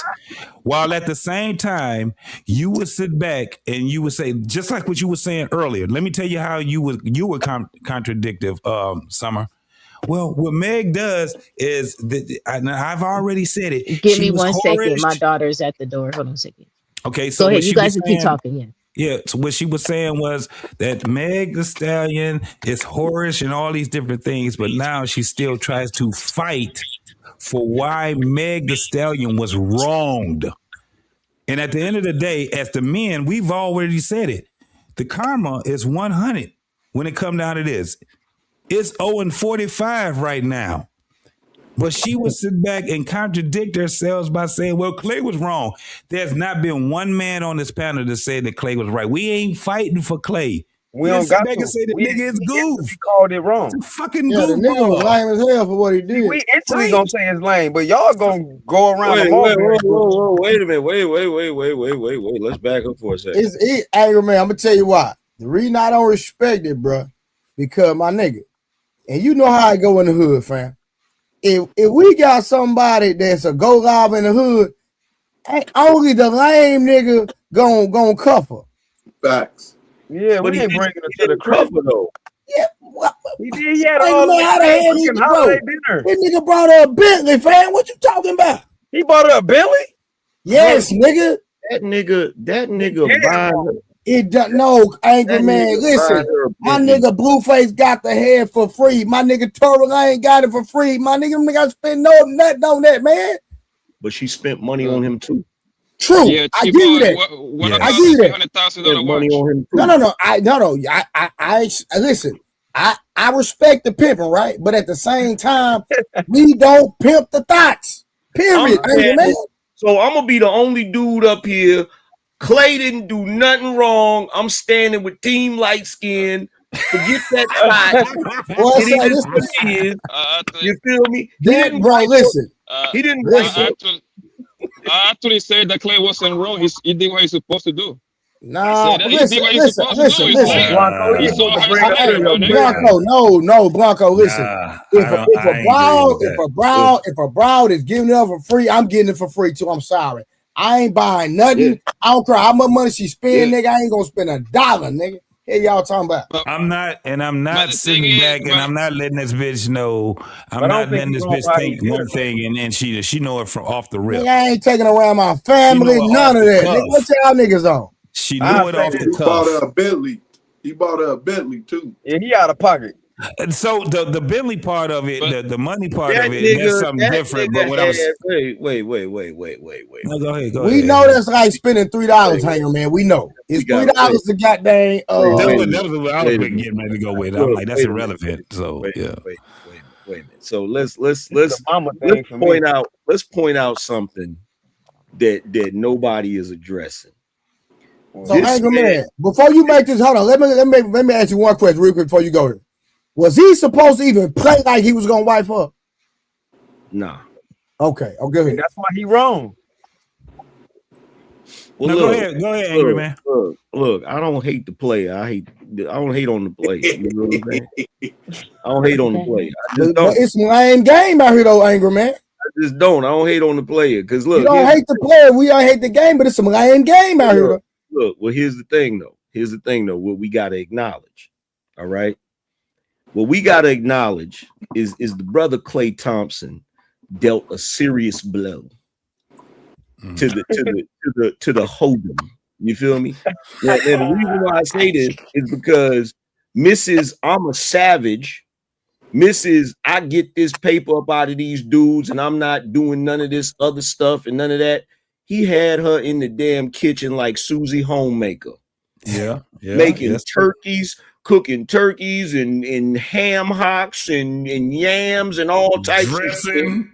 Of trying her best to be a pick me and still didn't get picked.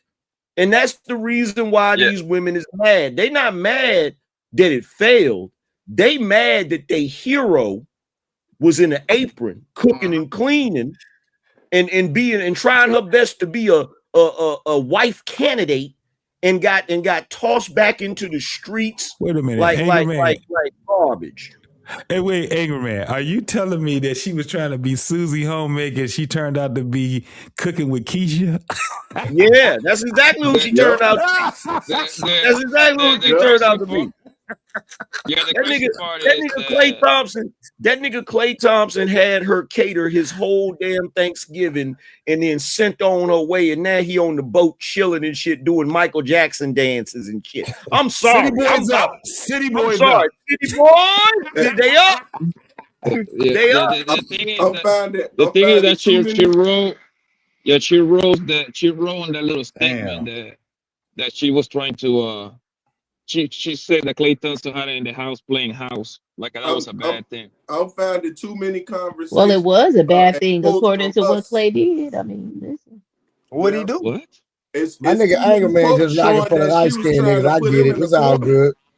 She was trying to pin him up. Summer, what you say? But if he would have went in there with being honest or whatever the case may be, like, hey, I'm not in here for a long time. I'm in here for a good time. But he was deceiving that girl, taking her around his family and having her cook. Hold on for a second. How is the man deceiving her when he telling her you don't want to be with one bro? How is deceiving her?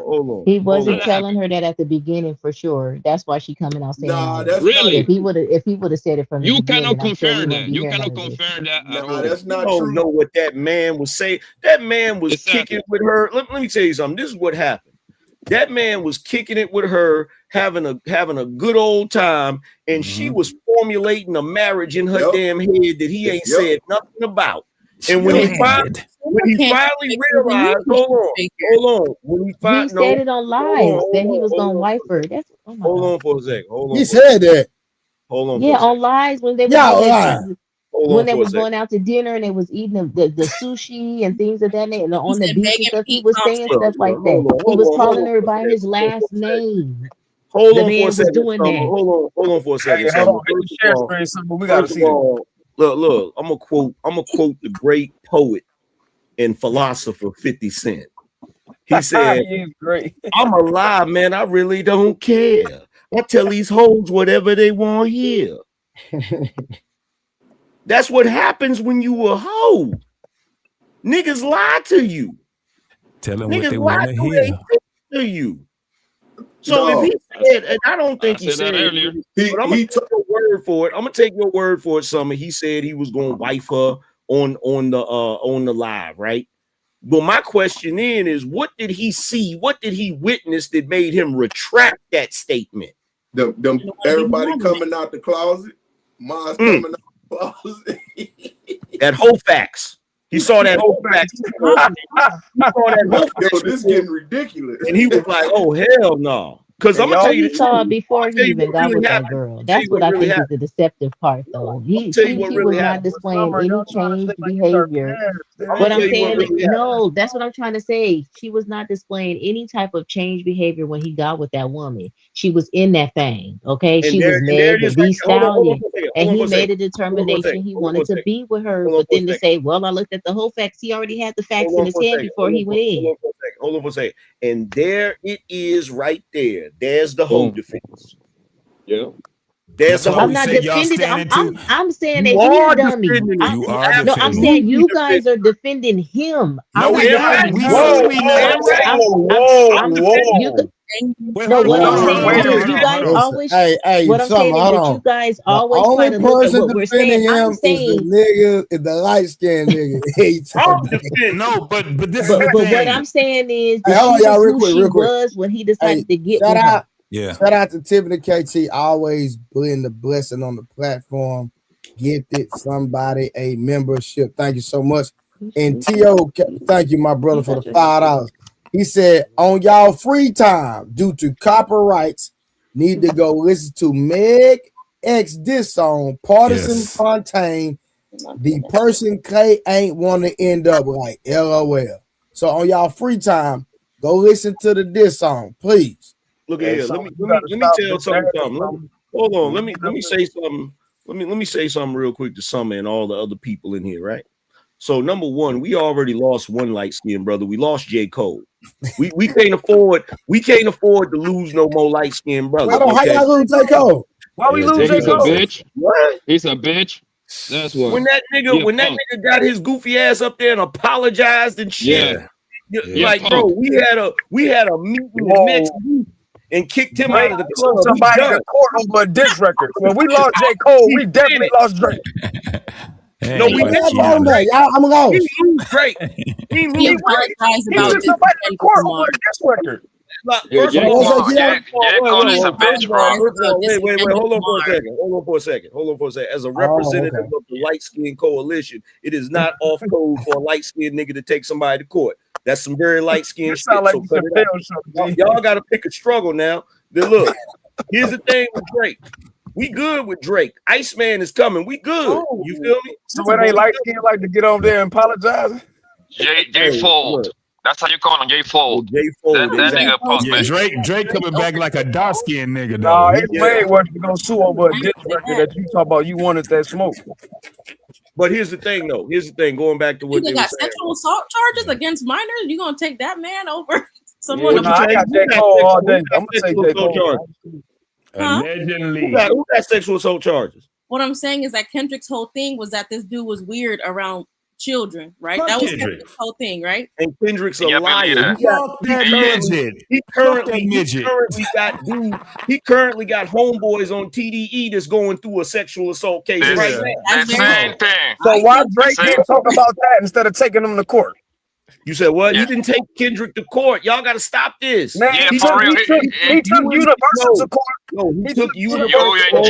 Whoa. Hold on, time. You don't know the case, bro. Man, hey, Blanco, stop capping for Drake up here, bro. Hold on, because y'all don't know the case, bro. The I case do. I said Universal. Blanco, I just said Universal. That's still the same thing. That's dry snitching. Hold on for a second. What Drake did is what he was supposed to do. Once he found out that Universal was behind all of that to devalue him so that he could not negotiate a bigger deal than $400 million. He did the $400 million deal. He recouped it fast as hell. They didn't expect that. So what they did is they tried to prop up Kendrick because they know they can get Kendrick at a discount, so that they could devalue Drake so that he would not be able to get an even bigger deal the next go round. He was supposed to sue Universal. That's true. You can't no battle. No, you weren't. And at the same time, Kendrick Lamar is making money for UNG too in a distribution deal. So let me ask Harwin. Let me ask you this, bro. What's poppin'? Let me ask you this. So, what is Drake's mama? Jewish. Little hat. What do they do when you do them wrong in business? They too. They demolish your ass. They sue. You feel what I'm saying? They sue. So he's doing what he's doing. He gotta pick a struggle though. He can't play like he Memphis, Mr. Black Man on one end, and then play like he small head on the other. Either you this big tough guy, great MC rapper, or you want to be a small head. You can't. Same argument. They call it leverage. He told Kendrick, you out here rapping like you trying to free slave. And the thing is that all these artists sue their labels all the time. We just don't get to see about it. But all the time. Them over this diss record, bro. Let's be for real, bro. But the thing, Blanco, stop capping, bro. Because this image about that PDF file stuff, bro. And he felt that UMG was doing that to devalue him. Am I not right? This record was part of it, but it was for the money. It's because of the big play. It's supposed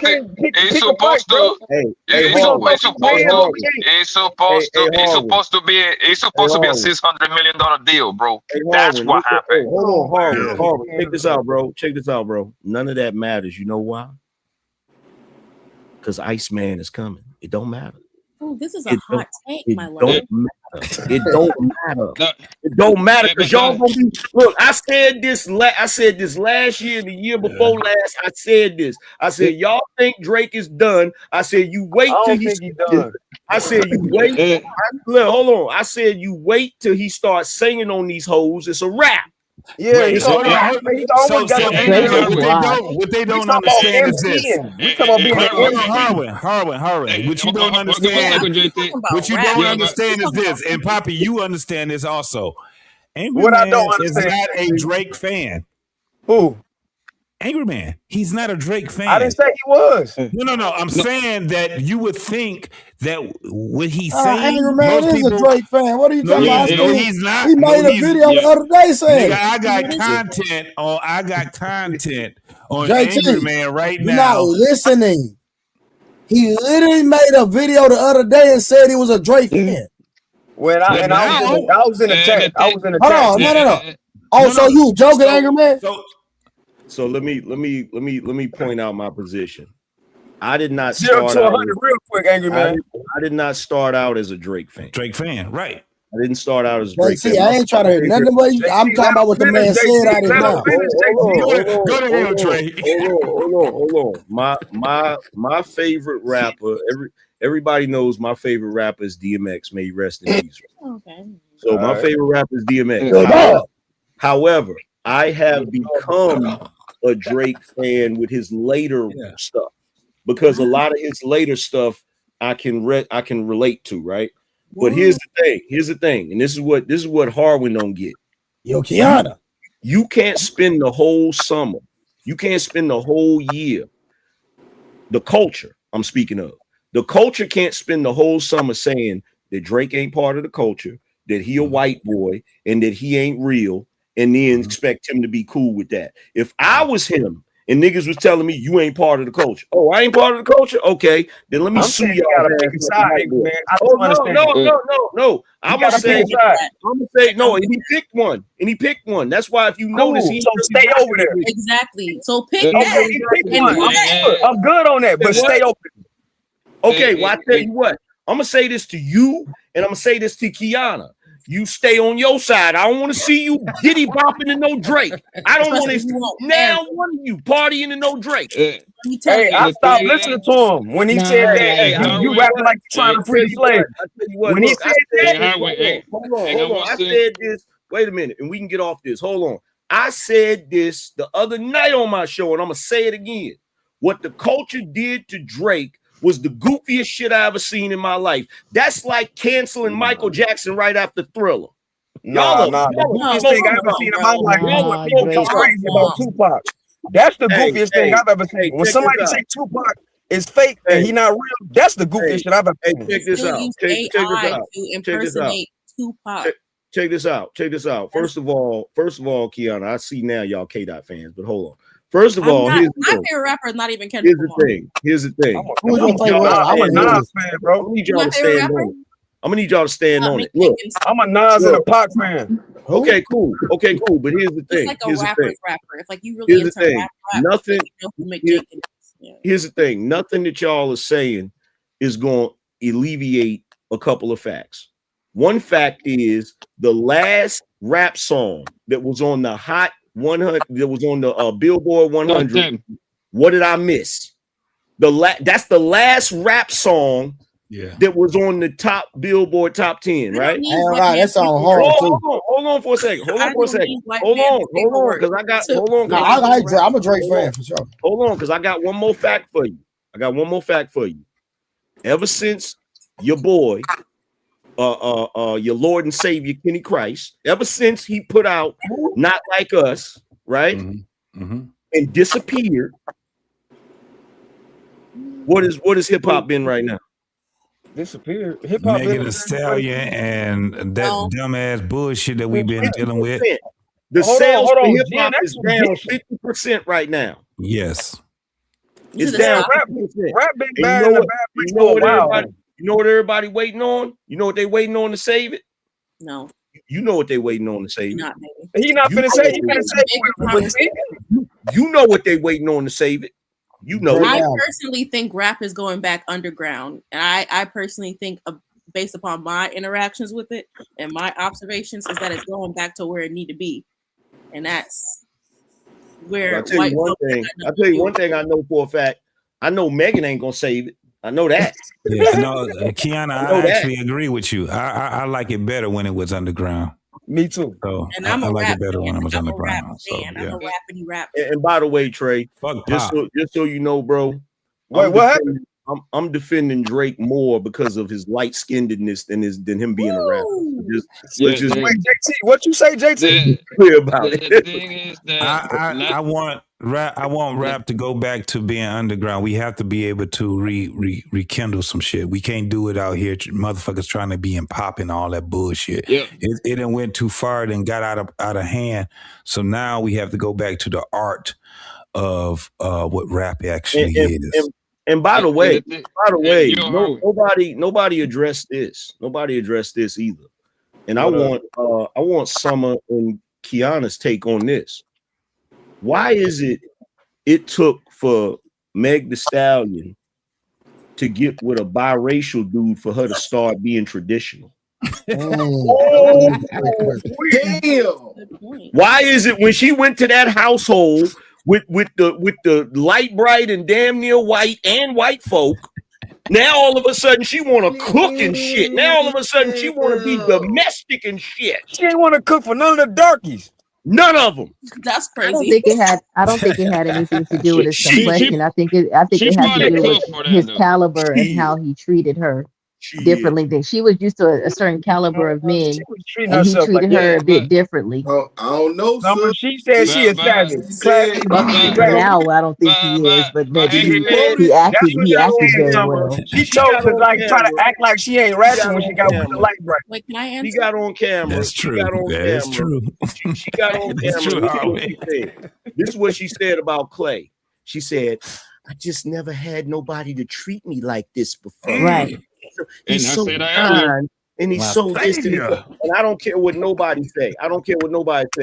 She would have never said that about no brother she was dating that was dark skinned. She would have never said that. I ain't never heard her say about Marty. No, that's not true. And Angry Man, stay right there. How long ago she said that? Didn't she say that like literally like a few weeks ago? Yeah. So now, because I made the same point like literally like 30 minutes before you got here, right? So now all of a sudden, now a month later, now this nigga got more swings.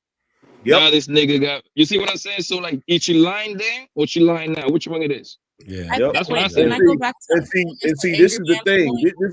This is the thing, y'all. These women, they never want to admit and own up to their colorism, right? Part of these reasons, I'm gonna let you go. Hold on. Part of the reason another part of the reason these women are so offended is because they thought this was going to be another Prince Harry and Meghan Markle situation. They thought this was going to be another situation they could throw in black men's faces. That's what they thought. Yeah. Because if you would have married her, the first thing they would have said is, see, this is what you got to do. They would have started talking about that swirl and shit and that divestment. Baby. Yep. Because you can't tell me she didn't want to marry him because she wanted a baby with light skin, green eyes, and good hair. Angry man, I think this shit was just a rebrand. This shit was a rebrand, bro. I'm gonna be honest She with want her you. baby to look like the nigga that tried to You kill. know what I mean? You know what I mean? Hey, y'all, hold on. No. Hold on. Let me correct. Fellas. We gotta get Kiana in there, y'all. Go ahead. Okay, but let me just say this to Peaceburg real quick. Peaceburg. I'm not saying that that's what good hair is. I'm saying they say that's what good hair is. That's what Kiana was saying all night. So I got to give her that. Kiana was saying the same thing. So I got you, sis. I understood exactly what you were saying tonight. Go ahead, Kiana. The same thing that the angry man was saying. That's all right. I would say that I don't think that's true. Well, I'm not saying the colorism thing is not true. Just follow me. So she did say that partisan made her heart feel happy and made her brain feel good. Like she did say positive things that were kind of the same about what she said about Klay, about how he like made her feel good and all those things. However, I do think that the reason why people believe that Klay was supposed to be the good dude that saved Megan Thee Stallion is because of his biracialness, is because he was light skinned. I do believe that people believed in the good guy image that he portrayed because people are more willing to believe goodness about light-skinned people. I'm saying this as a light-skinned person, right? Who sees it firsthand. You know what I'm saying? So I don't necessarily disagree with you. I don't know Megan Thee Stallion to be a colorist or to not be a colorist. However, I'm not going to sit up here and cape for her as if I know this for sure. When I have seen time and time again colorism be something that the Black community dabbles in. That man could hit her up right now. Baby, I was wrong. I realized now that you gone, you was the most important thing in my life. I want you back. She'll run over there so damn fast, you'll see dust come off them damn heels. I promise you. Just because he likes skin. I'm telling you right now. I don't know if that's part of it. So it seems to me, and this is what it seems to me, that she can't deal with rejection. Again, what they were trying to do was trying to make it seem like the man had cheated on her and all this shit. When it came down to it, and again, Trey, you had led to this, and I heard somebody else. I think it was you, Angry Man, that I led when he was saying, "I don't think I want to be just with you." Yeah, this is not what we talking about right here, right? And it could have been later on, but the man was sitting back and they got to having that conversation. He was just like, that monogamy shit is for the motherfucking birds, baby. No, whatever it was that her ideals that she was sharing with this man, he was shaking his head, and then he went to the no, that ain't really what I'm trying to do. He got disappointed. Did he really cheat, or did he just say, I'm polygamous? I don't really get the monogamy thing. I want you, but I want her to. JT, maybe after it was already monogamous, he may have cheated, and then when he just had to have cheated, huh? He just had. No, I'm not saying cheating. I am making assumptions that somebody else have. Right? So maybe he did cheat, and then when she confronted him on it, he was like, you know what? Maybe I want to be polygamous, or maybe I want to be polyamorous, right? Hey. So maybe she was like, okay, well, you can't use that as an excuse. I can't catch you in a lie or in a cheat, and then when I confront you on it, now you're saying you want to make a lifestyle change. To me, if I'm catching somebody in a lie and they're like, well, actually, it was just this, to me, that feels like a cop-out, right? Hey. So maybe that is probably where the disconnect is coming from. Because at the end of the day, if you didn't know... So this what happens. This what happens. When a woman finds someone that they really like, and I agree with Trey, she probably liked him more than he liked her. They'll put you in one of those compromising situations where they'll try to pull something from you that you know you want in the midst of everything, or force you towards something that you don't desire. Now, and he stood on business. I'd say this is when his Goofy came out. He got on his dark skin. But there was a conversation that had to be had if she like, this is a non-negotiable. As we talking, I'm doing more research on a lot of her quotes. And guess what? Her quotes go against what was being put out there in a sense of their relationship. She was putting that stuff out there. He wasn't. So she was trying to get him in that corner. No, we already know and that. there's a lot of men that can, not a lot of men, I know guys that can vouch for that. They put in that corner, and instead of them saying, no, this ain't what I want, I'm enjoying myself. So she can say whatever she wants. I know what I'm on. Mm-hmm. Hey, but he was calling her by his last name, though. And a good example of that was Carmelo Anthony. Carmelo Anthony said, Lala is married, not me. Hey, look, JT, he told her the same thing. He told her the same thing that Cole said on Martin. He said, I'm staying single because when the freak train pulls off, brother, I'm gonna be on it. I'm gonna be on it. He went right back real quick. Juan Soto made a super chat. He said, that's why me and Angry Man fell out. Not sure what he talking about with that, but talking about the Drake thing. Oh, He came up there with all of his K-Dot love and his light skin hate, and we went back and forth about the shit. Yeah, I remember that show. I remember. Yeah, K-Dot that dude, man. But listen, this is the thing. Megan, she already understood what it was about. She was trying to change image and all that stuff. Like when Papi Baco was saying it wasn't far-fetched at all. But at the end of the day, what we have to do, and I think Angry Man, you already had summarized this shit. This shit has to do with the sisterhood being upset that they savior has been bamboozled and hoodwinked. Been vanquished. The second one.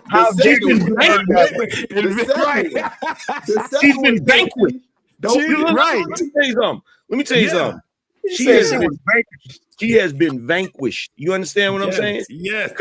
See, but they're looking at it like Clay Aiken was a good dude, right? And so now the women are saying, dang, even Clay, the quote unquote good dude, is out here being a dog. We done for women. Even the good dudes are dogs. That's what they're saying. Hold on. No. That's what the women are saying. We not gonna let you women do that. And I'm gonna tell you why we not gonna I'm not doing it, but that's what they saying though. Ain't you a woman? I'm not doing it. I never thought he was a good dude. Hold on for a second, Summer. Are you a woman? Man, you just thought he was a bad guy? Are you a woman? No, I think athletes and entertainers and things like that, and he young too and got money's means, opportunity. I knew he was not going to be with Megan like that. Summer, stop trying to escape. Stop trying to escape what I'm saying. Are you a woman? Yes, I am a woman. You ride for your team and stop bullshit. So here's the thing. Yeah, I ride for what's right. If you right, I'm gonna ride with you, Angry Man. Ride for your team. So here's the thing, right? Here's the problem. Y'all can never make the argument about even the good men are bad. And I'm gonna tell you why you can't make that argument. Papoose. You're never gonna be able to make that argument no more because you had this was a dude that was him and his wife was the personification of black love. All right. We got two chocolate people. We got a chocolate sister and a chocolate brother that rode for her hard. And then when she did him dirty, instead of everybody acknowledging, because they did for a brief second, for like a hot second, they acknowledged that she was wrong. And then they started looking for flaws in Papoose. So now they're trying to use his new relationship to say, see, I told you he wasn't shit, because y'all just don't want to, women just don't want to own the fact that there's a lot of good men out here, and the good men are being brought to ruin by raggedy women. Yeah. I have a question because I don't really follow them, but I did hear this, right? And I could be wrong. Papoose. But not gonna work. But yeah, they said that he used to beat her ass. Oh, there we go. Oh, that's who said that. That's it right there. There we go. No, I'm asking. Isn't that what they I said? never heard Where that. that come from? Yeah, I heard that. They said that he used to. She said she came out and Loki said that he was. He used to beat her ass. Never heard that ever. Nah, Remy probably was beating. Look that up. Peace Purvine. I see you on your computer. Wait. That's what I heard. I don't know what the truth of these people lies. You know what I'm saying? Let's be clear about something. Hold on. Wait. Let's be crystal clear about something. There ain't no way on God's green earth that Papoose was whooping Reminisce, or how do you say her name? There's no way that he was whooping her ass. You might as well go ahead and forget that lie. Because that's a lie. Because she a shooter. What? Do you know? Do you know who Remy is? She'll pop him. You don't think women that are a part of that life? You don't think women that are part of our life get abused? No, listen. Y'all not understanding. Y'all not understanding her reputation. He's talking about Remy Ma. Up the pole on anybody. First of all, here's the thing. First of all, I don't think that's a good argument. First of all, no. Here's the argument. Remy Ma, you can't compare her to other people's arguments. I'm saying the reason why it's unfathomable is there's never been no evidence. Wait, here's the argument. Number one, Remy is a hood chick from the Bronx. Number one, different energy. Number two, Remy is about that action. She will get busy at the drop of a damn hat. Okay. Yeah. And number three, Papoose ain't gonna put hands on her because of the other niggas he'd have to deal with if he did. Yeah. So no, including the rap niggas. Man, do you know who Joey Crack is? Do you know? As a person, do you know who Joey Crack is? My business, but I'm gonna let y'all. I'm gonna give you a glimpse into my business. Okay. Don't do it. I am from New York originally. Okay. Don't do it. I have people allegedly who are also about that life, about that action. Okay. In real life, I mean, having to flee states to go to other states. In real life, right? Fleeing states to go to other states so they don't get caught up in that life, right? Working with people with Italian last names. Okay. I got people who are actually about that action. I have seen women that I know in my family who are about that action get abused by men. It does. I don't think abuse works the same way as violence between peers. And check this out. In all fairness, right? That can be true. Yeah. Little Kim is an example of that. Okay. But that ain't Remy though. But that's not Remy. That's not Remy at all. That's not Remy. So that's not Remy. Hold on. I know her. Hold on. I know her people. Hold on for a second. I know Remy's people. I guarantee you Papoose ain't putting no hands on her. Yeah. So I guarantee there are no credible reports, allegation, or evidence that Papoose have ever physically hit or bruised Remy Ma. Remy Ma ain't never even said that. I don't even know where that even came from. I never heard that before. If Papoose was that type of dude, it would have been out there. It would have been that. It would have been that with this Easy to Block Captain shit. Yeah. But instead, what Papoose do? He went to see Easy to Block Captain and knocked his ass out. Yeah. That ain't Pap character. Yeah, no, that's just one of the things that I heard about that's that. Because you heard that Where did you hear that? Where did you hear that? Making up stuff to justify and not taking accountability that Remy Ma just ain't. No, that's not what she was saying. No. I'm not saying she's saying that. I'm saying that that's what the women was making up these rumors that's not true to justify what Remy did. That's what we call the sisterhood. I'm trying to tell y'all that. I'm not saying some are saying that. I'm saying these rumors were made up by the women. Y'all keep saying, we got sisterhoods and we got brotherhoods. No. There's no such thing as a fucking brotherhood when it comes down to what we talking about. I've been displaying it all night. Y'all doing it right now. What y'all don't understand. called out. You may not call it a thing, but it's no. Which y'all don't. Y'all wild if y'all don't think y'all so. been doing. This is what When y'all do. Wolf said something, when y'all Wolf been doing said this.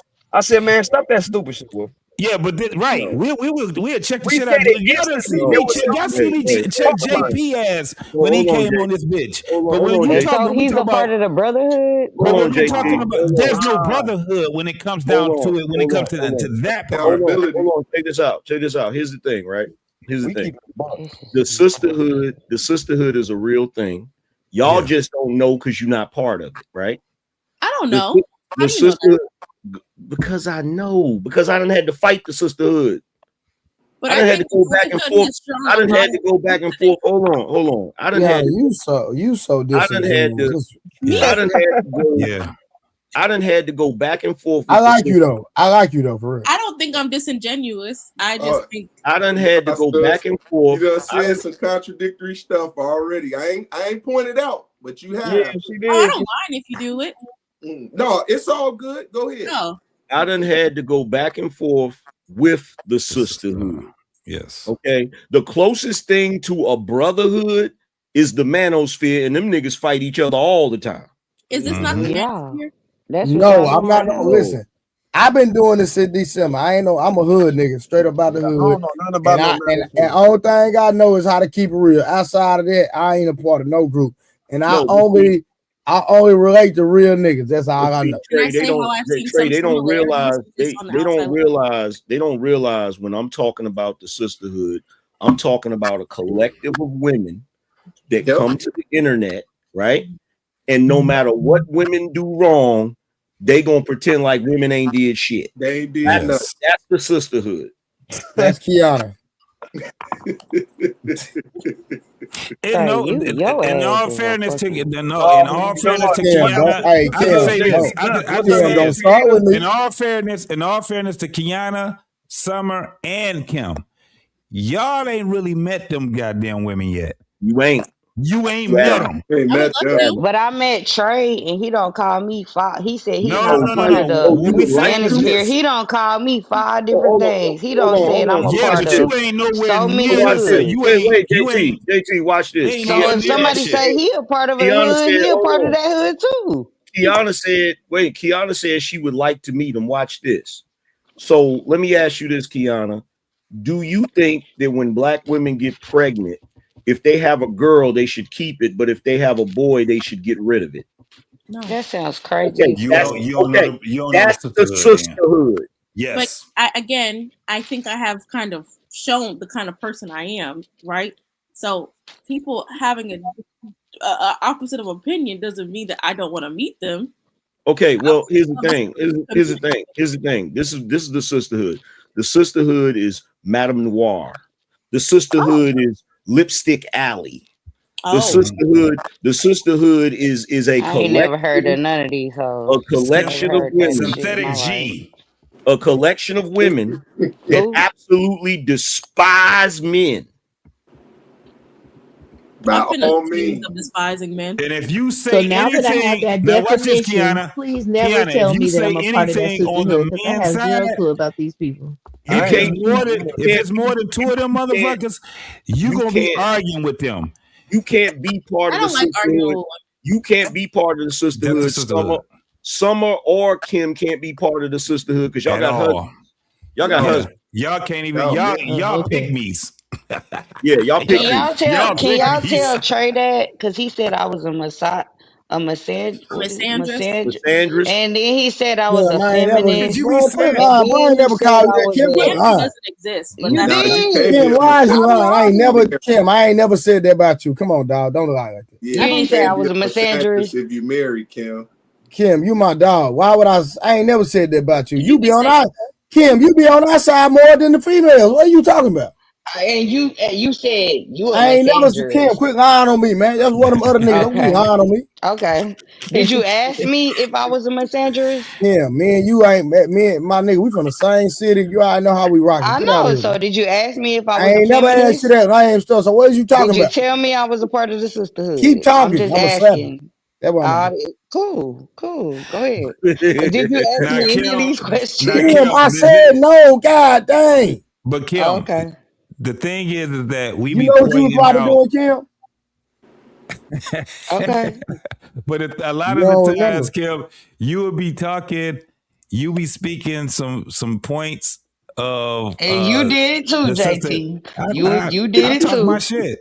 But I'm Yeah, you saying said when it I was come down those to things too, but now because I'm no, married, I but can't we've be none of talked. those things. No. We talk, and you asked me straight out, and you asked me, did I think that you was a Miss Andrews? Right? I said no, but you speak Miss Andrews shit. You be speaking some goddamn sisterhood shit. We done said, man, you done sat back and had to Okay. talk. But I Yeah. never said that was Look, what you yeah, I would was be. there, JT. I swear to God, Kim, if I put you in front of, we put you in front of some motherfucking the sisterhood, I guarantee you'll be like, I can't even take these hoes. I'm about to get the fuck. You a I rage would love quit. to see them. You a rage JT, quit. hey JT, check this out. You know how I know ain't now one of these women part of the sisterhood? What's that? Because you actually stayed on the panel when I showed up. Yes. If you was part of the sisterhood, the moment I show up, the moment Angry Man show up, they be like, "Oh, I'm out." Yeah, they're gonna immediately. They're gonna I try don't to have do a some problem dramatic with ass none rage of the quit men type on shit. here. Yeah. I don't have a problem No, with none of the the men. What is a thing is, misandrist? Can someone define misandry for me? It's No, women. don't do it. No, don't do it. Let me tell y'all why. Cause she's so educated. Hell no, nigga, don't say nothing, nigga. Oh damn. She know what that shit means. I She know be that's the whole fine. point. That's why that we She ain't know playing what her the little fuck game, that my nigga. means. Real talk, we ain't playing her little I lame just want to game. hear other people's definition so that We I not know. playing her little lame game. That's what we not doing. we go by the. Hold on, I think I already read that. Hold on. Let me read. The Demolition Man. Shout out to Demolition Man with $5. Klay don't care about no dent, Megan Thee Stallion, or how bad she is, cause he got 100 bad MFs that look like her industry pass around, and that's a fact. And then he came back with the $2 ball for the channel, even though my last didn't get read. Demolition, I didn't forget about you, bro. I didn't forget about you. When we having a conversation, sometimes the conversation got to roll, but I ain't forgot about you, dog. Appreciate the love, though. I still want them to define misandry. Oh my God. Here we go. This nigga get sucked into this shit. That's not. Hey, man, if you want to play her little lame game, guys, Can I just say something? go ahead, bro. I'll play the game with her. Do you know what? Do you know what? Do you know what misogyny means? Okay, then you know what. Then you know what. So why y'all playing the game with her? Y'all know she know what it means. I want to know the definition of like saying misandrous shit because I've been accused of being a hatred for men. Anything that goes against men, the hatred. It don't matter what it is. Like what? Like give me an example. A hatred of men just because they're men. Okay. I hate when niggas do this. Or not to hear niggas. And that's what JT was talking about right there. No, that was me. I was just saying. That's what I was telling her. You be doing some shit, and I'd be like, "There it is, right there." No, but y'all didn't even let me say. What did I say? What did I say? You said the other day that you was gonna change the code on the keypad so that Angry Man, we on another day. I might not change that code today. My husband did amazing today. I ain't changing no code. Oh, so he's good. He's performance based. He's performance based. See, I see was this trying shit to. right here. Okay. This shit right here. See, men. See, y'all men gotta recognize this. Y'all men gotta recognize this. As a man, you are performance based. You understand? No, so it's not. As long as you doing good, you gonna be good. As soon as you start doing bad, that's a lie. You gonna be screwed over. You feel me? I didn't say that. Because look, because they get to be these women get to be human beings. You feel me? We gotta be human. I didn't say that. You feel me? I was just saying that this lady, I can't really see her face, but I was just saying that why would y'all keep explaining to her and y'all know she know what it is? That makes y'all like, that's what I was saying I didn't like. I don't like when y'all do that. Because I play the game. I don't have no problem playing the game. Oh, okay. Ain't no sweat off my back. You know what I'm saying? If she want to play coy and act like she don't know what it means, cool. Let's go. Let's play. I wasn't necessarily acting like I don't know what it means. It was funny, but it's not that I don't know what it means. It's just that sometimes people have a different definition or understanding than you do. So it's nice to hear from somebody else. But you don't believe it exists. I heard you when you said that shit. Nobody else caught it, but I caught it. Thank you. The same You don't way. believe in Hey, what? Angry Man, I don't be paying her no attention half the time if I'm being gangster. You said what? She don't believe I don't in be paying what? her no attention half the time. She just be talking. That's why I ignored it. I ain't engaged.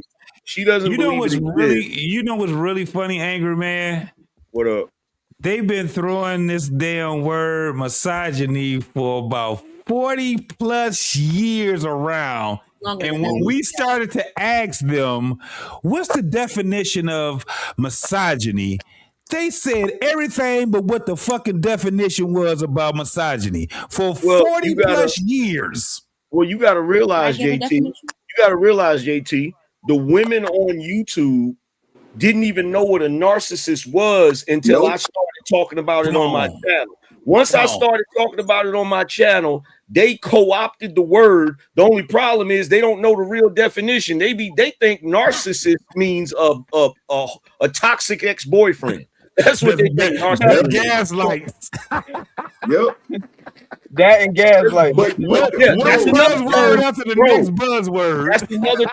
That's another term I brought to YouTube, and people started grabbing it, and they don't know what that shit means. Right, you're gaslighting. You're a gaslighter. You know, you got gaslightization. You can be telling the whole truth and nothing but the truth. You're gaslighting me. Yeah. 2 cents. I came up here to help, but y'all can't help me help y'all. Give us your clinical diagnosis. I came to help. And Oh, you I is don't not have helping me no help y'all. clinical diagnosis. I am not. You need help. Kim, definitely teach need these help. niggas, Kim. Tell these niggas. You trying to help them, they won't even listen. My understanding of I came up here because I went to sleep, woke up, y'all still smashing on them, and I can't help. Hey, Miss Summer, but I can't help Miss Lady. Miss Lady, I can't help.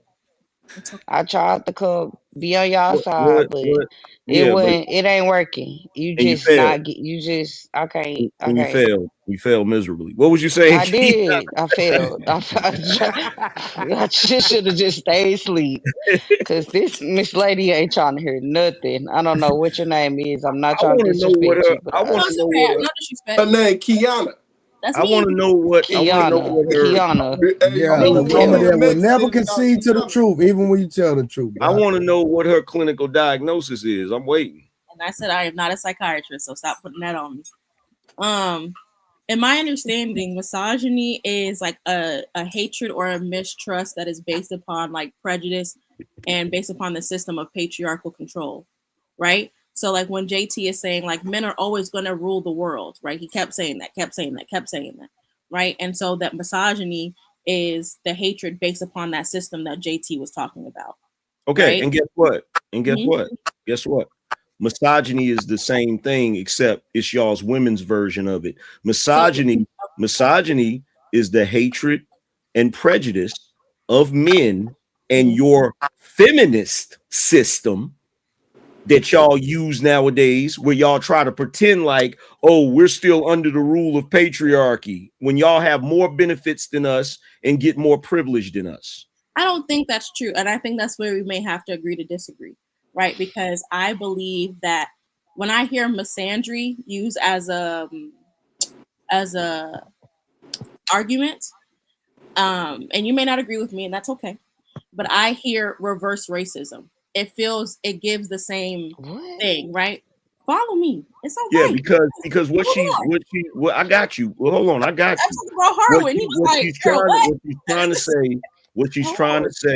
trying to say, and I keep telling y'all men this is why whenever you see, I haven't given my point yet. So don't tell me what I'm trying to say. Can I say what I want to say? I know what you're gonna say. No, but you don't know that, love. I so do. Hold on. Flag on the play. Dude. Give me a second. No, but you don't know. You want to bet money? No, but I haven't said it. So even if you may know the intention behind my words, you don't know the word for word that I'm about to say. You want to bet money? Word for word. You want to bet money? No, I don't. I'm not a betting woman. But go ahead. Okay, go ahead. So the main part of misogyny is systematic patriarchal control, right? A system is something that can control finances, education, controls who is in jail, who is not in jail, things of that nature, right? It is the foundation in which something is built, right? Same way that we live in a country that has white supremacist systemic control, right? So because we have patriarchal control, because I believe that underneath the umbrella of white supremacy is patriarchy. That's just what I. How about my husband? That same thing, Trey. You Got don't, like 3 different you don't have to functions on believe it. that, but 3 I just different I things believe. you could change it with. And Oh, my bad. I Sorry. don't believe that women have the same systemic control that men do. Or I don't believe that feminism is the same kind of systemic control that patriarchy is, right? So because of that, I don't believe misandry is a systemic issue. The same way how people say, like, well, black people can get into colleges and black people can do this, which I believe, right? That reverse racism what I was shit is gonna bullshit. say, right? I know, but you didn't know the word for word. That's what my point was. No, right? because you're what you're doing is you're dragging it out when basically all you're saying is the same thing that black people say about white people. You're saying that it's the same way you believe. Well, a lot of people believe it's impossible for black people to be racist towards white people because their racism is systemic and it's involving institutions. You believe that it's impossible for women to have that type of hatred towards men the way misogyny is because men control everything, right or wrong? Right. But I'm not negating that it's not harmful. I'm not negating that it's not wrong. I'm not negating that it is any of those things. Go ahead, sweetie. You got to be more specific, though. Do you know how many, Harwin, check this out. This is what's so funny about this. I'm sitting here feeling like the architect from the Matrix. And the reason why I'm feeling like this is because she's showing up as Neo and she thinks she's saying some new shit. No, I and don't. I've had this debate so many times, right? So many times, because this is the thing, right? That is a false equivalency. It is. It's a false equivalency because the thing about it is when you look at the concept of white supremacy, there's no benefit in it for black people. Right. No. Wait, Angry Man. You got to say black men. Black men. There's no benefit in it. There's no benefit in it for black men, right? However, when you look at patriarchy, there is tremendous benefit in patriarchy for women. Especially black women. So they're not the same thing. They're not the same black thing. women. Kiana, I know you don't think so. The reason why you don't think so, is because part of the lie of feminism is to create a narrative where women under a patriarchal system are oppressed. Women under a patriarchal system aren't oppressed. Women under a patriarchal system are actually taken care of. They actually gain a tremendous amount of benefits from the patriarchal system. Facts. I don't believe that. So watch this. Section 8, welfare. Then you got education, right? They done increase the education like it ain't nothing. Hold on. The absence of black women in a black family, right? Creating their own system. You also have the benefit in a patriarchal system where women can commit the same crimes as men and they get lighter sentences because they're women. If you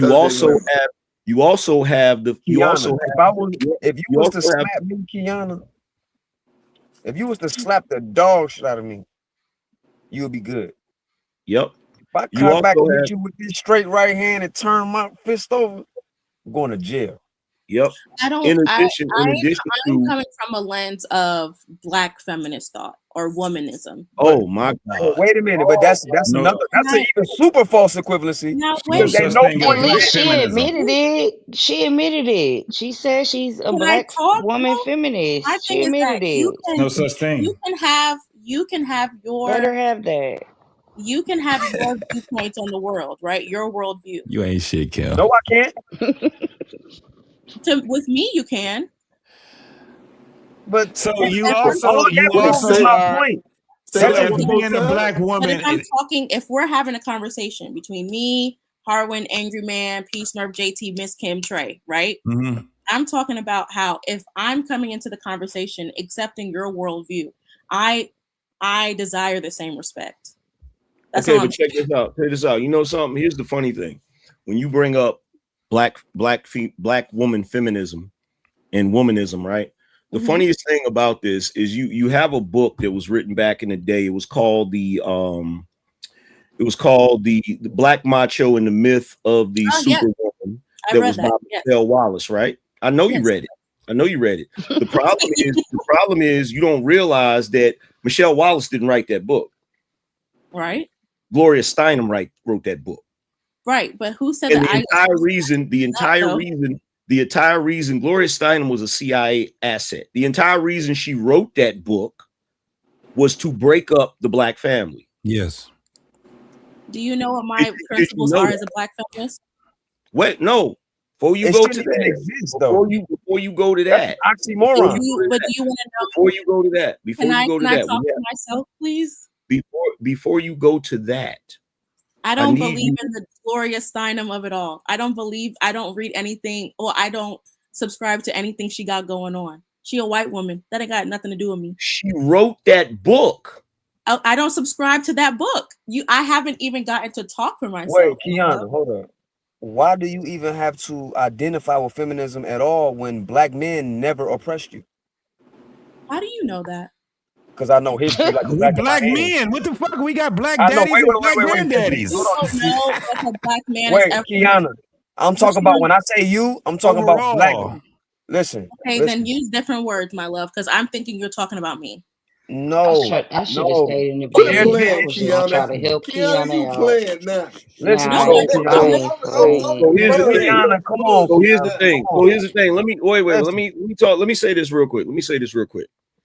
We know that we know about COINTELPRO. We know about the CIA putting drugs in the black community. All of that, right?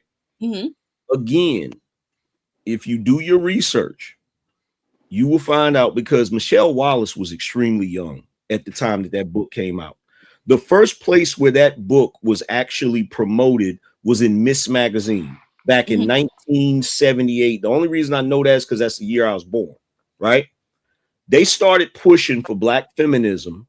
And if you keep doing your research, you'll find out, you'll be like, she didn't write that book. Gloria Steinem wrote that book. But the entire reason they wrote that book, and you said you read it, I read it too. They say some horrible shit about black men in that book. They do. The entire reason they wrote that book is to participate, part of their plan to divide the black family. I don't disagree. So then why would you agree with the concept of black feminism when the entire concept of black feminism was not for you to get the benefits that white women got, because y'all never did? Right. The entire purpose of it, the underlying purpose of black feminism, was to destroy the black family unit. And that's what I disagree, because that's why I said it's an oxymoron. Hold on. Yeah. That I believe that multiple things can be true at the same time. Meaning, I believe that, hold on. I believe that I can say I'm coming from the black feminist thought of it all, and believe that a lot of people say they are one thing when they're actually not that thing. But then what that just did was show you how much of a lie that, for one, feminism is, and then black feminism. Well, can I say what I believe so that we can get a better picture of go ahead, say it. Get it out. Okay, so let me just say, and I'm gonna let you go. I'm about to get ready to go too, but I'm gonna listen to what you have to say after I say what I have to say, and then I'm gonna get up out of here. Black feminism is about empowering black women. No, it's about empowering black women. No. The patriarchy, because it's the opposite of the patriarchy. The patriarchy is to help build and better families. Anytime you talk about feminism, you're talking about individualism. There's nothing that has anything to do with the man and children at all with that feminism shit. Actually, JT, the purpose of black feminism is to usurp black men and circumvent the concept. You don't want it to Hold about anything I believe in, though. Hold on. But I'm not talking about what you believe in right now. I'm talking about Harlan. What I'm talking about is what black feminism actually does. Black feminism is for the purpose of, one, usurping black male power in the family dynamic, and two, to circumvent the entire concept of a black patriarchy. That's what it's for. Go ahead, Kiana, because anything that you say it go against that is going to be contradictive. So I really look up to Bell Hooks, for example. If you have ever read anything by Bell Hooks, All About Love is like one of her most famous books, right? And in that book, she talks about all different types of love. And she talks about having a love ethic at the center of who you are, meaning that you do not just discard Black men for whatever reason, right? So a lot of what I believe comes from her, and she describes herself as a Black feminist, right? Well, she did before she passed away. So what I'm saying is that I subscribe, because people can say they're feminists all day long and they're not really feminists, right? Same way people can say they real niggas all day long and they're not real niggas, point blank period, right? And it's up to people who are to say that's not who you are, right? It's to call them out on it. So what I'm saying is, if Bell Hooks was like, hey, you can love Black men. You actually, to be a Black feminist, you need to love Black men. They also need to be seen and heard and desired and all these things, right? Outside of their output. Meaning, just because if a Black man is not producing 6 figures does not mean he doesn't deserve to be loved and heard and all those things, right? So that's why when y'all were saying like, you know, this man, I was like, I don't subscribe to all that other shit, bro. I don't believe that Black men should be discarded because the white men have already discarded you. So then why would I do that? You know who else has to be heard and loved? You know who else deserves to be heard and loved? The children. But Black men are not children. So when you bring up that particular concept, that concept is cool, but it does not address the plot to remove Black male leadership from the household. It doesn't, because everything you just said, you can do all of that without acknowledging the Black male's leadership and authority. Not really. How? Yeah, you can. I'm going to answer your question. So what I really subscribe to is womanism, but like people don't know what that is a lot of the time, right? If you say you're a womanist, that's why I said, why are you using that word feminism? Right. So that's what I'm saying. So I'm saying that what I actually am is a womanist, but people may be like, okay, girl, what is that? Right. So the next best thing under the umbrella is to call it is Black feminist thought. No, just explain it to them. Hold on. Thank you so much. So I don't think you can say all of that without acknowledging Black male power. And this is because I think that a lot of power that Black men get is from, for lack of a better word, dominating, right? Is that a lot of people believe that masculinity comes from domination. And I believe that's some white people stuff, right? Colonizer stuff, right? So if I want to break away from the colonizer that you have kind of, you know, aligned yourself with to be on that dominating stuff, I have to address, you know what I'm saying? I have to be anti. But you're calling yourself a feminist. That's the white feminism. Because womenism, here's the thing. First of all, here's the thing. That shit sounds crazy. Here's the thing. This is the problem. This is the problem with women. It does. You just said, I'm sorry, Angry Man. Let me just say this. I'm sorry. You said that most of things that you don't believe in come from white colonization, right? You said that, right? Mm-hmm. Okay, so where does feminism come from? That's why I literally cleared it up and said womanist, though. White women. But that's why you said you were a Black feminist. So what are you? I said. But wait. Here's the problem with what she's saying. First of all, when she's bringing up being a womanist, which is an Alice Walker concept. I wouldn't follow her. That is a made up word. It's not even in the fucking dictionary. I wouldn't follow her. I wouldn't follow Alice Walker to a damn shop. Okay. So here's the thing. Womenism is a branch of feminism, not black feminism. Womenism. Look, she's shaking her hand. No, womenism. If you think I'm lying, look. To everybody that think I'm lying, do your Googles. Womanism is a sub group that is under the umbrella of feminism, not black women feminism, but feminism as a whole. So Alice Walker wasn't a feminist. So let me give a little bit of background because Kiana is being disingenuous. Let her answer that question. Let her answer that question. Totally being disingenuous. I'm not being disingenuous. I can wait. I'm trying to have a conversation with Womenism is the problem with womenism is it separates the black woman's struggle from black men.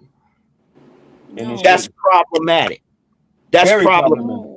That is problematic. That is extremely problematic. And it's how it is literally how it is literally hold on. It is literally how the overall feminists, the main feminists, are able to manipulate you into being against us.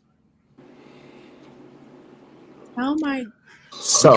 Because what it does is you got black men and you got black women, right, on an equal footing when it comes to oppression, when it comes to racism, when it comes to all of that. Womanist says, no, we're more oppressed because in addition to being black, we're women. So we're oppressed even more than black men. And that's ridiculous. And that's ridiculous. Black women have never been more oppressed than black men. Never. Ever. At no point in time. At no point in history have you ever been more oppressed. Can I just ask a question? Go ahead. Thank you. I think what you have said made me think a lot of things. I don't think we're going to necessarily agree. Because as someone who's read like many texts about this, like studied and all those things. Okay. I believe that I have a different understanding. Not saying you're incorrect, but I think I have a different understanding reading different texts when it comes to womanist thought, right? So before you go any further, right? Let's just set the stage so that you understand this. Let's set the stage so you understand this. When it comes to all of this, when it comes to feminism, all of these different things, the Duluth model, all of this stuff, I'm well read too. I'm well read in this topic too. So quantum physics. The thing about it is, because trust and believe, if I wasn't well read in this, I wouldn't know that Gloria Steinem's ass wrote that book. Okay, so I'm not, and this is not me. Let's be clear. This is not me trying to attack you and not what you believe in, right? This is me just stating what I know to be fact from my research. So when we look at these concepts, when we look at feminism and all of these concepts that are a Western concept, right? We cannot ignore the root of it, where it comes from and what the motive is behind it. So when you look at Alice Walker, what is something else Alice Walker is famous for? Color Purple. Color Purple. Cool. Color Purple. In the Color Purple, right? The reason that they call Mr. instead of his actual name is because he's supposed to be representative of black men who were oppressive to black women. In that analysis. Okay. Even to the point where you have Harpo. Even to the point where you have Harpo. Harpo was in a relationship with old girl whose real name is Oprah. Harpo is Oprah spelled backwards. He was a simp. He's supposed to be a reflection of her, but a weaker reflection of her.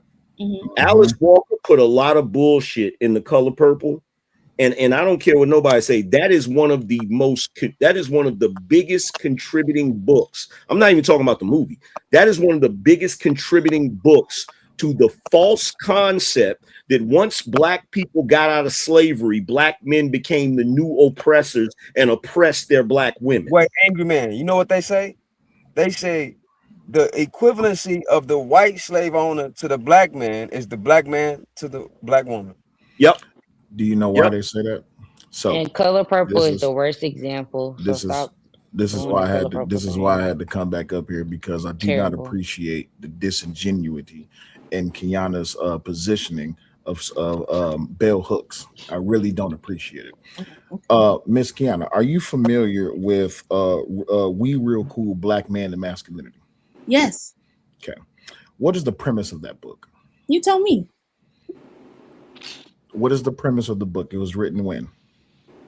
I don't know that right now because it's almost 4 o'clock in the morning, but I would love if you told me. I was going to do a video about bell hooks and about how it is that she promoted beta male feminism, especially within the black community, because she wanted to emasculate black men, purposed on what it is that she believed or what she sought within plantation politics. This is why I said the argument that you're presenting is disingenuous, because Bell Hooks was not in support of black men. She was in support of beta male feminist black men. She was not in support of masculine, strong father. Let me finish. She was not in support of strong black men within the home. She wanted more of a feminine man, more softer parenting. This is why in today's day and age, since all of this whole gender war conversation has begun, and people you're not the first one to bring up Bell Hooks. This is why I'm so studied and well versed in it. Bell Hooks did not support have a strong black male leader within the home who can actually lead the family and make these decisions of where the black woman is actually following him. That's not true. Have you been involved in these conversations since 2019? What conversations? Oh, the conversation I was just referencing. That's what I was just talking about. No, you're saying Bell Hooks doesn't want strong black men, but I'm saying she didn't promote black male masculinity. She said that, well, if I'm just summarizing some of the things that she pretty much led to, is that black men were emasculated by white supremacy during slavery, and that this is why that black men needs to be more vulnerable. They need to be more emotionally intelligent.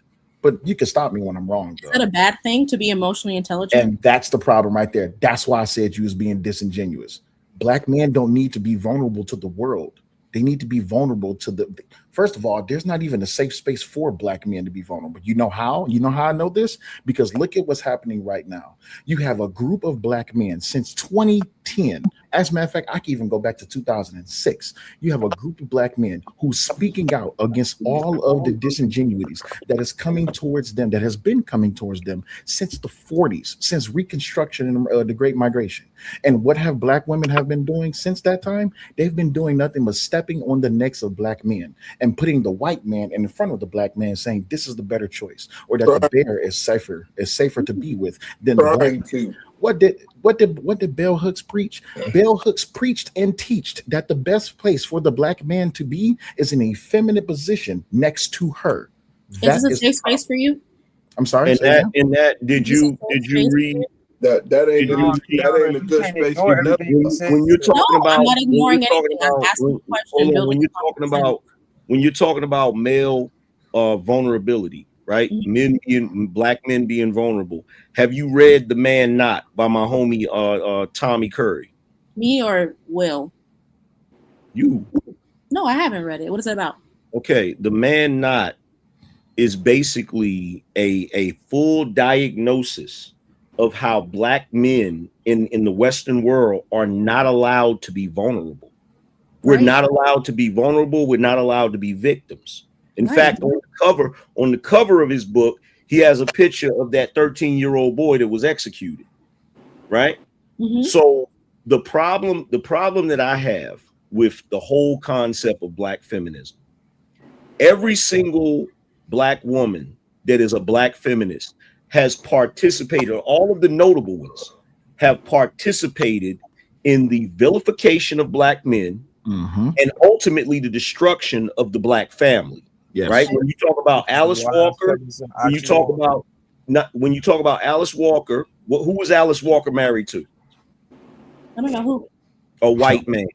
Who was who was if I ran down a list of all of the black feminists that are famous and notable that wrote books and all of that shit and participated in the movement, the majority of them were married to white men. I think that's problematic. It's problematic, but here's the reason why it's problematic. It's problematic because as much as you may not want to admit this, black female feminism has always been anti-black male. Facts. Always. I don't believe that. Well,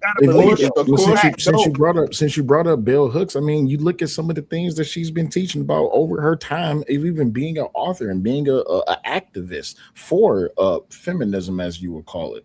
She promoted all of the things that go against what makes a man a man. And then on top of that, she was trying to introduce these new methods of manhood. First of all, what is the new method of manhood? First, what is the old method of manhood? How would she know or understand what that is if you're out here saying that black men are up under white men? Well, the problem is, they believe that if we as black men actually displayed actual masculinity, we can't do that unless we're under the white man system. They believe that the only way what our patriarchy is. Yeah, they think that the only way that we can display masculinity is if we're mimicking white men. Facts. But you know what the real problem is? The real problem is that they're taking white supremacist patriarchy and they're applying it to black men because of what it is that they experienced from the slave master. Kiana, why do you think none of these authors ever compare it to the way we were living in our civilization? They never bring up how we were in our history. That's not true. Because I've read women race and class with Angela Davis, right? That's the hustle. If they can tie us, that's the hustle. If they can tie our masculinity to white masculinity and white patriarchy, they can then substantiate their claim that once black people got out of slavery and we started having our own freedom, we began to oppress the women the same way the white men oppressed white slave owners. I don't think that's necessary. I know, but what I'm saying is, let me speak for myself. You know where we're just talking about Bell Hooks. Well, you know where a great representation about that is.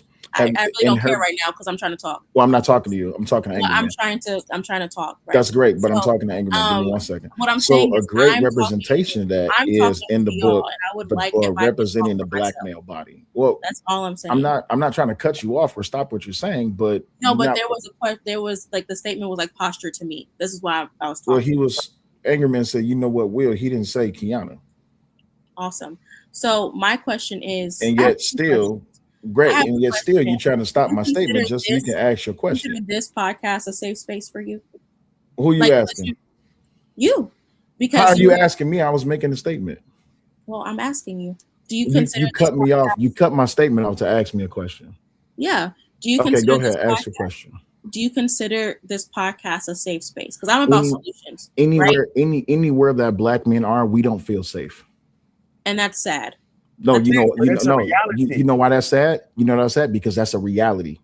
It's a reality, Kiana. We're not safe on. No, I can prove this. We're not safe on the internet. We can't speak our minds. We can't say what we want to say. If we are not existing within that plantation mentality that was stuck within the Democratic Party, we can't speak our minds. We can't speak our minds openly about our women. Definitely not about our women. We can't speak our minds openly about our children. We can't speak our minds about our community. We can't speak our minds about our church. We can't speak our minds about culture. We can't speak our minds anywhere.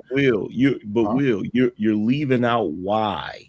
I'm getting to that. Wait. Let me say this part. She thought she had me in the corner. Let me say this part. Let me say this part. Right. The reason that black men are not safe to speak about the things that Will just said ain't even because of white men. Facts. It's because of black women. Y'all have been turned into agents against y'all. Y'all have become the oppressors, and that's the reason why. That's the reason why the whole concept of black feminism is ridiculous. In general, this is the thing. If black women really supported black men, they would get out the way and let black men handle business. But they don't want to get out the way. So what do you want to see from Black women specifically when it comes to? He just told you. Stop adopting Western ideology. I would like to finish because I was interrupted. Okay, go ahead. Answer the question. Thank you. I've been quiet. I know. I appreciate that. What would you want? Because, okay, so this panel is like mixed, right? It's women and men on here, right? So technically, this is not, I wouldn't say that this is 100% a safe space for Black men because you guys don't get to just be who you are without women interjecting, right? So what would you, and you can go around, I don't care. What would you specifically want to see from Black women here? Because I'm not your lady, I'm not your cousin, I'm not your on aunt. social media. Just like here in the space with 1, 2, 3, 4, 5, 6, 7, 8 people. What would you want to see from Black women when it comes to interaction? Can you stream your question? I can say it. I can answer it. Just one word: respect. Finally, well, yeah, just one word. Respect. What does respect look like for you? Can I answer that? Go ahead. Go ahead. Stop adopting Western concepts made up by Western people that don't got nothing to do with your ancient way of living when you were living at your best. Mm-hmm. That's what you're doing. So and he's right about that. When it comes to the conversations in these spaces, this is what I noticed, right? The same way back in the day, Black men were treated like boys, no matter how old they were. Black women have adopted that ideology.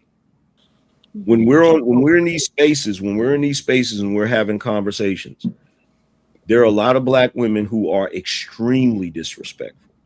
They talk down to us as if we're uneducated, as if we're uninformed.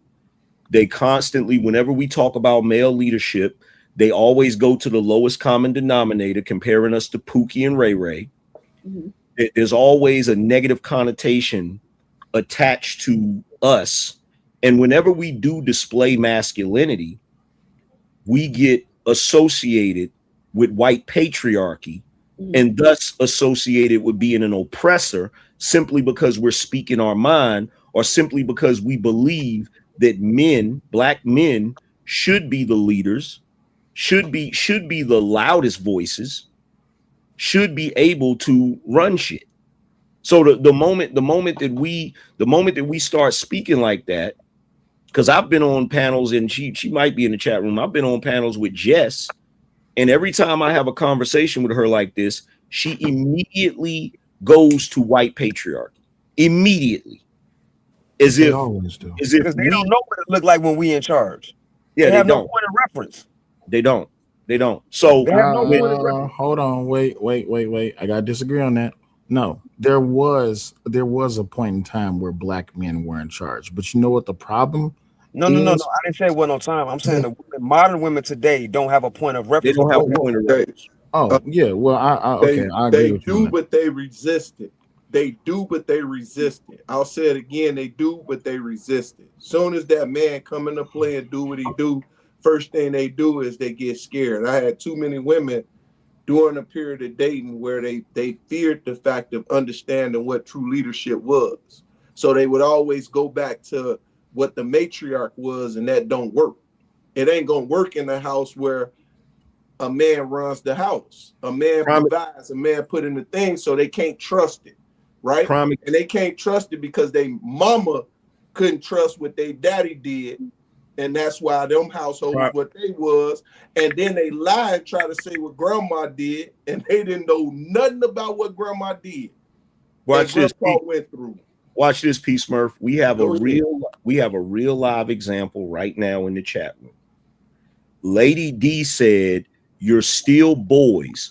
What can you do besides make a baby and not take care of it? You've done it for centuries." That's a prime example. Centuries. I ain't even want to bring that up, angry man. I ain't even want to bring no, I'm gonna bring it up. I don't think that's fair because I think she's dead wrong. Right, I'm gonna say right now that she's dead wrong. Example. 1 second, thank you. I think she's dead wrong, but there's been multiple men in here calling me hoes. There's been men saying that I need to go in the kitchen and bake a cake. There's been men in here talking about my weight and my appearances, and I don't think that is a necessarily a mirror of y'all, right? So if we're gonna talk about the comments, you know what I'm saying, as an amalgamation of like what society is, then we can talk about all of it. I mean, that's why I didn't want to go there. Wait, that's what I'm didn't saying. want to go there. Mr. Smurf. Exactly. That's what I'm saying. That's why I didn't. I wanted to. No, but we can just no, P Smart. We can't let her go with that because that's a part of society. No, we can just look at society. Kiana's being disingenuous, P Smart. She's trying to act like that's not representative of society we live in. I didn't say it wasn't. So no, I didn't want to. I didn't want to pinpoint that one individual, but we can pinpoint society in general because that one individual, once again, mindset is blown. So once that person's mindset is blown, I can't even give them power with that such. Now, that's the mind state of the majority. I do think there are harmful rhetoric against Black men, right? I have said time and time again that when women say, like when we were talking about the whole bisexuality thing, when women go for the low blow and say, oh, well, he messed with me, so now I'm just going to call him gay or I'm going to call him whatever. I think that's bogus. I don't agree with none of that, right? Kiana, let me ask you a question when you were very quick. Mm-hmm. Should Black men defend themselves? Yeah. They have the is right there a specific way that Black men should defend themselves? Absolutely. What's the specific I think there's a way for everyone. I got you, but I'm just talking about Black men. In your opinion, what's this very specific way that Black men should defend themselves? I don't have a specific the way right now, but I think any way that doesn't harm Black women or the Black community, I feel like that is how you should defend yourself. Wait, so you just went right into the play what they stated earlier. First thing you said was the Black, as long as they don't mess with the Black woman. Hold on, that's exactly what they talked about earlier, sis. But you had a Freudian slip. It's no, okay. I just misspoke. Okay. So here's my further. You said as long as it doesn't affect the Black community, right? Harm. As long as it doesn't harm the Black community. So the Black community is harming the Black man. How can he defend himself? That's not the question, y'all. That's not the question y'all should be asking. What's the question I should be asking? The question you should be asking is this: do you believe, Kiana, that Black women should defend themselves? Yes. How? What does that look like? It doesn't harm the Black community. Or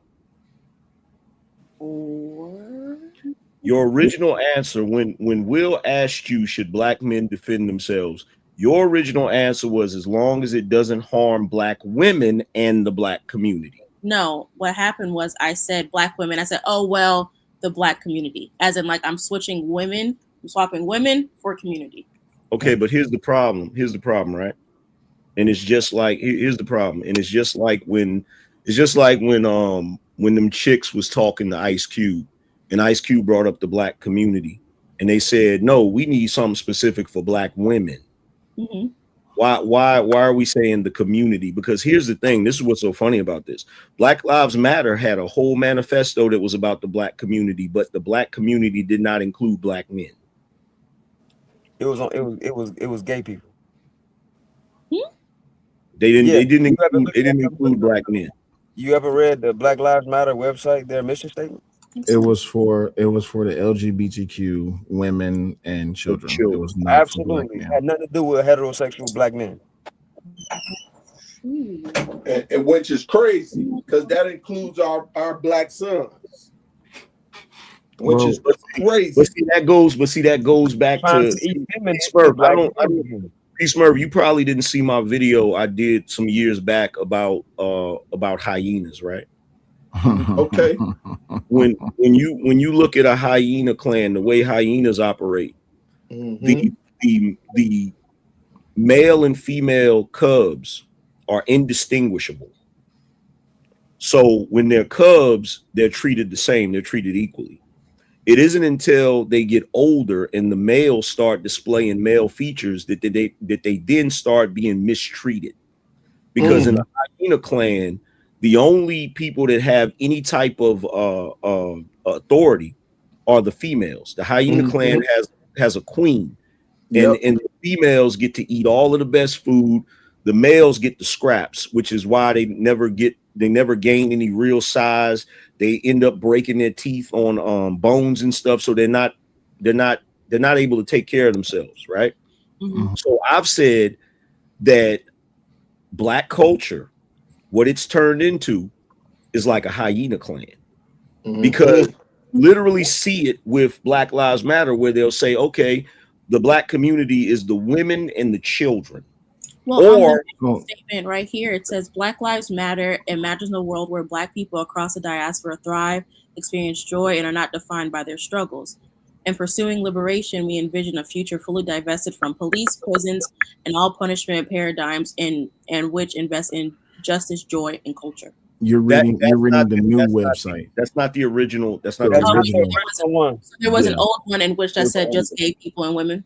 Yeah, they updated it. Yeah, they updated it. So and they updated after we started. After a lot of us guys on the internet started calling it out, they then went back and updated it. So the original problem with the original mission statement was, because you got to remember where all of this really kicked off. This is prior to the Rainbow Coalition and the Brigade of Gay Frogs, before they came in and they adopted and took over the whole entire Coalition about gay people. I said Rainbow Coalition and the Brigade of Gay Frogs. I'm being careful how I protect. Yeah, he's only saying Rainbow. He's not talking about Jesse Jackson's Rainbow Coalition. Oh, like the Rainbow Coalition is about gay people. Yeah, he's saying Rainbow Coalition because the rainbow represents them. That's all. What I'm doing is I'm protecting Trey's platform. So the thing is, prior to them coming in and adopting and taking over the whole if you actually remember, the original Black Lives Matter movement actually had good intentions, but it was once they allowed themselves and they gave themselves up to the Rainbow Coalition and the Brigade of Gay Frogs, it just went away and it changed. The original mission statement of Black Lives Matter was actually supposed to be a good thing for the Black community, but they gave up on it. Because why? Black men start speaking out and saying, hey, if y'all are really about this thing, then hey, we have great ideas that can really put us back in a position to where we can win as a community. But you know what happened? They start bringing up all of the old stereotypical tropes, all of the regurgitated straggle babble. They start bringing all of that up again. They start referring to all of this media, all of these blaxploitation films, all of these different things that have happened since the 40s, the 50s, and the 60s.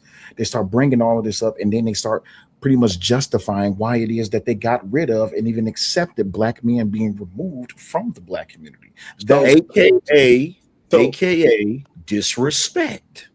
So it says it's aimed to amplify the experience of Black women, queer, trans, and disabled people, focusing on intersectional justice and Black liberation. And that was the original. It treats us. This is the most. My bad, Kiana. You can go right after it. What's disgusting about it, or disgusts me about it, is the moment that Black men begin to enjoy enough freedom to where we can actually run our own households and be our own men in an age where Black fathers are the most present in their children's lives. Absolutely. The moment that took place, all of a sudden now, the entire concept of a male patriarchy is dangerous, because if us Black men start to have a patriarchy, we're gonna act like the white men. They even did an article a while back that I did a show on. A lot of people did a show on it. There was an article they put out. It said Black men are the new white men of the Black community. Mm-hmm. You saw that article, right? That's what I was just talking about. So here's the thing you're leaving out, Angry Man. there was another component to that. One of my favorite YouTube channels that I just stumbled upon, David Hoffman. He's a documentarian. He's a editorial. He's an author. Great guy. He actually has old school videos of how all of these conversations was taking place. The conversation that we're having right now, this is not a new conversation, right? This is a conversation they was having back in the 50s and in the 60s.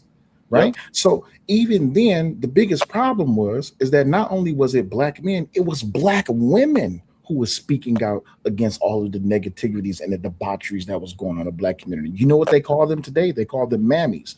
Oh, y'all pick-me's. Y'all just doing that because y'all want to be chosen. How is it that a very specific group, a subgroup within the black community is mad at black men and black women wanting us to get back to our original position of power and glorification within our own community, because the black family unit is what's going to strive this community to where it needs to be. But then you have these people who wish to dehumanize them and demonize them just because they believe in a strong family unit, which is mother, father, and children. And the father is the leader, but they're afraid for black men to lead because they are traumatized by what the white patriarchy did to them. This is why even online today, as you hear black men speak out against these things, they say, oh, you're just practicing white supremacy. How am I practicing white supremacy? Yeah. Ridiculous. Yeah. And look, here's the thing, right?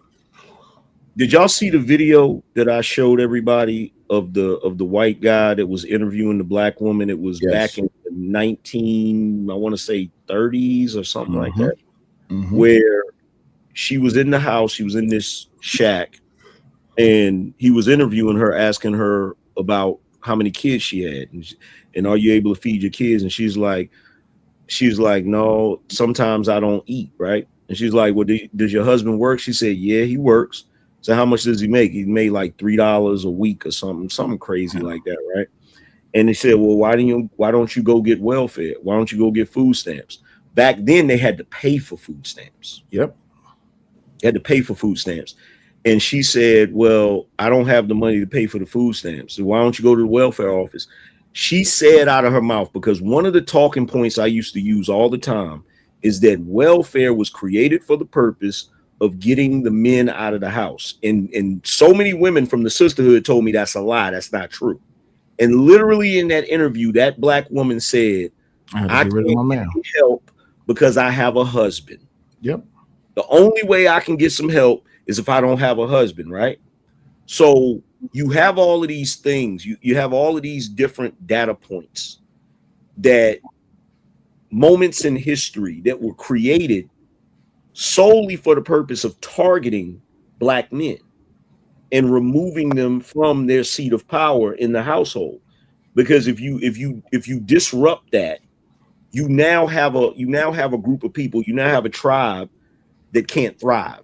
You have a tribe that can't grow. You have a tribe that can't compete with the rest of the tribes of the world because of that discrepancy. Thanks. And you know what? Like the really crazy thing is, like, when you really pay attention to how all of this is really being superseded and regurgitated, and how black men are constantly under attack. Look at the black church. No one wants to call out the black pastor, but that's where one of your biggest problems resides at. Yeah, we call their ass out all the time, bro. People call them out. That's why the black men call them out. I'm gonna say that men call them out. Now, when it comes to our women, that's a whole nother story, right? That's why a lot of the men. That's the next best thing to God to them. That's why a lot of men don't go to church. That's why a lot of the men have left the black church. Is there a I don't appreciate being called disingenuous. I don't appreciate that. I know you don't, but I don't appreciate that, only because I am not like that. That honestly is very disingenuous. And that's what I'm talking about. So if we're talking about respect, and I'm saying that I don't appreciate being called that, and he says that, and then y'all laugh, I don't feel respected. Okay, but here's the thing. Go ahead. Justify it. Go ahead, sweetie. No, I'm not justifying anything. What I'm pointing out is, when we're talking about respect, right? We're talking about a lack of respect, right? Black men are the only group of men, and when I say black men, I'm not talking about Nigerians, I'm not talking about Jamaicans, I'm not talking about Haitians, I'm talking about Black American men, right? We are the only men that are under a 24/7 attack to emasculate us. 24/7. We're the only group of men that are not allowed to be the head of our community. If you go to Asia, the top man in Asia is an Asian man. If you go to Nigeria, the top man in Nigeria is a Nigerian man. If you're here in America, the top man is not a black man. Absolutely. Not even in his household, which is problematic. The only reason when you look at the Irish, you look at the Italians, you from New York. When you look at them when they first migrated here to this country, right? There was a time where the Irish were not the top man. Right. But they were still the top man in their household. We're the only ones that haven't been able to enjoy that. And if we did, it was only for a short while. It was for a short period, right?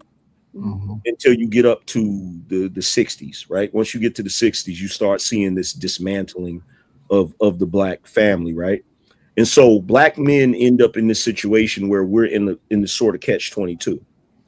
We're not being respected in our communities.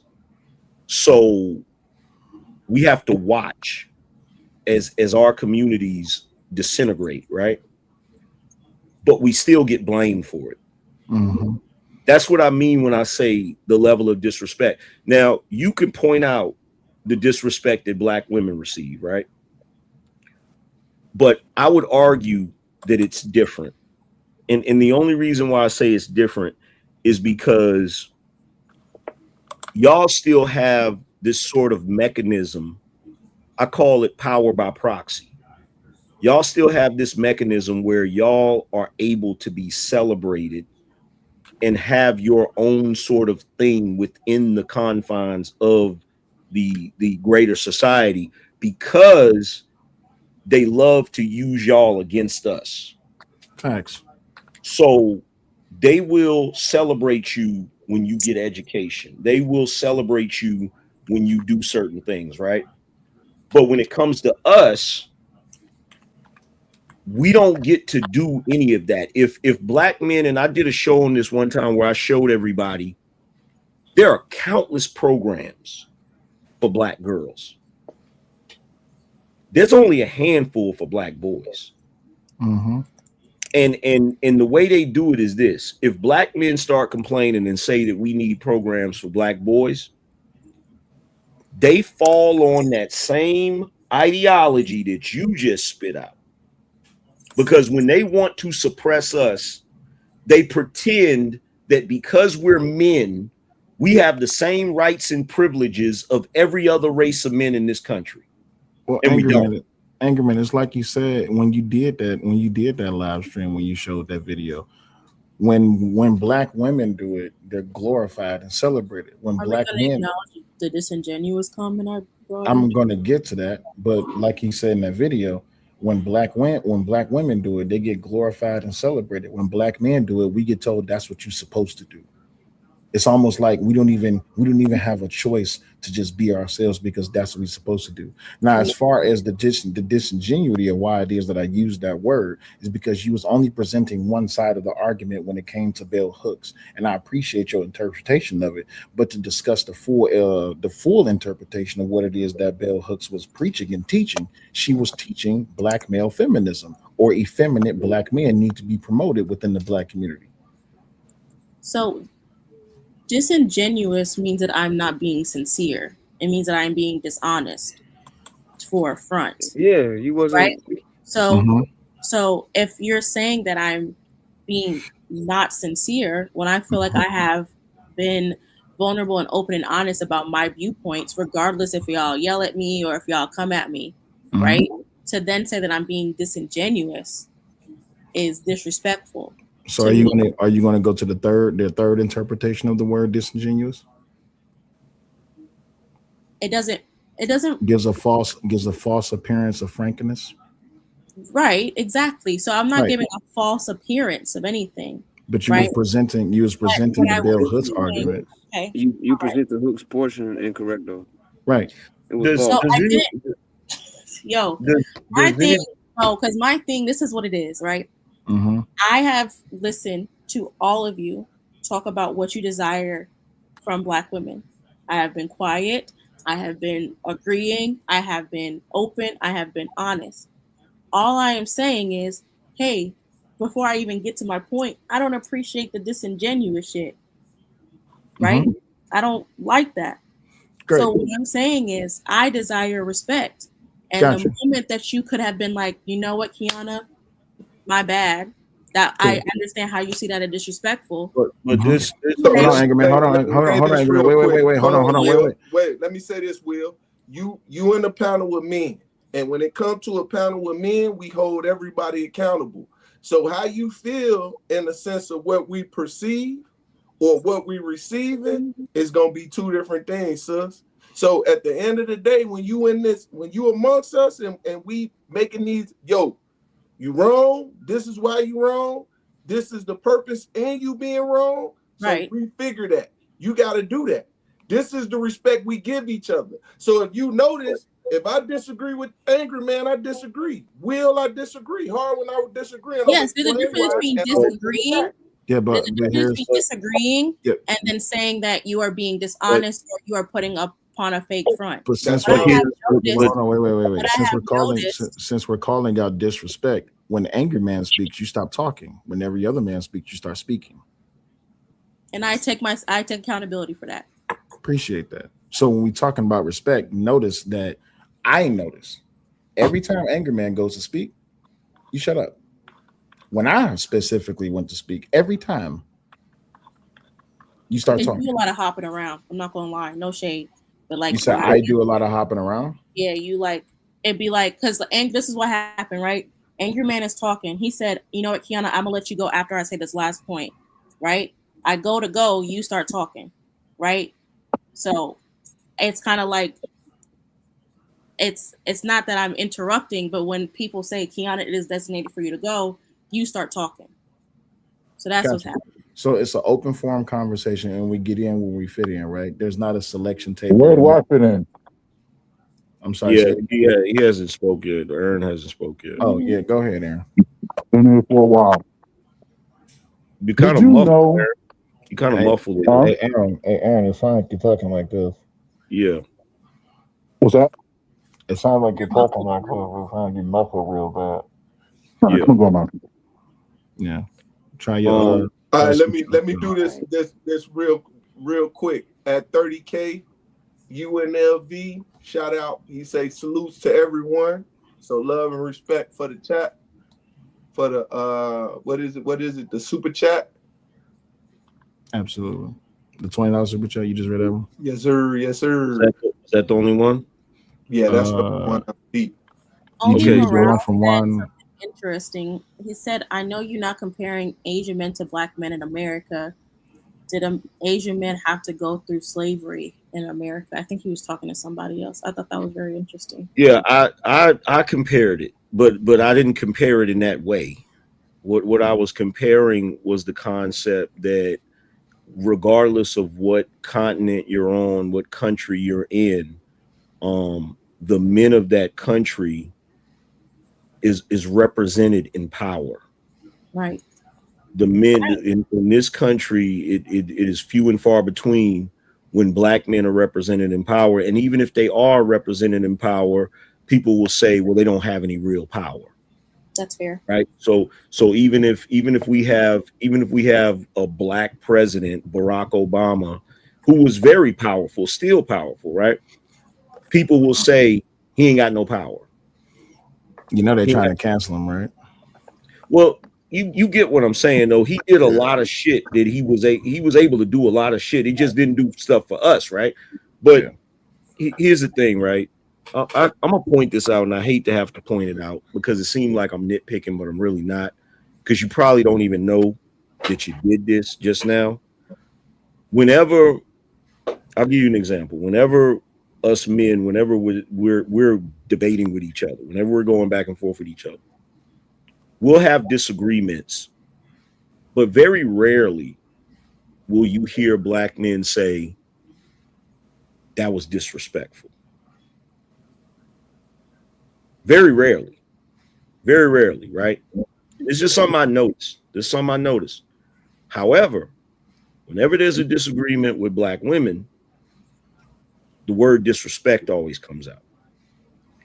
And I think, and this ain't your fault, this is just the way our culture is set up. I think the way our culture is set up, respect is paramount to black women. So anything they perceive as disrespect, they're going to say, well, that's disrespectful. Don't disrespect me, right? But the men, black men, are so used to being disrespected that it's almost like a given, to where black men, when they're actually disrespected, they never say, yo, fam, that's disrespectful. Don't talk to me like that. Have Will and Peace Murph, have y'all noticed that? Always, yeah. But you know what? It's almost secondhand nature, because you know why? And I hate to even say this because it's almost a truth. We're so used to being disrespected, it's almost like breathing. Yeah, we just keep going. We just like you just keep it pushing, right? Respect, because you said that what you desire as a black man is respect. I know. Right? So I brought up disrespect because you brought up respect first. My question is, go ahead, sweetie. No, but that's why I was saying that. That was an example of what I was talking about. Not that you did something wrong, just that black men are so used to being disrespected that when we're having back and forth with each other, even if we get disrespected, we never bring it up. Why? You feel what I'm saying? Huh? Why? Because we're so used to it. I think you deserve to bring it up. I think you're right. I think you deserve, if you feel disrespected, if it's amongst your peers, to say, even if it's me, hey, that was disrespectful.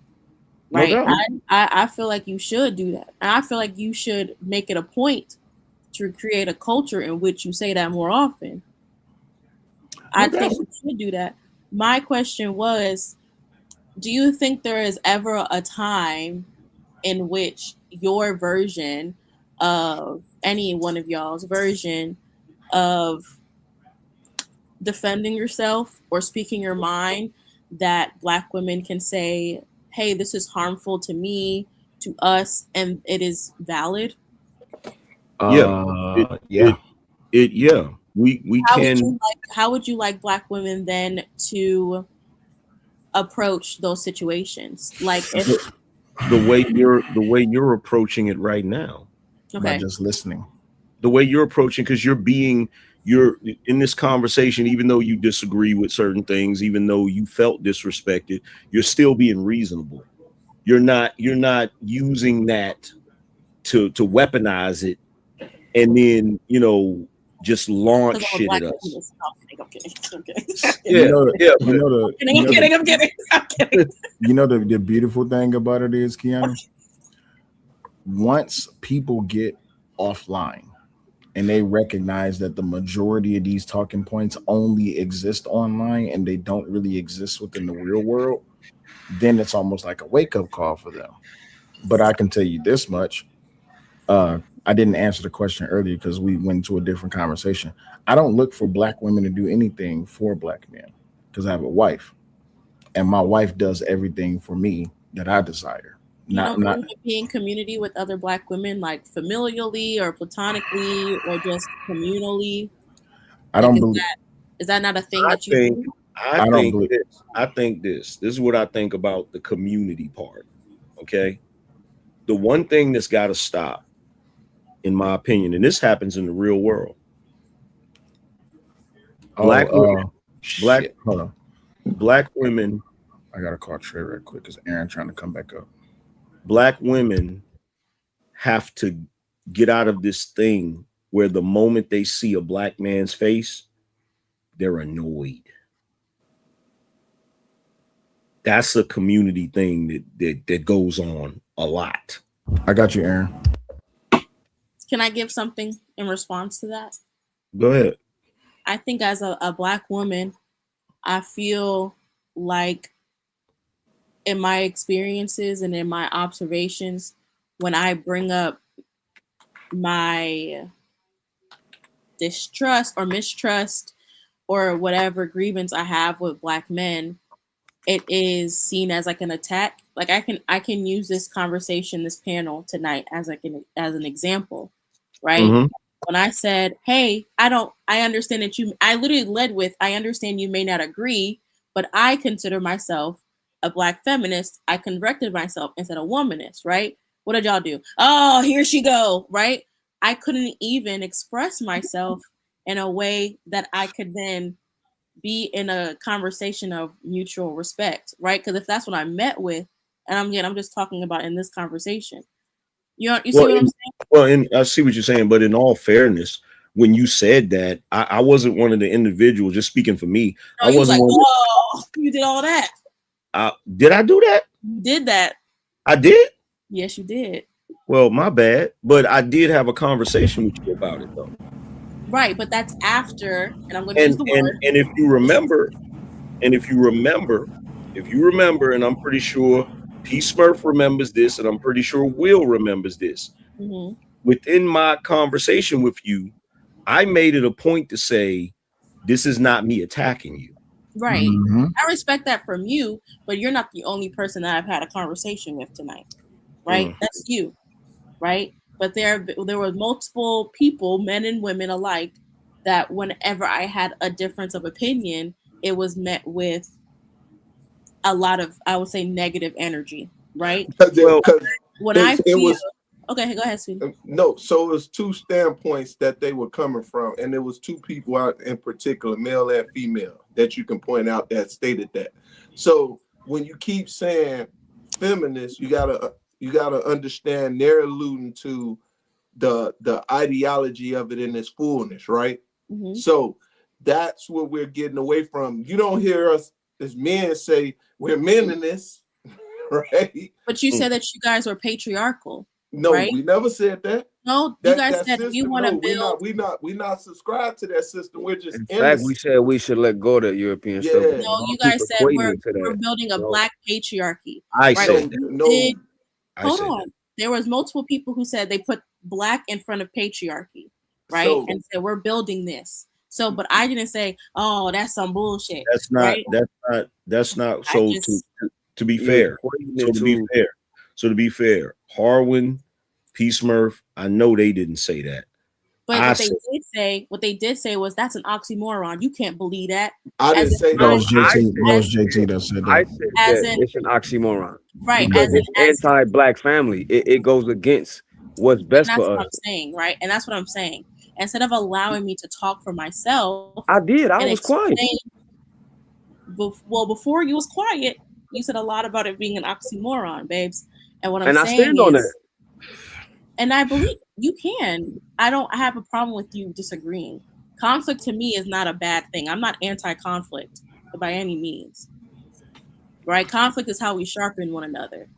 I don't mind that. Well, here's my thing, right? I think Aaron was trying to get in because I think he needs to check his microphone. Hey, Aaron, can you come off mute right quick? Yeah, can you hear me?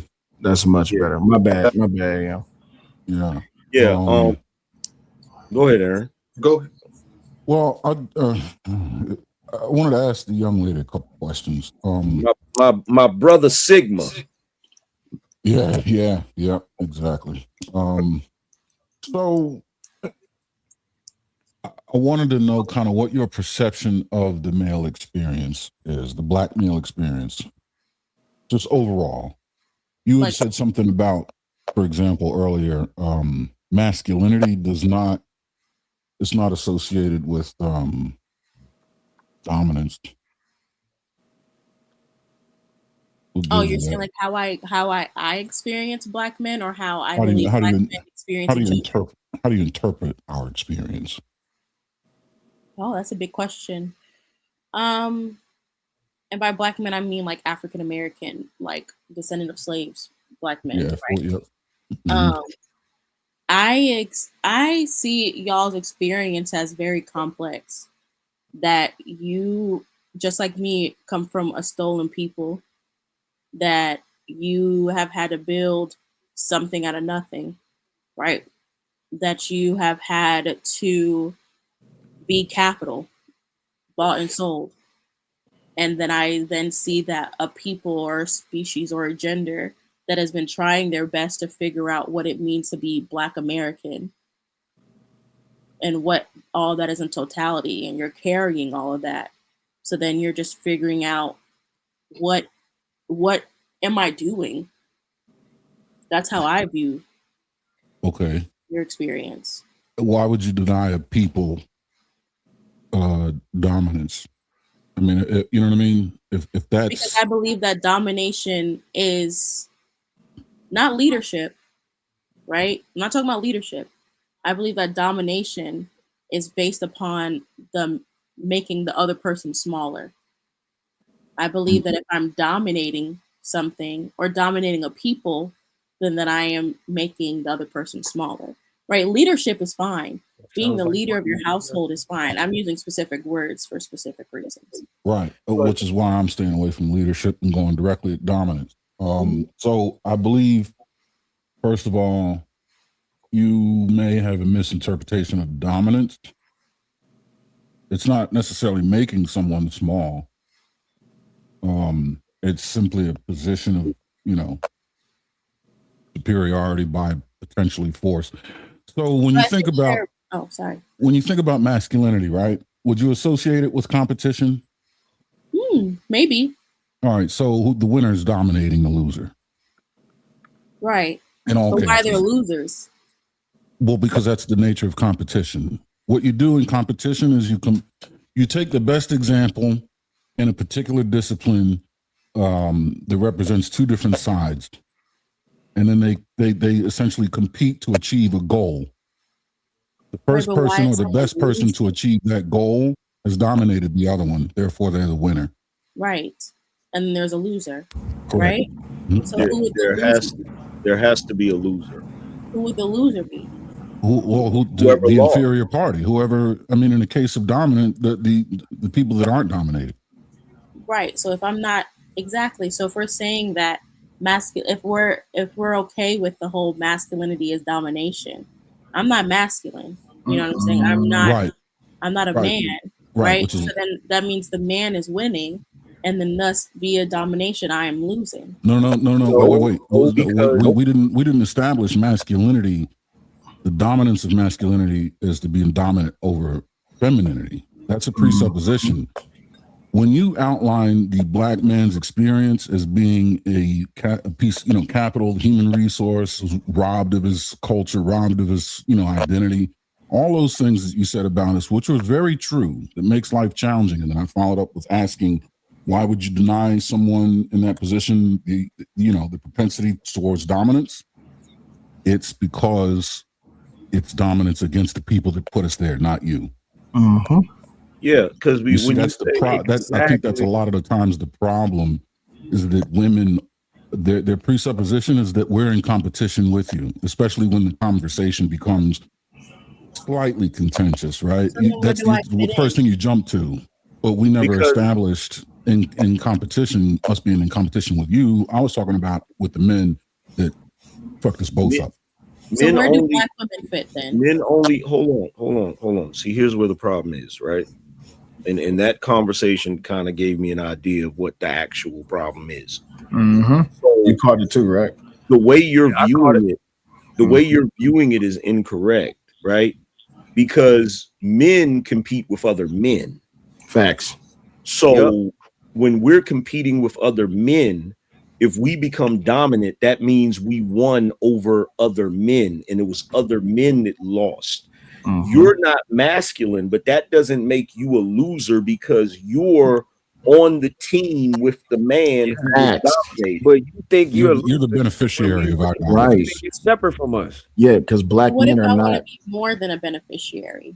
Black men aren't competing. Well, then you would have to be able to dominate me if you want to contribute to the process of dominating. You'd have to be able to dominate on a level that competes with my ability to dominate. Otherwise, you're just getting in the way. You can't. Well, here's the thing. When you say, what if I want to be more than a beneficiary? Then you have to have the capability of competing with the other men that we're supposed to compete with. Facts. And hold on. Let me say this. And you can't, which is the main reason why the black community is dead last. Come on now. The black community is dead last because women want to be more than a beneficiary in our culture, but they don't realize that they don't have the ability to compete with the other men of the other tribes because you've been tricked by feminism into believing that you're competing with your team leader. Exactly. I don't believe I'm competing. I just don't desire to only be a beneficiary. Okay. Let her finish. Hold on. Let her finish. I want to know what you want to be. Yeah, let her finish. I am a woman of action, right? I believe that if this person or if this part of the community is the team lead, then I don't desire to just be a beneficiary. You know who you are? You know who you are? You know who you are? You're Scottie Pippen sitting on the bench because they wasn't going to pass you the ball. But I think any way, I don't like necessarily that every time we're saying like, the problem with the black community is black women, and I don't necessarily agree with that, and I feel like that's foul. You're displaying. Let her finish. Let her finish. How am I? Yeah. What is it? Hold on. Yeah. Gotta let her finish. Hold on. What is it that you want to You're saying the issue with the black community, the reason why we are in the place we are in, is because of black women. Yes. And, so because black women do not want to be a part of the team with black men. Y'all want to compete. That's why. No. I think we got to get an answer to because she said she didn't necessarily want to be in the fight, but you wanted to not just be a beneficiary. So if you're not in the fight, and you're not just a beneficiary. What is it that you would like? They're blaming black women. No, we're not. We went too far. Wait, hold on, y'all. Hold on. Before she begins to do that, and y'all begin to do what men do, which is try to give some sort of comfort or console, I'm standing on that. I'm blaming black women, and I can substantiate it. Wow. And I can substantiate it. And here's the thing. In this moment, you are about to display the very thing that I'm talking about. Whoa. Because in this moment, you can either do one of two things. You can either hear the logic as to why I'm blaming black women, or you can just be offended that I'm blaming black women. Not offended. No, you are, sis. You're offended. Let me say this. Let me say this. No, right? I'm definitely flabbergasted. I'm definitely shocked, but I'm not offended. You know why though? Listen, sister, when you become an agent, when the woman becomes an agent against their own people, listen, we understand how you became that way by adopting the ideologies. But at the end of the day, you're being an agent against your own people when you're doing what you're talking about. Gotcha. See, I so try I'm not to go this route. I'm definitely me neither. shocked what it because is. I didn't think it No, would that's not what I'm talking about. But I would never blame black people for why we are the way we are or where we are the way we are. I do. Yeah, that's because you don't want to call out the problem for what it is. No, it's not about that, right? That is I think a tree has many parts. I think it has leaves. I think it has branches. It has a trunk and it has roots. But if something is cancerous, do you cut the cancer out? Yeah, but can I finish what I'm saying? Absolutely. But what I'm saying is that if we are dented, look, listen, I'm trying to be as calm as I can about this. Every time everyone else speaks, you get quiet. Is it a problem with me? No, I was just talking. Yeah, but when someone else jumped in, you start talking. But when I start talking, once again, you did it again. Because you're trying to ask a question. I'm not trying to ask a question, but when everyone else jumped in to make a statement, you got quiet. But when I start making a statement, you want to call me out. Because it's just continuous. It's continuous. Yeah, but here's the thing. It's only with me. Okay, so is there a problem with me? I'm asking. No, I don't know you. You don't know nobody up here. Right. So why would I have a problem with anybody? Exactly. So why do you only single me out? I don't. But you can But continue. yet you keep doing it.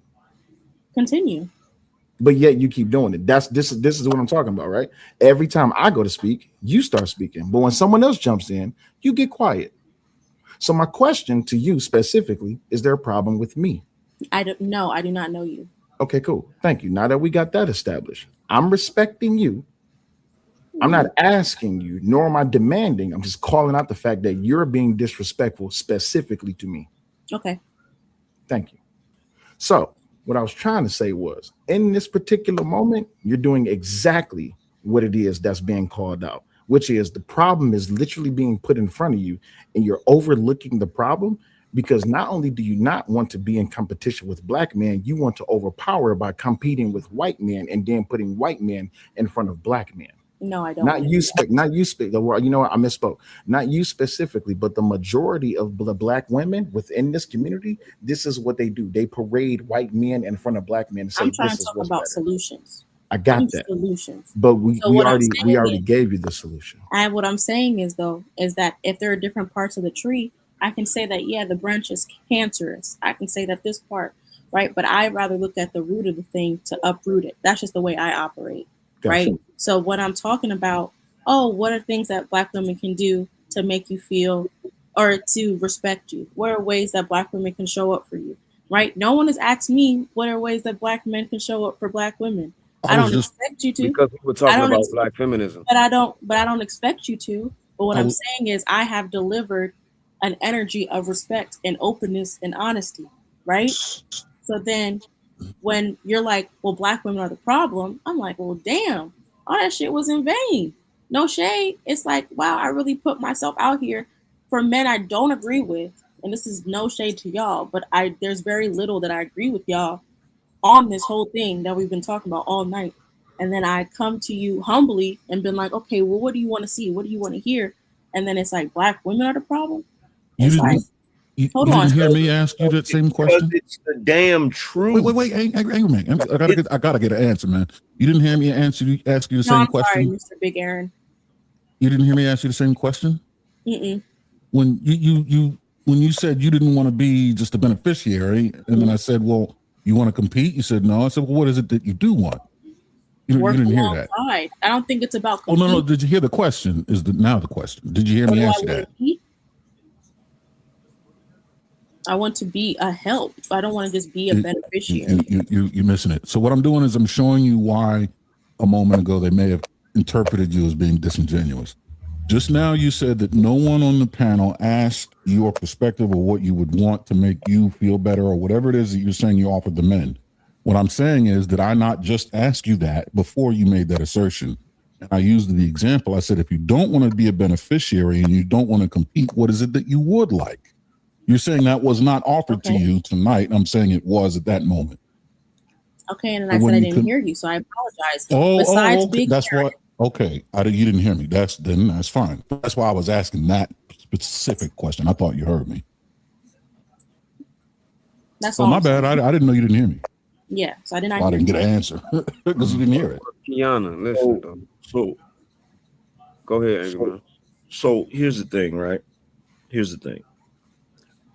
When black men were told that they were failing as fathers, you know what black men did? They solved the problem. They stepped up to the plate and they solved the problem. They didn't get offended by it. Some may have, but they wanted to solve the problem.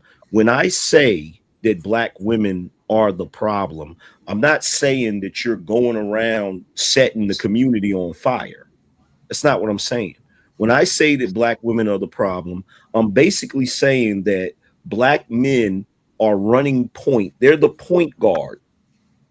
You have a position on the team that you refuse to play because you want to be the point guard, but you're not in the position to be the point guard. You're not in that position. So when we talk about other groups of people, the difference between y'all and other groups of people is that the women fall in line behind their men and play their position, and their men lead. And because their men are in that position, they are able to compete with other men on a global scale. We're not able to compete with other men because how are you going to compete with anybody when your house ain't in order? Right.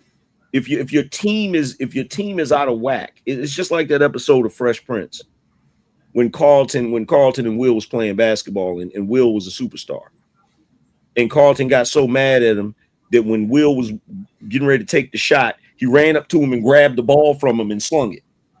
That's what y'all be doing. You grab the ball and you sling it. And it's like, when you ask, what do the men want? What the men really want is what you said, which was a help. But what does help look like for you? That's my question. I'm gonna be honest with you. Okay. I'm gonna be honest with all of y'all. I don't have any more energy to give to this conversation. Because she's offended. No, I'm not offended. She's offended. I'm not offended. Yes, you are. Not offended. Yes, you are. I'm not. If I'm telling you I'm not something, that it is not for them to you. Just because you tell me something don't mean it's true. That's very true. But what I'm saying is that it goes back to that disingenuous thing, right? If I've dedicated myself to be honest and open and transparent, and I'm saying I'm not offended, I would think that I have had enough trust to then use this also as a opportunity to be honest, open, and transparent. And just like Will said, we do not have a space where we are safe. We do not have a space where we can be vulnerable. We do not have a space as Black men where we can be honest. Because the moment we get to the truth of it, when we get to the crux of the matter and tell the God's honest truth about it, y'all get offended, and then you do what you're getting ready to do right now, which is shut down. I'm literally expressing myself. That's not shutting down. If I'm expressing, that's not shutting down. It's quite the opposite. What I'm saying is you don't have any more to add to the conversation, though. That's like telling us you're about to shut down. Well, if you let me finish, I can tell you exactly what I'm about to say. Okay. Thank you. There's the disrespect. How is that disrespectful? Okay. Where is the disrespect? It's what I'm saying. I apologize if I'm being disrespectful. No, just go ahead. Because go ahead. Okay, thank you so much. What I'm saying is that regardless of the disagreements, I have felt a crumb of safety, right? Because like you all can't physically harm me because you guys are like on my screen, right? But now what I'm seeing is that if I am seen as a problem or if I'm seen as a blame, right? And because I am a Black woman, last time I checked, you know what I'm saying? If I'm seen as something to blame for the reason why Black men are not able to get ahead, then I don't think it is my place to be on this panel like ever again. You know what I'm saying? Because the last thing I would want is to hinder a space that is supposed to be safe for you, right?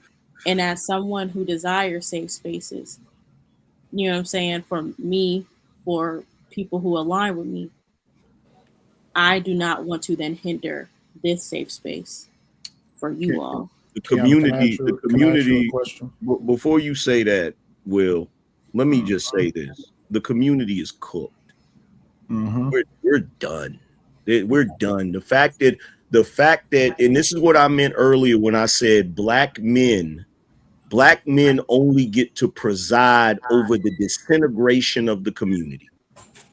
Because the moment that we're like Superman in that damn movie where he has to stand in the courtroom and watch everybody burn.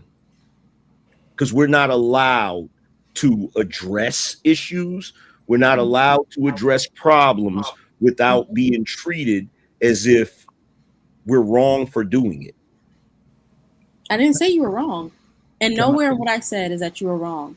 And nowhere that I said that you were It doesn't matter. It doesn't matter. It doesn't matter. If I'm on a team, and I know that I have the capability of leading the team to the championship, right? And you're on the team and you're problematic because you refuse to play your position, and right. I and the coach or whoever says to you, yo, you're actually the problem because you're not playing your position. Well, you know what? I'm just gonna quit the team. Did I say I was quitting the community? You said you was quitting the panel. You said you quitting the panel. So the panel is not the only way in which I am inactive in my community, right? So this panel is not the only way in which I engage with conversation is representative of the community. This conversation is representative of this community. It is the microcosm of the macrocosm. I wholeheartedly agree with you. But what you guys have said is time and time again is that, Black women are the reason why we're not the way where we need to be. Can right? I ask my question? Oh, yes. I'm sorry. My question is simple. Would you say that you represent the majority of Black women? I don't know. I'm asking you, in your opinion. I don't think so. I don't think about myself that way. Okay, so why would you think that the comments and the rhetoric that we're spewing tonight is about you? Because you said Black women. Yeah, but earlier we was having a conversation about Megan Thee Stallion, and we was talking about Black women, and you and Summer made it a point to point out that you didn't fit into that category of Black women. Facts. Right, but I think there is a line in which if I consider myself in community with Black women, being that I am a Black woman, there is some part, and I said this earlier, that there is some part. This is the Black feminist Don't coming do it. up. Don't do it. Please don't do it. Please don't do it, Kiana. Because you're just about to separate yourself from us and making it about feminism again. No, I wasn't. No, not even Harwin. Not even that. It's very frustrating that when I'm saying things, it's Kiana, you're about to say, and it's like I would just love to just say it. Harwin, I'll be quiet. Oh Harwin, my God. that's not what the problem was. The problem was what I was going to say is that it's very frustrating. So what I'm saying is that I don't see myself separate from Black people. I don't see myself separate from Black women. I don't see myself separate from are Black men separate? But you know you no, separate. I don't think Black men are separate. But you know you separate yourself when you said I'm a feminist, right?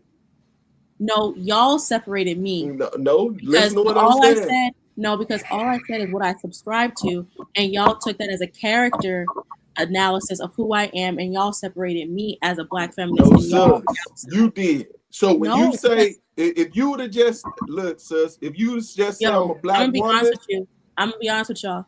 I love y'all. I love y'all. I love you. I see you. I desire the best for you. I wish that you get all the happiness in the world that you desire. I wish that you all have a safe space, and I wish you all get the thing that you need as a Black man. That's all. That's all. Can I leave it at that? Have a good night. I'm not leaving. I'm just saying. Oh, okay, cool. I just It sounded like you was leaving. I do have work. I'm a teacher. We got women in the chat like Dina Forbes that's saying she basically don't even want to be on the team. So can I? That's Dina. Listen, and guess I know what? I'm not. Listen. I've been quiet since I let you talk. I've let everybody. I've been quiet. Like, go ahead, darling.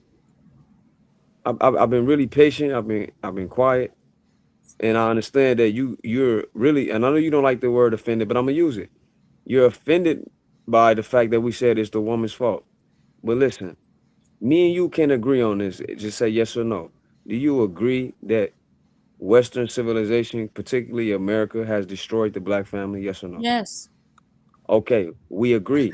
Now, so we all are. Listen to me, yo. That's what I'm talking about. Yo, just listen, That's man. what I'm talking about. Because they be laughing. That's what I'm talking about. I'm not laughing at you. Because it's really frustration, though. It's like we laugh to keep from crying. Listen, listen, Kiana.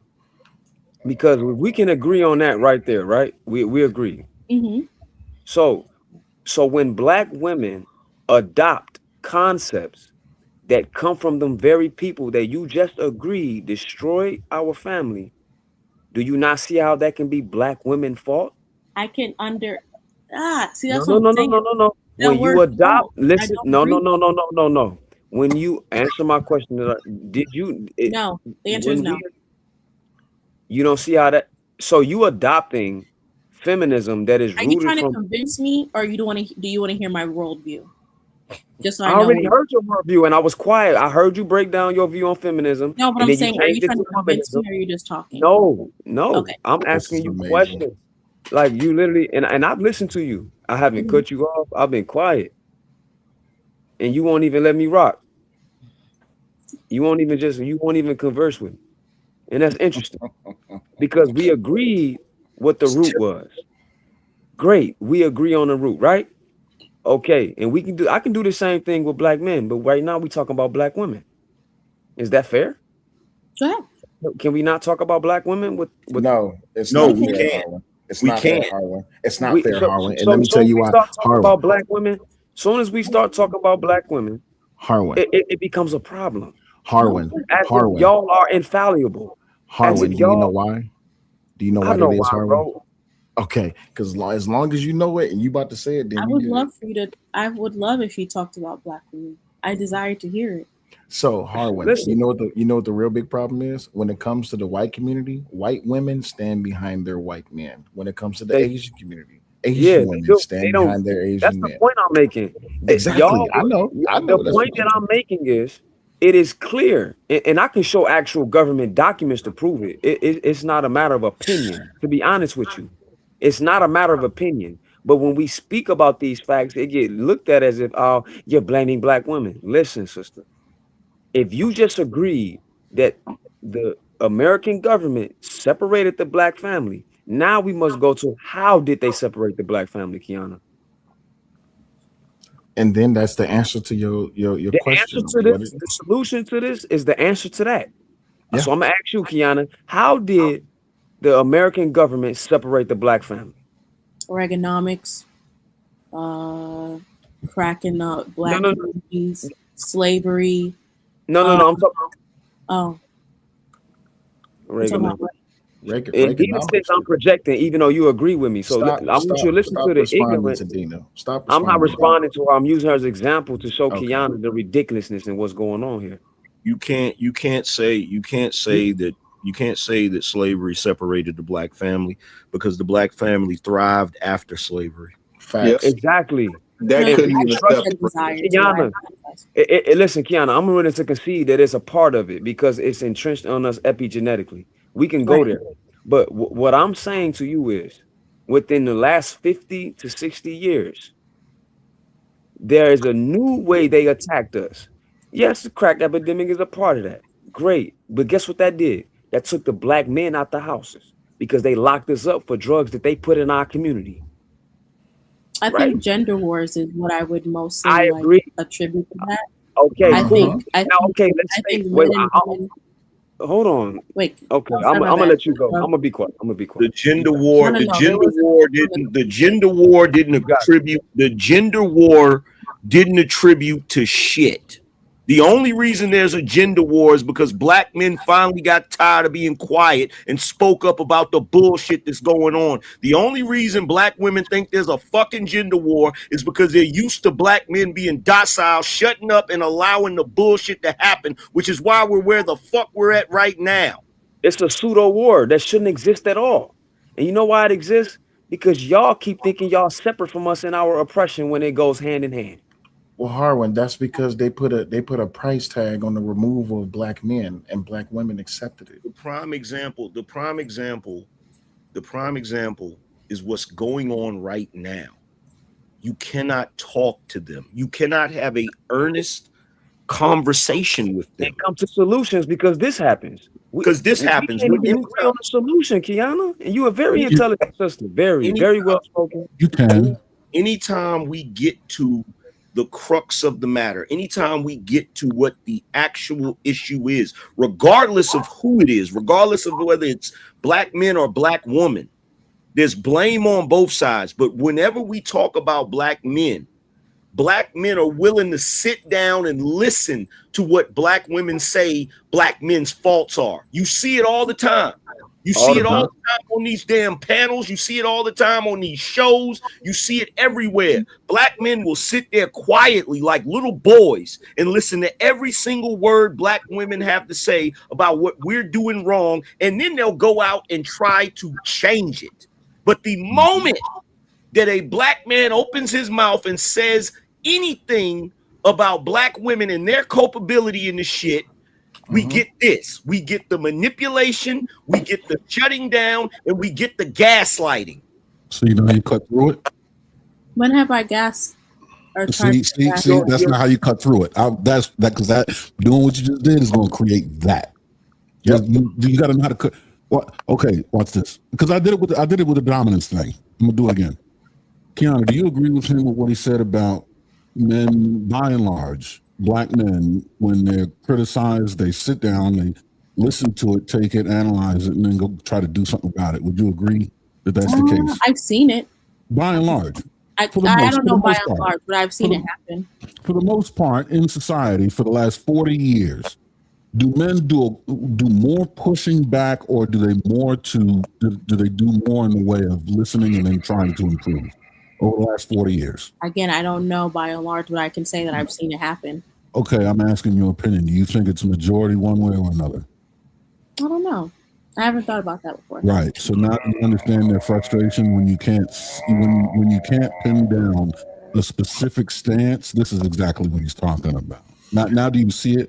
No. Like, rather than hitting you with a hammer with it, I can just show it to you by what you're doing by asking questions. You don't see how the inability, what you just did was showing us that you are completely out of touch with the male experience. The fact that you can't answer that simple question means you're not even paying attention to us, which is what's disheartening. That's the part that makes it women's fault, because you have no idea. You don't have any interest in even seeing what it is that we're saying or where it is we're coming from. Wouldn't you rather me express and be honest about me not knowing than me being like, well, no, and yes, yeah. I'm not saying you're wrong. I'm not saying I don't appreciate your. I'm not saying. Come on, Will. I'm quiet. You got to come on. Let me get some patience, man. Because she's cutting me off like she was cutting you off. You see it happening in real time, Will, right? Just work with me. So, yeah, I didn't say you were wrong. I didn't say I did nothing to invalidate your answer. I wanted the truth, and you gave it to me. I'm just saying, now can you see you're doing it again? That is why we have the perspective that we have, because we get answers like that. Where if you asked a man that same question, he would at least be able to give you a definitive answer one way or another, because he's paying attention enough to either be right or wrong. But the fact that you don't even know, what else can it say other than the fact that you don't even care to look? It's not about do I care to look. I'm saying that I'm not going to say a generalized answer. Only thing I can speak on is my observations. But what I said was, I have observed it happen. Yeah, more often or less often, your observations. You can surely answer that. More often. Okay. Like with people who I'm like peers with, like in community with, actually, not like on the internet. I'm not asking you to speak in absolutes, and I'm not asking you to be all-knowing. When I asked you your opinion the first time, it's based on your perspective. I can't ask you. You're not a machine. And my perspective of black men that I'm actually in community with, yeah, absolutely. More. That was always been my. Why would you think I would ask a question out of context from that? That would be unfair to you. Oh, sorry. Because to be honest, I feel like everything I'm saying is being put under a microscope to then represent, like Angry Man said, microcosm of the macrocosm. Oh, right. Okay. So I want to choose my words very carefully so that I'm not being misrepresented. I've been called disingenuous. I've been called all these things. So then why would you know what I'm saying? Like, I'm not just don't let me into that. Don't let me into those things. You don't know me, right? But people that do know, I communicate in very linear and direct. I don't play in the accusation. You know what I mean? I ask questions and then I deal with the answers to those questions. That's it, right? I don't really have an opinion or feeling. I'm not emotionally sophisticated at all. I don't care about that. Yeah, but you're not the only person on the panel. Maybe if I know. Well, that's why I'm telling you now. You know what I'm saying? Like, if I was talking to you one-on-one, I can probably see that about your personality. Yeah, understood. So now that you know going forward, that's who I am. So Now that you say that the majority, you would say the majority of the men you experienced align with what Angry Man just said. Now, can you say that the majority of your experience with women do the same thing?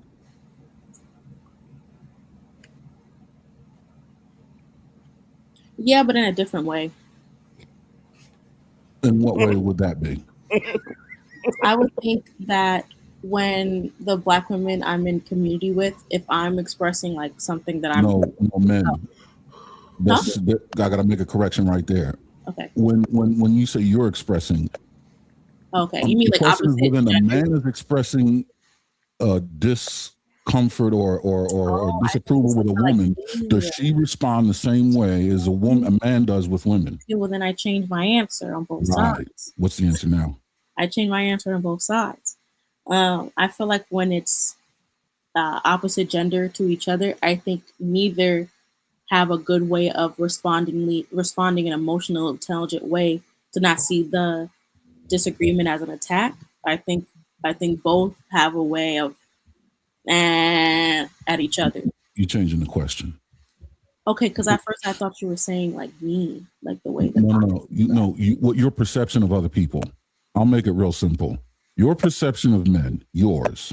Do men, when faced with criticism, receive that criticism and then go and try to change it? I don't like. Again, I'm not giving a definite answer on observations. People are. Then there you go. This is men don't communicate like this. Men don't view things like this, and right there is probably why you're gonna get some of the communicational. I'm confused on why the way I am answering questions is seen. This is a master class on classic textbook manipulation in a conversation. Yeah, exactly. I am experiencing, right now as we speak, I am experiencing PTSD from every argument about every topic that I've ever had with a ex-girlfriend. Right now as we speak, because what y'all do is you know what we're saying. You understand it fully. But because you don't want to be pinned down to a position, you play these games and all of this roundabout shit. And this is the reason why men get frustrated. It's whack-a-mole. P Smurf, can I pop off now? Now the questions I've asked is like playing whack-a-mole with you. No, this is crazy. It's a yes or no question. That's crazy. It's a yes or no question though. Can you see how been this confused ever in life? No. I'm asking you a question. Can you see how I would feel like it's playing whack-a-mole with you trying to get you to answer these questions? That's a yes or a no. Yeah, I can totally understand it. My gripe with it is that if I'm content, like I am here because I want to hear what you have to say, not because I want to talk, right? Because I ask mad questions, right? So if I'm literally here to listen, that y'all have applauded me about, and then when I'm like not answering the question exactly how you want to hear it, it's gaslight, manipulation. It's like why is there a character attack when I have shown over the last 2.5 hours to be genuine? No, that doesn't sound genuine that you're just here to listen, because if you were just here to listen, you wouldn't be worrying about whether or not we said things about women that were laudable or praiseworthy versus men. You said that earlier, that you were wondering why we would say things about men but not women. So do you want me just to listen? Is that what you want? No, that's not. I want you to do that. No, you said you were here to do that. So if you're here to do that, do that. But you seem to want to have input. Then I would just. But do you see how that could be seen as gaslighting? That which, once again, do you see? Because you just said you are here to listen, and then you're asking me, do I want you to listen? I'm asking for clarification. Do you want me to listen, or do you want me to be in the conversation? No. You said angry man. You were here to listen. You were here to listen, right? Wait. You said you're here to listen. You said that, and then you asked me after that if I want you to be here to listen. You don't see how that is goofy? How? If I'm asking, you told me why you're here, and you're asking me what do I want you to do here. Okay, that's like saying, "Wow, I'm really in the mood for Whataburger. I really want some Whataburger right now." If we're having dinner together, I'll be like, "Well, I want Whataburger, but do you want that? Are you in agreement with that?" That's not the same thing. Classic That's a false narcissism. equivalence. Classic narcissism. That's a false equivalence. Because the only reason you're asking him if he wants Whataburger is because he's eating Whataburger too. You made a statement. You made a statement that you were here to listen. That was your assertion. That was your own autonomy. You said you wanted to do that. That was your decision. But then you turned around and you asked him, you asked Aaron, do you want me to listen? So I'll just sit here and listen. Come on, you know what you're doing. No. Are you in agreement? Is that a better way to ask that? I don't care. How about that? I desire to listen. Are you in agreement? That's what nobody's trying to see. Here's the thing, and this is where this gets problematic. This is where this gets problematic. It's the victimhood thing. Nobody's attacking you. We're having a conversation with you. Okay? We're having a conversation with you. It's a spirited conversation, but it's a conversation. Nobody's making you do anything. You have your own free will to answer questions or not answer questions. But the questions that Aaron is asking you, they're very simple questions, very, very to the point questions, right? And Aaron's not the type of guy, he doesn't play little gotcha games and stuff like that. He's legitimately asking you questions to get your honest responses.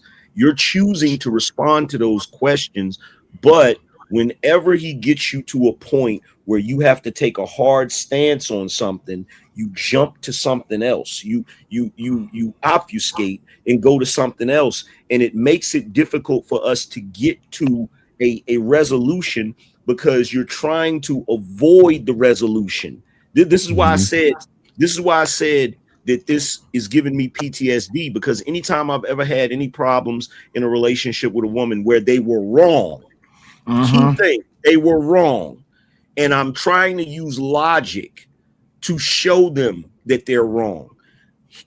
It's always, oh, I'm being attacked, or oh, this converse, I don't want to have this conversation, or it's all of these different things, and then we have to branch off into all of these other topics to where now I'm wrong because I said it this way instead of the overarching conversation that we're having. The entire point of this conversation is the fact that I made a statement. I said that women are to blame specifically because you guys don't understand the concept that men are competing with other men. We're not competing with you. You then stated that you don't want to be the beneficiary of being on a team where the man is the captain of the team competing with other men who are the captains of their team, and you receive benefits. You said, I don't just want to be a beneficiary. I then said, so if you don't want to be a beneficiary, then you have to have the ability to compete. You have to have the ability to be the team captain and compete with the other men of the other tribes that are team captains, but you don't have that ability. And that's the main reason why we are at rock bottom. You then got offended by that statement. And ever since then, we've been playing ring around the rosy about that part. Yeah. Even when I tried to break it down for you further, Kiana, you didn't even want me to dialogue with you. You was just dismissing what I was saying, even though you agreed that Western civilization was a problem, but you didn't want to see how it specifically became a problem when we were separated by them pinning y'all against us, thus making y'all agents against us. If we're not together on the same team, it's not going to work. And thus where we are. It's like if we was in the house right now. If we were in the house right now and you were cooking and the freaking stove and stuff caught fire. And I walk up to you and I say, oh my God, the stove is on fire. What did you do? Well, why do you think I did something? Why it got to be me? No, I need to know what you did. The reason I need to know what you did is because I need to know what type of fire it is so I can put it out. But instead of you just saying I did X, Y, Z, you want to blame me for blaming you. And then we get into this whole conversation. Meanwhile, the house is burning down. So when us black men are having conversations with black women. That's a great analogy. This is a trend that always happens. I appreciate it, Aaron. This is a trend that always happens when we're having the conversation with black women. When we say this is a problem as it pertains to your part, instead of us having a conversation about that and the solution to that, y'all take it as an attack, and the conversation becomes about our attack on you. The conversation becomes about our disrespect of you. The conversation becomes about why do we got to be the ones to blame? And then we get into that argument until we get exhausted, and then we just stop talking. And then guess what? We still haven't solved the problem. Haven't solved nothing. We can solve nothing. I particularly, this is why I hold the position that I hate everyone equally on the individual basis. I'm going to tell you exactly why. Everything that y'all have just witnessed within the past 11 minutes was complete narcissistic rage of why it is that this particular community that y'all keep trying to save will never be saved. It will never happen. It won't. For the simple fact that even when it comes to something so simple that has been introduced all of within the past 12 minutes, which was just base, simple logic, all of that went out the window. Every last bit of logic went out the window. This is why I asked the question. Go ahead. And that's why dominance exists. Because when it comes to the other groups of men, they're not going to keep having this conversation. Facts. They're going to tell their women. They're going to tell their women, you're either going to fall in line or else. Fact. But this system we live in took our dominance away.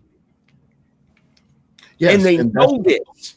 So because they know we do not have the ability to be dominant in our households, they know and understand if a man cannot be dominant in his household, he cannot go back and forth with that woman, because that woman is not going to allow him to use just his logic to get through to her.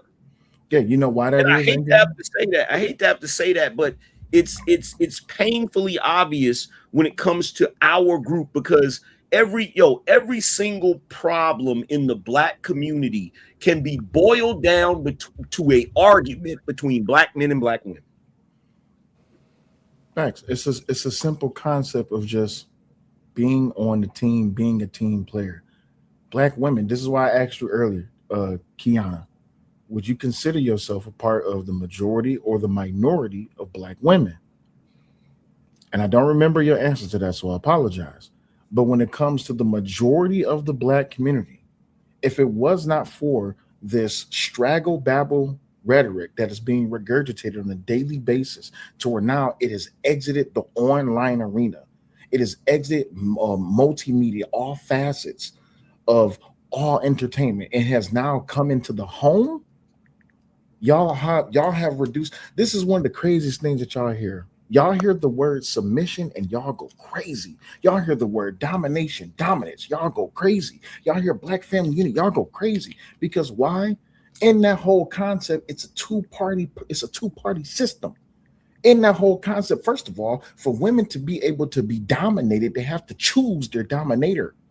They have to choose to be submissive. And these women don't want to be submissive. And it's nothing against what you're doing personally, but when we're talking about this core problem within the black community, about why it is that they don't want to accept something so simple as logic and accountability so we can be able to move forward, I understand clearly that it's not in my generation. I am going to see the complete, utter destruction of the black community because y'all don't want to do that. Y'all don't want any type of progressive evolution to where the black community, black people as a whole, get back into the position that we deserve to be in, the one that we left behind. But the problem with submission, when they hear the word submission, they hear slavery. When they hear the word dominant, they hear oppression. Just because a man is dominant does not mean he's going to be oppressive to his woman. It does not. It doesn't mean he's going to be oppressive to his woman. And see, the crazy thing about this, right? I remember I was in a relationship with my kid's mother, right? And I kept trying to point out what she was doing that was causing problems in the relationship.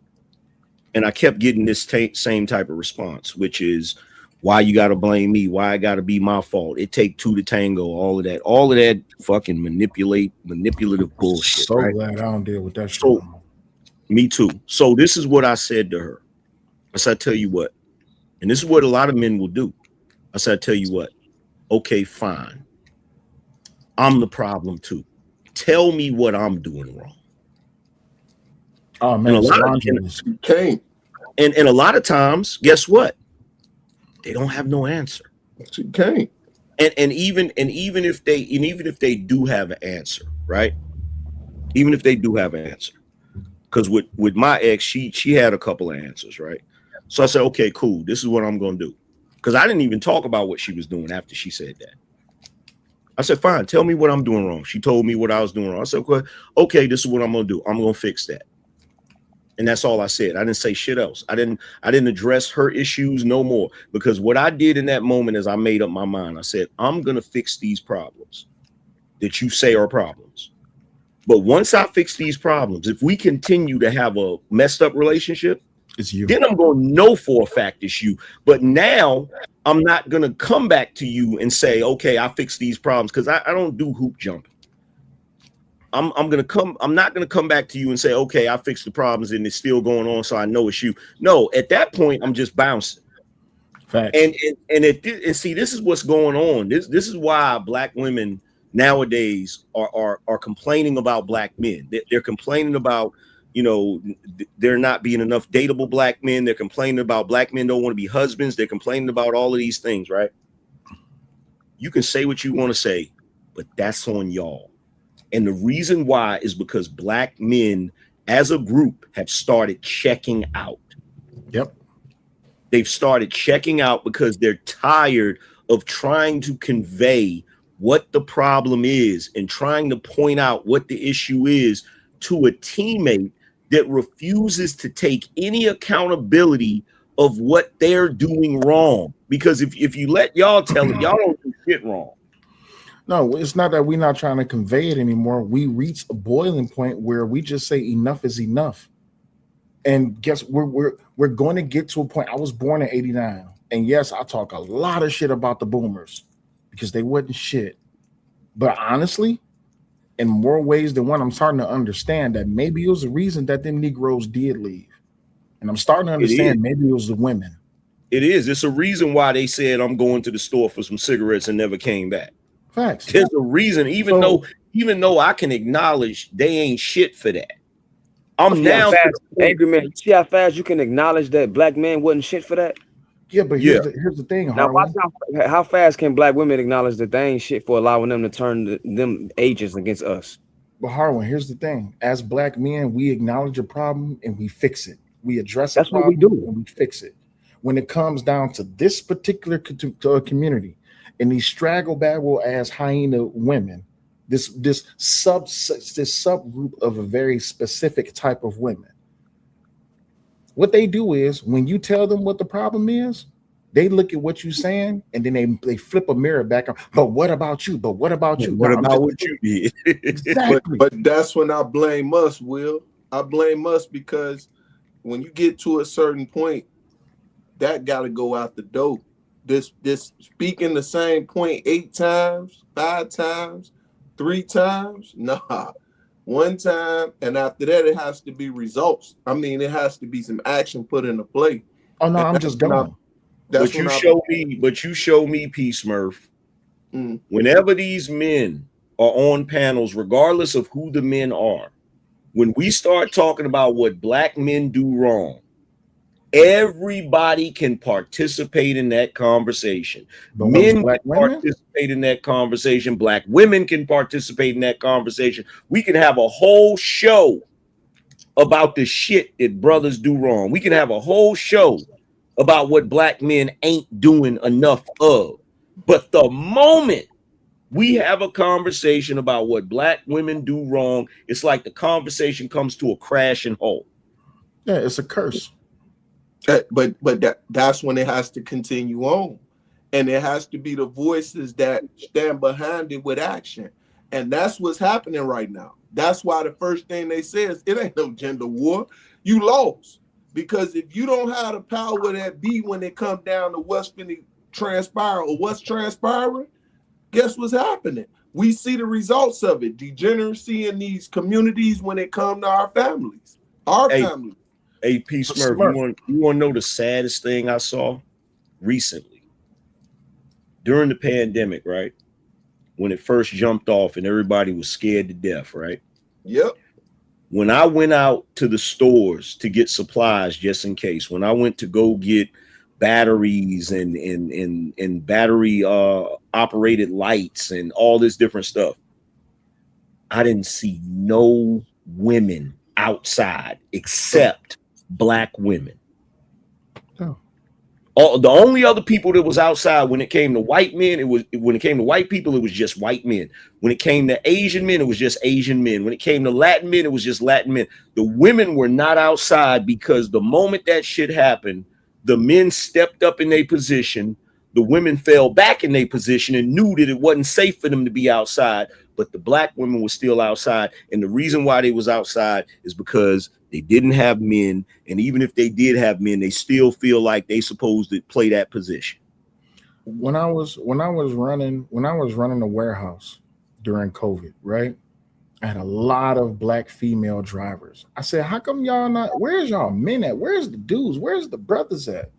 Well, how come I'm not getting the applications from dudes? Oh, well, what the problem is these men don't want to work. Yeah, you know why they don't want to work? Let me tell you why they don't, because they're giving up. That's really what a lot of these men are feeling. I'm talking about men in my age group and younger. They're giving up. Because you know why? They grew up in a household where they were told they wasn't gonna be shit, they ain't shit, and they ain't just like their damn daddy. Yep. So you trace that back and trace that back and trace that back. You keep on tracing it back, and you get to this whole entire problem where all you got to do is get rid of the black man and you straight. All you got to do is get you a few degrees and you straight. Make you a couple of dollars, make more money than the black man. Don't marry the black man. Don't submit to the black man. Don't produce him any children. Yet y'all promoted this whole entire get rid of black babies thing. But watch, to piggyback on you, not to cut your wisdom, but I'm cutting your wisdom, Will. Black men are still getting married and increasing every year. Yeah, I know. You know why that is? It's because a lot of women are waking up to the fact that they can't do this shit by themselves. That when it comes down to it, they venture out to these other communities and they see black women as trash. That's why. It's because a lot of black women are waking up to the fact that, you know what, black men actually do love us. And there are black men out here that is willing to provide, protect, and all this, that, and the other.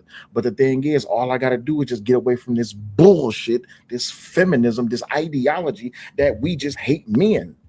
And if they can just come to that honest point where, hey, maybe we are the problem. Maybe we need to deal with that instead of saying, well, it's the men, it's the men. I'm so thankful that I got a wife. Do you know how happy I am? I couldn't imagine trying to date during this time in 2026. Hell no. Because look at the women that these talking points is producing. And don't get me wrong, I got a lot of shit to say about the men as well. But you know what? When it comes to this whole community, this monolithic belief that everyone is supposed to be working together to get shit done, they don't want to work with the men. And the men don't want to work because guess what? They've come to a point to where they know they're not going to get the help that they need from the people, the women in their community, because the women in their community want to compete against them and overthrow them. Why? Because that's what they have a long storied history of doing. When it came down to the slave master forcing the black woman to have position over the black men, absolutely that's what they want to do. But in this time of age, if you're a black woman and a wife, you're a pick-me, you're a mammy. If you're a husband, you're a simp. When the hell did these labels become so powerful and impactful within the Black community? This is what families are supposed to be doing. This is how we get outside of this stupid ass rhetoric to where we can get back to where we need to be. But again, logic goes out the damn window. You know what really pissed me off earlier? Nothing against you, Kiana, personally, but everything that you were saying when nothing but logic was being thrown at you, it reminded me of why I'm so thankful that I'm not with my baby mama no more. And every ex-girlfriend that I've ever dealt with, including my ex-wife. Because everything I would throw at them, logic-wise, it was always refuted with bullshit. And that's with all due respect to you. And I appreciate you participating in the conversation. But this is just on a YouTube panel, and we're just having a discussion. In a relationship, this shit is crazy. The manipulation, the satire, the narcissistic statements, the feminism that is being pushed within Black homes, this is crazy. And this is just a conversation that we having. And to know that this whole ideal of, oh, there's a gender, ain't no damn gender war. Just be a part, just be a part of the healing, as y'all always want to talk about the Black community. But the truth of the matter is, y'all talk about emotionally intelligent, ain't got time for emotions. I got kids to feed, I got bills to pay, I got a family to look out for, I got a family to provide for, and I got a job that I gotta go do. But all Black men were asking Black women to do was to play your role. I'm gonna do my part, you do your part, let's work together as a team. I don't want to be a part of a team. I want to be more than a team. So what the fuck is we doing? It's over, bro. It's a wrap, man. We cooked. We cooked, man. I hate to say it, but we cooked. I'm talking proper cooked. I mean, I've been listening for years, sitting on the sidelines for years, listening to the rejection of stability within the Black community, because stability is what they don't want. And yet, when people are out here showing prime examples of what stability looks like, what's that old word that they used to say? It starts with a B, bourgeoisie, bougie, whatever it is that they call it. Or y'all think y'all better than us. It's not that we think we better than you. It's just that we doing what it is that we supposed to do culturally, as a family, as a people, as a group of people. But y'all too short-sighted because y'all want more than what Black men have. Well, first of all, maybe you can get what we have by getting with us, playing on the same team. But then you got this whole divester dumbass shit. Oh, it's better to be with a white man. Okay, you're right. Then you go get with a white man. Then guess what? You find out that you have nothing culturally in common. So now you come back to the Black community and say, these Black men ain't shit, but yet you fucking them. How is it that Black women don't want to be with Black men, but y'all go fuck the worst of us and then try to use that as a prime example of why the rest of us ain't shit? It don't make no damn sense. It's crazy. But when you call out a specific subgroup of women, you know, the ones that's out here promoting degeneracy, vulgarity, negativity, now it's a problem? Okay, you're right. You're absolutely right. Then when Black men get tired and say enough is enough, we done. Oh, now we're the problem. This is why I asked the question earlier. If you see cancer as a problem, do you cut the cancer off? If a lot of people had the opportunity to be able to walk away from their situation tomorrow, they would. And this is why the Black community is cooked. Because the people see the Black community as a problem. They see the opposite gender as a problem. They don't want to work together. All they want to do is get out here and experience all that their loins can take. So it's a wrap, bro. It's a wrap. It's until you can actually the only way you can ever solve a problem is being able to, one, identify the problem, and then two, come up with a solution for the problem. But as the old saying goes, how does that old saying go about a problem? The damn, I forgot it. What, the squeaky wheel gets the oil? Nah, it's something like the first step to solving a problem is identifying there is one. Absolutely. But if we can't identify there is one because of hurt feelings, we can identify that problem. Absolutely. It's the same thing with sobriety. The first way to identifying that you have an addiction is to identify that you have an addiction. That's the way that you step into getting into sobriety. But you know what the problem with sobriety is, and the same thing with the Black community is, they identify the problem, they attempt to fix the problem, and then they go back to vulgarity and degeneracy. That's what the problem is. We was in a right place. Once we came out of slavery, we was doing everything that we needed to do to get back into the position that we needed to be in. But guess what happened? Here comes welfare. Here comes benefits. Here comes getting rid of the Black man. Now we go back to vulgarity. Then we have the 50s, the 60s, the 70s, drugs, guns, family court, the whole single parent narrative being pushed along, all for a vote. Don't forget, we're playing victim. Absolutely. We playing victim because we're calling out the problem. But when women call out the problem, they're not victims. They're just telling the truth. But when Black men call out the problems, we're not telling the truth. We're victims. Oh, that's the funny thing. The funny thing is Black women pointing out Black men's problems becomes a badge of honor. Absolutely. They then talk about how, oh, well, these Black men wouldn't have been able to get their shit together if it wasn't for us strong Black women. And here's the funny thing about this. The funny thing about this, have you ever, and I'm not saying there aren't Black men out here that have women in their life that get them on the straight and narrow. But here's my question. Have you ever seen a Black woman correct a Black man with kid gloves? Say that again. Have you ever seen a Black woman correct a Black man with kid gloves? No. When Black women correct Black men, do they do it in a nice, polite way, or do they use tough love? Tough love. So we're supposed to believe that our women are allowed to correct us whether we like it or not, but we can't do the same for them. Facts. We're supposed. It's that what they call it, that matriarchal bullshit. That what's the word? God damn it, for Big Mama.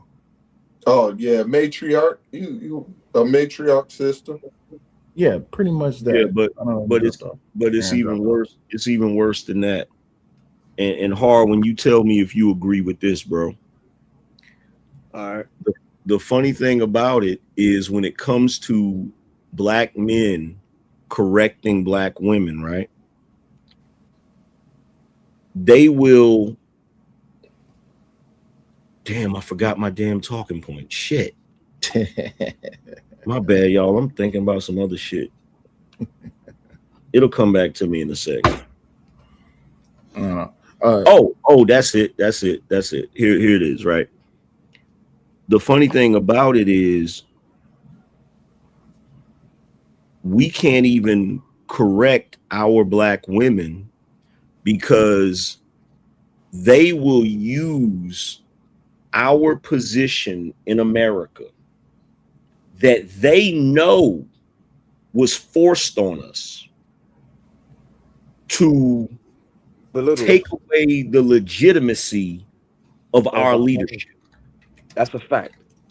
That's what I mean by when I say they become agents against their own people.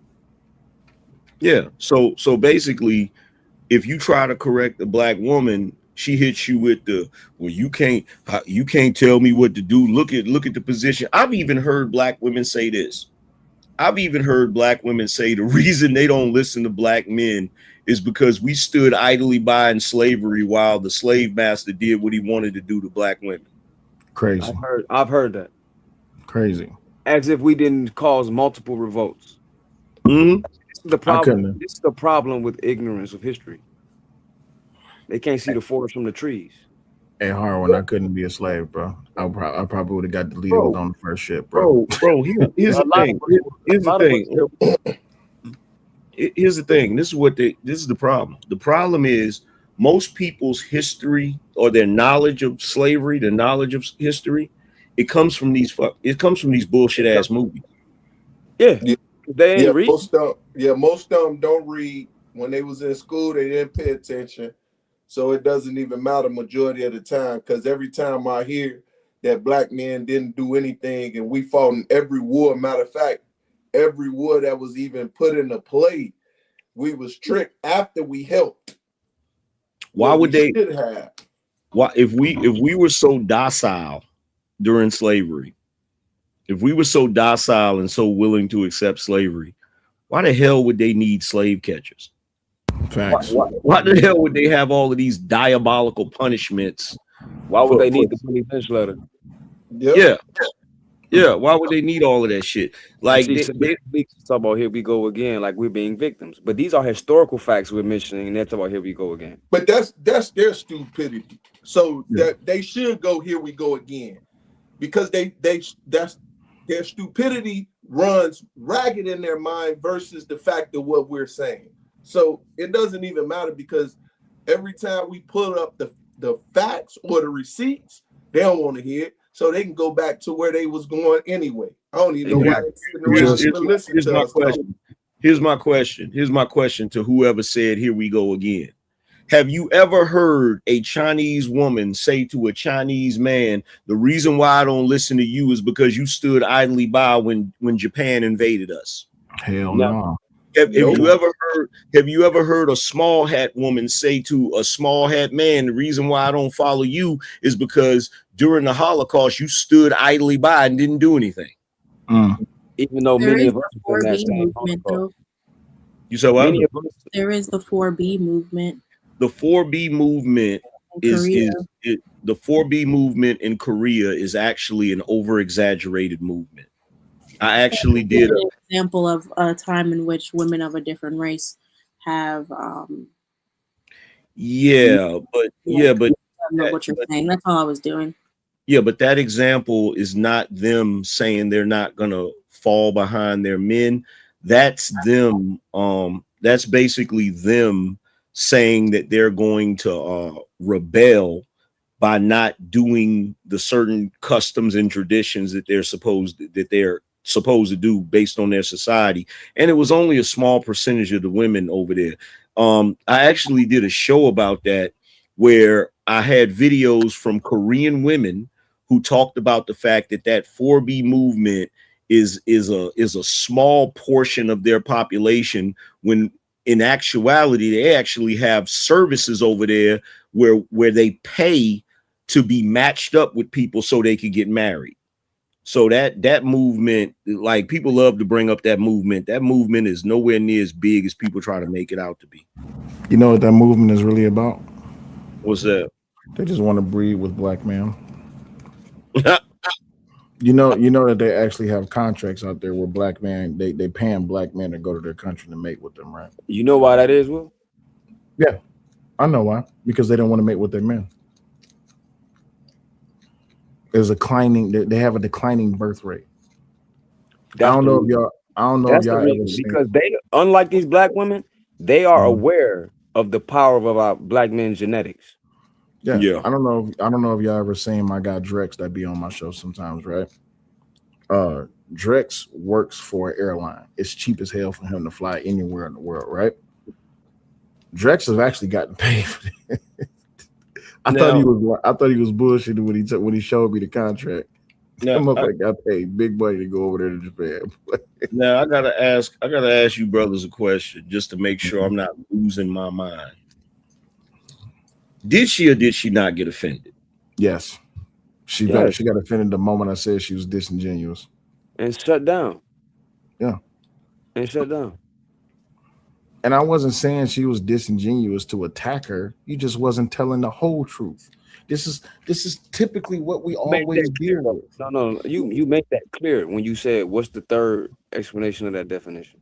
Absolutely. About being vividly.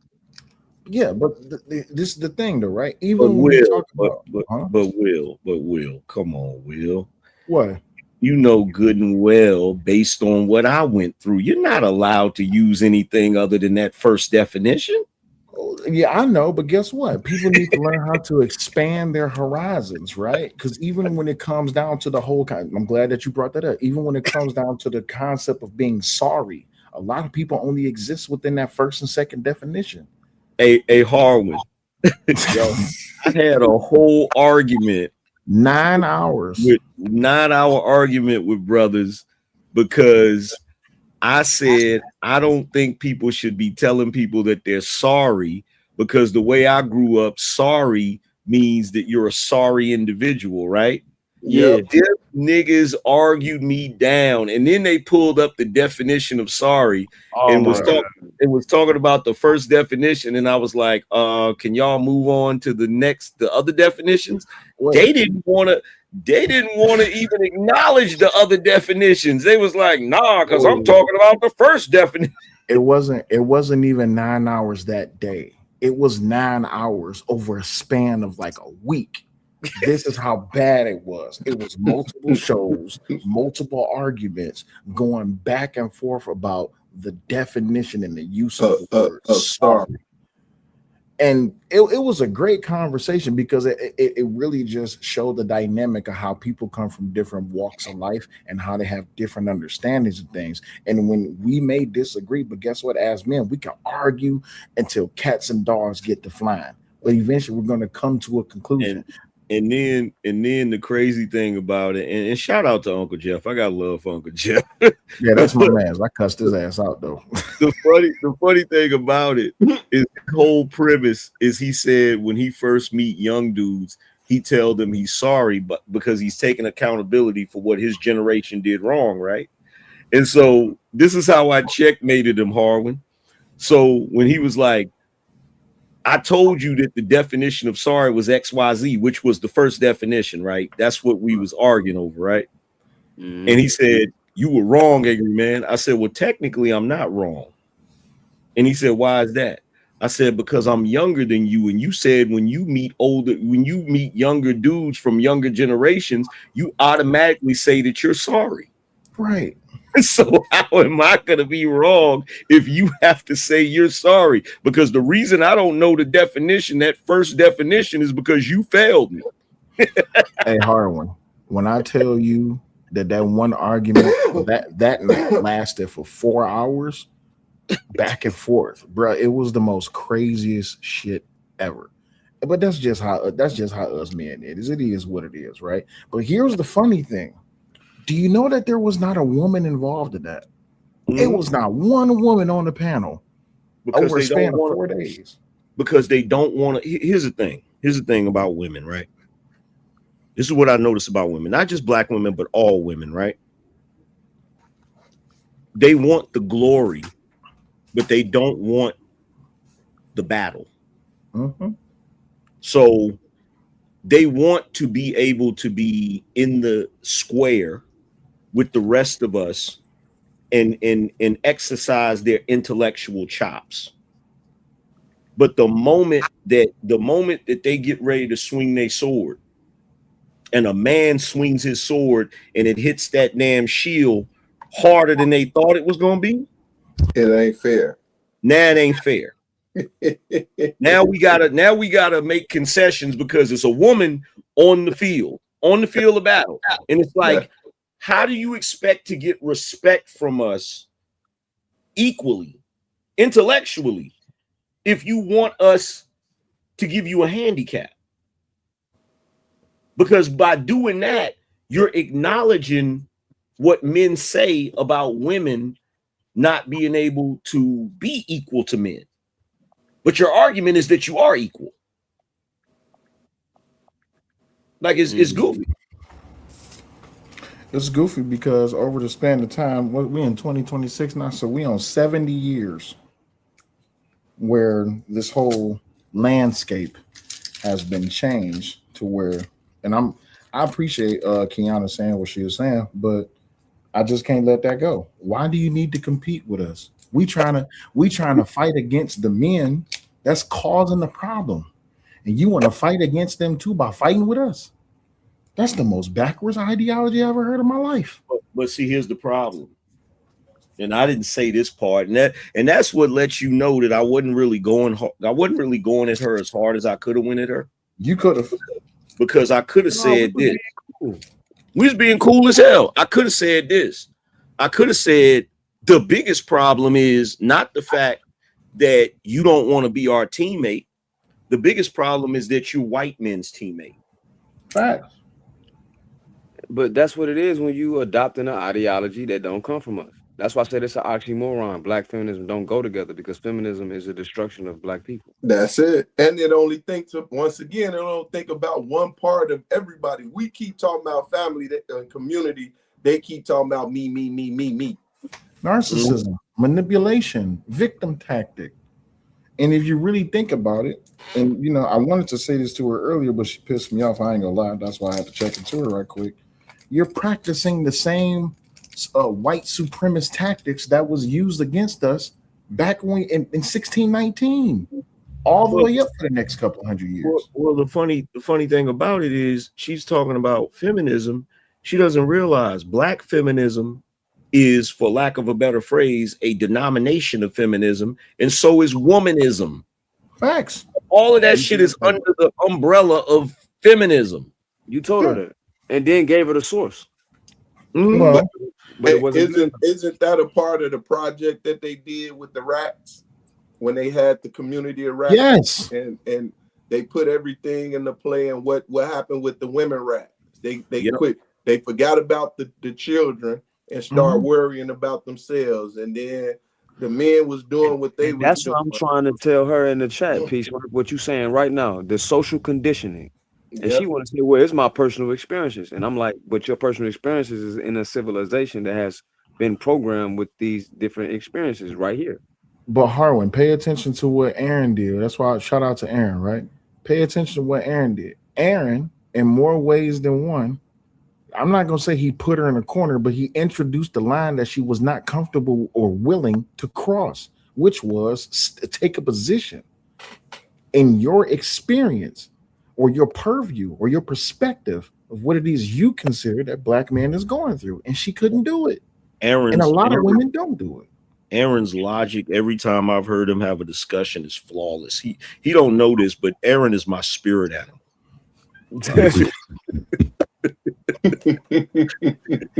You ever heard somebody with so much logic? You be like, man, where did you come from? No, I've seen because the crazy thing is, it's amazing to watch, because with me, I be having issues with my ADHD, so every once in a while I'll freaking spaz out and shit. But Aaron be calm, cool, and collective, and his logic just be on point. You feel me? I'll be like, damn, I should have said it that way. See, I'm not going to say that it's because I'm younger than y'all, but I'm a very impatient person. That's because that's the way my father was, right? My father raised me to be impatient. He was not for the goofy shit. You see what I'm saying? Well, and you know what? You want to know what's crazy about that? I just realized recently, because I was watching a video on where they were discussing people with attention deficit disorder. And it was breaking down how people with that issue can see certain patterns. Yeah. So it gives us the ability to predict what you're getting ready to say. And because of that, it causes the person with ADHD to be impatient, because you already know what they're getting ready to say, but they don't realize that. And so they're continuing to drag it out, and you're just sitting there tapping the table. It's like, bro, I know what you're getting ready to say. You know what I'm saying? And they take it as, well, you don't know what I'm getting ready to say. No, human psychology is not quantum physics. It's not that complicated. You can tell what a person is. If you've had a conversation with a person, you're listening to what they're saying and you're really paying attention, you can damn near predict what they're getting ready to say. You can damn near predict the responses. Yeah, because they're going to say the same thing 8 times. They don't even know how to articulate it in different examples. They're going to say the same thing. That's why a lot of times when y'all talking, I'm listening. Most of the time, people saying the same thing 3 and 5 times because they feel like they didn't get across their point, but your point given. It was given. The thing is, it's not being received because you're talking to intellectual people that think from other perspectives. And if they're listening, they see you said the same thing 8 times. Yeah. And sometimes, Peace Murph, this is the other thing, and you probably experienced this. All of y'all probably experienced this. You'll listen to somebody give their explanation of something, and the explanation is this long, but you could have summed it up in a couple of sentences. You know what I'm saying? And so you're like, okay, you don't got to go that far into it to because sometimes people talk to you, and it's not on purpose all the time, but sometimes people talk to you like they can't understand, like you can't understand what they're saying. And it's like, come on, man, you don't got to slow walk me into this. Like we can, you know what I'm saying? We can move a little quicker. Well, they're not talking to you though. They're talking to themselves. When they do that, they building the airplane as it's taking off. No, I wouldn't say building the airplane as it's taking off. They're constantly upgrading the engine. They don't know they don't know when to actually. They're on the runway and they're constantly changing the engine, and they just haven't made the decision to take off yet. You see what I'm saying? Yeah. So they're in progress while in progress. Yeah. Right. So the crazy thing is, I took my son to a parent-teacher conference one time, and one of the teachers pulled me to the side. They was like, "Hey, have you ever been diagnosed before?" I got offended. Like I was like, "Who the fuck you talking to? What are you talking about?" And just conversing back and forth with the teacher, she was like, "Yeah, you might want to get you. I think you have ADHD." And I said, "Man, get the fuck." I went and talked to a few people. Went and got studied. Went and did the test. Guess what? I'm ADHD as fuck. I said, "Oh shit, god damn, I got ADHD." Yeah, but the thing about it, like, don't get offended by it. It's not. The problem is we're just getting into this day and time where we're really starting to understand the human mind. You know what I'm saying? And some people's minds are just wired differently. You feel me? So I used to get offended. Like shit, I really wish I would have known this when I was in high school. It would have really helped me out a lot. You know what I'm saying? It would explain some of the shit I was experiencing. You feel me? Because I'm gonna tell you something right now, Will. You might have experienced this. I don't know. Your response to this is gonna let me know. You have never been more frustrated than when you're in your crib and there's something that you need that you ran out of, and you're like, damn, I ran out of such and such, right? Let me go to the corner store and get it. Let me go around the corner to the store and get it, right? So you get your keys and stuff, you get in your car, you go around the corner store to get it. You go in there, you buy the item that you need, you come back, you get out of your car, you go back upstairs and you start doing something else, and the thing you bought is still sitting in the car. Absolutely. Listen, I'm so bad with it. Listen, this just happened the other day. I ain't gonna lie. This is a crazy ass moment, right? So I decided I want to barbecue, right? And Raw was like, "All right, cool. What you about to throw on the grill?" I said, "Shit, I'm about to do some hot dogs, some sausages, some burgers, ribs, all that, all typical man shit, right?" And so she says, "Okay, when you go to the store, make sure you get some sauerkraut." I said, "Sauerkraut don't go no damn." She in New York. Right. So this is what I said. I said, "Okay, well, we're gonna do some chili dogs too." She said, "Well, chili don't go on a hot dog." I said, "Yes, it does." So I said, "Well, this what I'm gonna do. I'm gonna get y'all hot dogs, and I'm gonna get me my hot dogs, and I'm gonna make me some chili dogs." Took my ass to the store. The first thing I grabbed was the stuff to make. I like to make my own homemade chili for my hot dogs, right? The first thing I grabbed was the ingredients to make the chili. Guess what I paid for the shit. Guess what I left at the damn store? I left it at the store. All of the shit that I went to the store to get. I got back to the house. I got the music on, smoking my cigar, listening to the music. I'm cooking, and I get the hot dogs on. I'm like, hell yeah! Let me go throw the hot dog buns on the steam, because I like the steam buns with my hot dog. I'm cool. I'm in there chopping up the onions. I'm getting this. Like I said, where the fuck is the chili? I said, man, hell. I look at the receipt. I see it right there, $4.99. I said, okay, cool. I paid for the shit. I'm looking at all the bags. I said, dog, ain't no way in hell I done left this damn hot dog. The chili sauce. Yeah, you got attention deficit disorder, bro. Took my ass back to the store. The lady was like, I was trying to call you when you was going out the door. I was mad as hell. I said, damn, I do it all the time. This is how bad it get with me, right? So I'll come downstairs, right, on a Tuesday, and I'm like, okay, tomorrow's Wednesday, they're gonna pick up the trash. While I'm thinking about it, let me go out here and roll the bins out to the corner. Let me do this now, because if I do anything else, I'm gonna forget about it, right? And the next time I'm gonna remember it is tomorrow morning when the damn truck is coming, right? And it's crazy because one morning I ran out there because I heard the truck and shit, ran out there, whatever, and flagged down the damn truck. Good. And usually they don't come back. They'll just keep going. They'd be like, you should have had them out there. I flagged down the truck and I go to the truck and I'm like, bro, can you come back and get mine? He looks, he's like, damn, angry man, is that you? I'm like, yeah, bro. He's like, I got you, bro. He turned around to get it, right? But look, I go outside and I'm wheeling the trash bins out, right? Yeah. Wheeling the trash bins out and shit. Now, keep in mind, I was in the house doing something else. I think I was doing something on the computer with YouTube. I think I was messing around with the analytics and trying to do some shit, right? So while I'm doing that, I'm like, you know what? Let me go out here and wheel these trash cans out. So I go out there, I wheel the trash cans out. While I'm out there, I happen to notice that the dudes that cut my grass, they didn't do a good job of weeding, right? So I go out there and I get ready to grab the freaking trash cans, and I see this.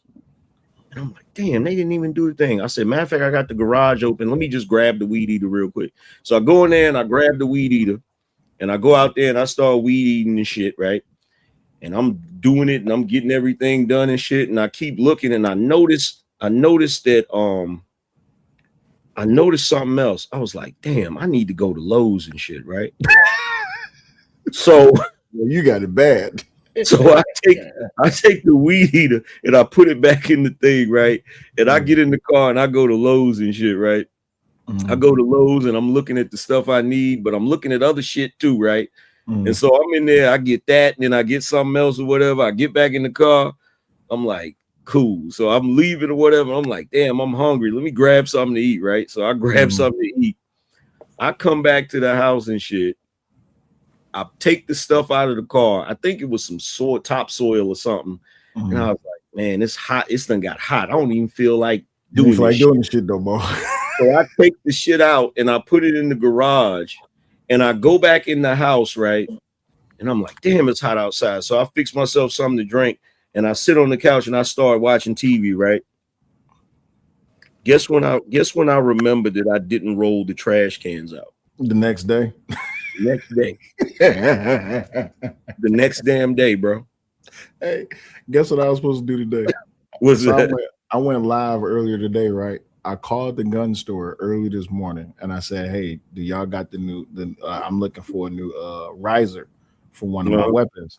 They said, yeah, we got it in stock. I said, all right, cool, bet. I said, also, I want to bring one of my weapons in for service. They said, yeah, we could do that. That's not because I didn't feel like doing it. Usually I take pride in cleaning my own weapons, but I didn't feel like. Wait a second. The gun store clean your weapon for you? Yeah. Shit, I didn't know that. Yeah, some will do it, not all. So this particular weapon, I'm masterful at breaking down the AR. I just didn't feel like doing it, not today. So I said, listen, I want to bring it, and I got to pick up some oil and some cleaner to clean my other weapons. They was like, all right, cool, no problem. I went to pick up my son from the bus stop. Went to go pick up my daughter for the bus stop. My dumb ass then came home, got on the live. It's like 300 people in there. I'm talking shit. I sit my black ass down, and my phone is ringing. But I have a bad issue with keeping my phone ringer on. I keep my phone on silent, right? My dumb ass took a nap. I then woke up, jumped on YouTube, and then it hit me. Oh shit! I gotta take my shit. I look up at 7 o'clock. I say, you know what? That'd be the worst when you forget some shit. And then when you finally realize everything is closed, because you like, damn, I got to do this shit again tomorrow. Hey, and I felt bad because I got like 3 missed calls on my phone, and I know they are from the gun store because the guy who specifically cleans weapons, he's only there for certain hours of the day. I look, he supposed to leave at 6 o'clock. It's 7:30, 7:45. Oh my god, bro! There's a white guy on TikTok. All he does is ADHD videos, right? Yeah. So the title will be ADHD brain versus a normal brain, right? Yeah. And so he'll do the videos, and he's one of the few guys that I'm like, damn, he really know his shit, right? So he'll have a video where he'll sit down at the laptop. He's like, okay, time to do some work. What's the to-do list? And then he'll be standing there like he's his brain. Like he'll have a shirt on that says brain, and he'll be standing right there with a blackboard, right? And he'll be like, okay, so we need to do XYZ. So the dude said, okay, cool. He'll write it on the damn board and shit, right? And so he said, all right, cool. We gotta also do this. He'll write that on the board and shit. But the problem is he's writing it over top of what he just wrote. Yeah. And so he keeps writing and shit, and he's like, okay, cool. We got the list. So what's the first thing we do? And in the brain will look at the list, he'll be like, yeah, we need to.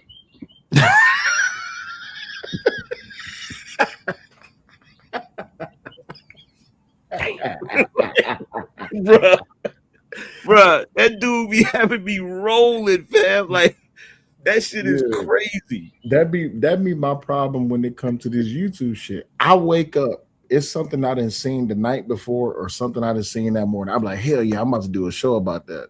My stupid ass get the doom scrolling through social media. Oh, now I got 84 different things I want to talk about.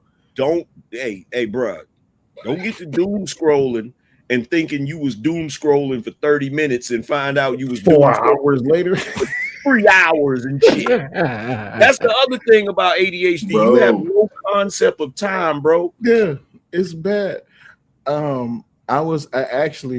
It was during the stream that me and Raw was doing a couple of days ago. And I'm sitting there and I'm like, cool, I got the perfect topic for Weekend at Willie's this weekend. My dumb ass got that damn email from YouTube talking about you demonetized. I'm like, oh, you motherfuckers. I'm like, bet I'm about to do a different topic this weekend. I woke up Saturday morning. I said, what the fuck am I supposed to do today? I said, oh yeah, I gotta do my Weekend at Willie's show. I got a call from my homeboy. He's like, hey man, hop on a game. All right, cool, bet. 7 o'clock. I'm like, oh shit, damn, I forgot that I was supposed to do my show at 3. My bad, dog. Yeah, hey, listen, that I always say I know I'm getting older because I'm getting forgetful of shit, but then I remember, oh yeah, that's right, I got ADHD. I gotta remember. I gotta write shit down. Then I look at shit that I wrote down. I'm like, yeah, I'll do it tomorrow. Then I come tomorrow, I'll do it tomorrow. Then I'll do it next week. Yeah, the only problem is when you write shit down. That's why when I do shit like that, I put it in my phone because I know I'm gonna have my phone with me. Yeah. But the problem with ADHD is you make a to-do list, but then you forget about the to-do list. Absolutely. You forget about the damn list. It's crazy. Like, I'm sitting there watching the dude, right? And he put up this video. He said what ADHD is like, right? So he's in this damn meeting at work, and the dude is talking, and he's sitting there trying his best to pay attention, right? He's listening to the dude. He's like, yeah, so what we're gonna have to do is we're gonna have to make sure that we get get everything done for the sales call or whatever. And then all of a sudden his brain just started wandering. Yep. He started thinking about it. He's like, damn, did I turn off the stove? Mm-hmm. I think I turned off the stove, right? And he's having this whole conversation in his head, right? Mm-hmm. And then all of a sudden the dude says to him, so that's what we're gonna do. Everybody has their assignment. Make sure you guys get it done by tomorrow. He'd be like, the hell just happened? What the hell did he say? Like, yeah. No, this is the one that gets me. Have you ever had a conversation with somebody and then a week later you be like, damn, why did I say that? And then now you stuck on it? Yeah. You say something that nobody really cares about, but you feel like you shouldn't have said it. And so now you're torturing yourself because you keep thinking like, why did I say that shit? Damn, I could have said something different than that. No, this is what's worse. And this happened to me when I went to Detroit and was on Anton's show, right? Two attention deficit disorder things happened to me in at the same time, right?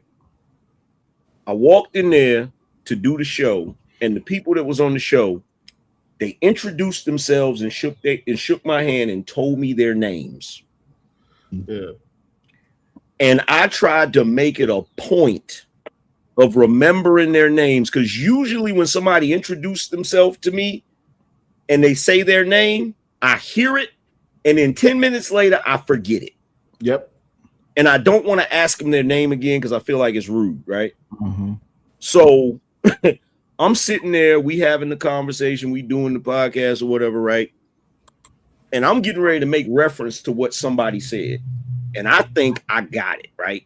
Mm-hmm. So it's two dudes there. One dude, I'm like, okay, I'm about to reference what he said, right? And I said, yeah, it's just like such and such said, right? And then I thought about it. I said, wait a minute. What's his name? I think I mixed the names up, right? Yeah. I'm like, I think I mixed the names up and shit, right? And then I'm like, damn, I know I mixed the names up, right? And so not only did I mix the names up of the two dudes, but for a whole week after that, I was like, bothering the shit out you. Names up. I mixed the names up. Like I was literally torturing myself behind that shit, bro. Yeah, absolutely. It's the wildest. It's the wildest. I blame Aaron though. It's all his fault because Aaron don't hit panels like that no more. I got ADD. It's just offset by OCD, and I got a combination of shit. I got psychopathic tendencies. I always tell people I'm a psychopath with a moral compass and ADD offset by OCD. Boy, I know your brain got to be irritating you. And I'm a Mensa member. But see, let me tell you this though, Aaron. Let me tell you this though, Aaron. I can relate to the OCD shit because this is the crazy thing, right? So I got a crazy combination too. I got ADHD. I'm a Sigma, which makes me want to analyze everything, right? A INTP personality, right? And in addition to that, I have OCD, right? But the type of OCD I have is, I think it's weird, but it's probably not weird. Like it's goofy shit. Like I got to chew my food the same amount of times on each side of my mouth, or I do stupid shit like that, right? But then at the same time, uneven things frustrate the hell out of me. Man, like a picture? Like a picture on a wall. If that picture is crooked or not centered on that wall, that shit will annoy the hell out of me. Like I'll be sitting there staring at it. Like if I'm in somebody else's house and I'm sitting there looking at it, like that picture can't be offset. It's got to be centered. If it's one picture, it's got to be centered in the wall. If it's two pictures, it's got to be evenly spread out on the wall, or it's going to frustrate the hell out of me. I spent 3 hours rearranging the living room because nothing was matching up correctly in my head. Because we got 4 pictures. We got 4 pictures in this one living room. And in my brain, symmetrically, they all have to be at the same height. And they got, this is how bad I was. I brought out my laser leveler and I put that bitch in the middle of the room. I got one. Just to make sure that they was all level. Then once I did get them level and I spaced them out exactly where I would, then I had to make sure that the couch was sitting a certain way. And the couch has to be sitting a certain way because we got love seats. Then the TV has to sit a certain way. Once I got the TV in position, I look at the room, I said, this shit don't look right. And I end up changing this shit around. 3 hours later, I put it back to how I originally put it in the first place. Oh no, this is what's worse than this. Right now, as we speak, in my living room, I have a big sectional, right? And I've got hardwood floors. So under the sectional is an area rug, right? But when people sit down in the sectional, it shifts the rug. So the rug is not straight. It's in what's the word for it? See, this is my ADHD fucking with me right now. So it's not level. No, so the rug, like if you look at the wall in comparison to the rug, it's not parallel. Okay. It's not parallel in an even way. So if the wall is right here, we're looking at it from a bird's eye view. If the wall is right here, the rug is supposed to be like this. But because when people sit on the couch, it shifts the rug, so the rug is like this. Nope. So every time I come downstairs, I see the shit. And it's annoying the hell out of me, right? But the only way I can really fix it is I need like my boys to help me lift up the sectional so that I can reposition the rug, because if I just push the sectional, the rug is just going to bunch up. Yeah. Right. So I'll be sitting out here doing a live stream or having a conversation with somebody. And while I'm having that conversation in my head, I'll be like, God damn, somebody sitting on the damn sectional. Fucking rug. Like that rug is just, you know, that damn rug. Like I'm just I'm not worried about ammunition. I can't help it. I have a very bad tendency. I have to have 8 of everything, right? I gotta have 8. It all got to amount to 8 clips, 8 magazines. That's me. If my ammunition not lining up right, I'm at the store. And Raw know it. Raw be like, why you always going to the damn store? I be like, because last time the ammunition not matching up right. She was like, it's not that big of a deal. This happened a couple of live streams ago. I was in the midst of a live stream, and in the middle of me, in the middle of a rant, it just hit me. I ain't got all my ammunition. And I had to end the live stream because I forgot what it was that I was talking about. I played a video, and in the midst of me playing the video, which was about the topic, I'm sitting here watching the video, and I'm thinking in the back of my head, damn, bro, you ain't got enough ammunition. Something gotta go get right. Damn. Yeah. It's but I appreciate the fact that you and Aaron got, you know, OCD, because now I don't feel so alone. I know Smurf. I know Smurf got OCD. He grow shit. So you know with them and they gardening, shit got to be in a row. I guarantee you right now, if he go out there and one of his plants that fell over, or them, if it's out of line somewhere, his ass gonna be out there with the damn shovel. He gonna be like, man, this. Hey, listen, I got my everything set up how I want it. Yeah. My wife be like, "Can we do this?" I said, "No." And you gonna throw me off?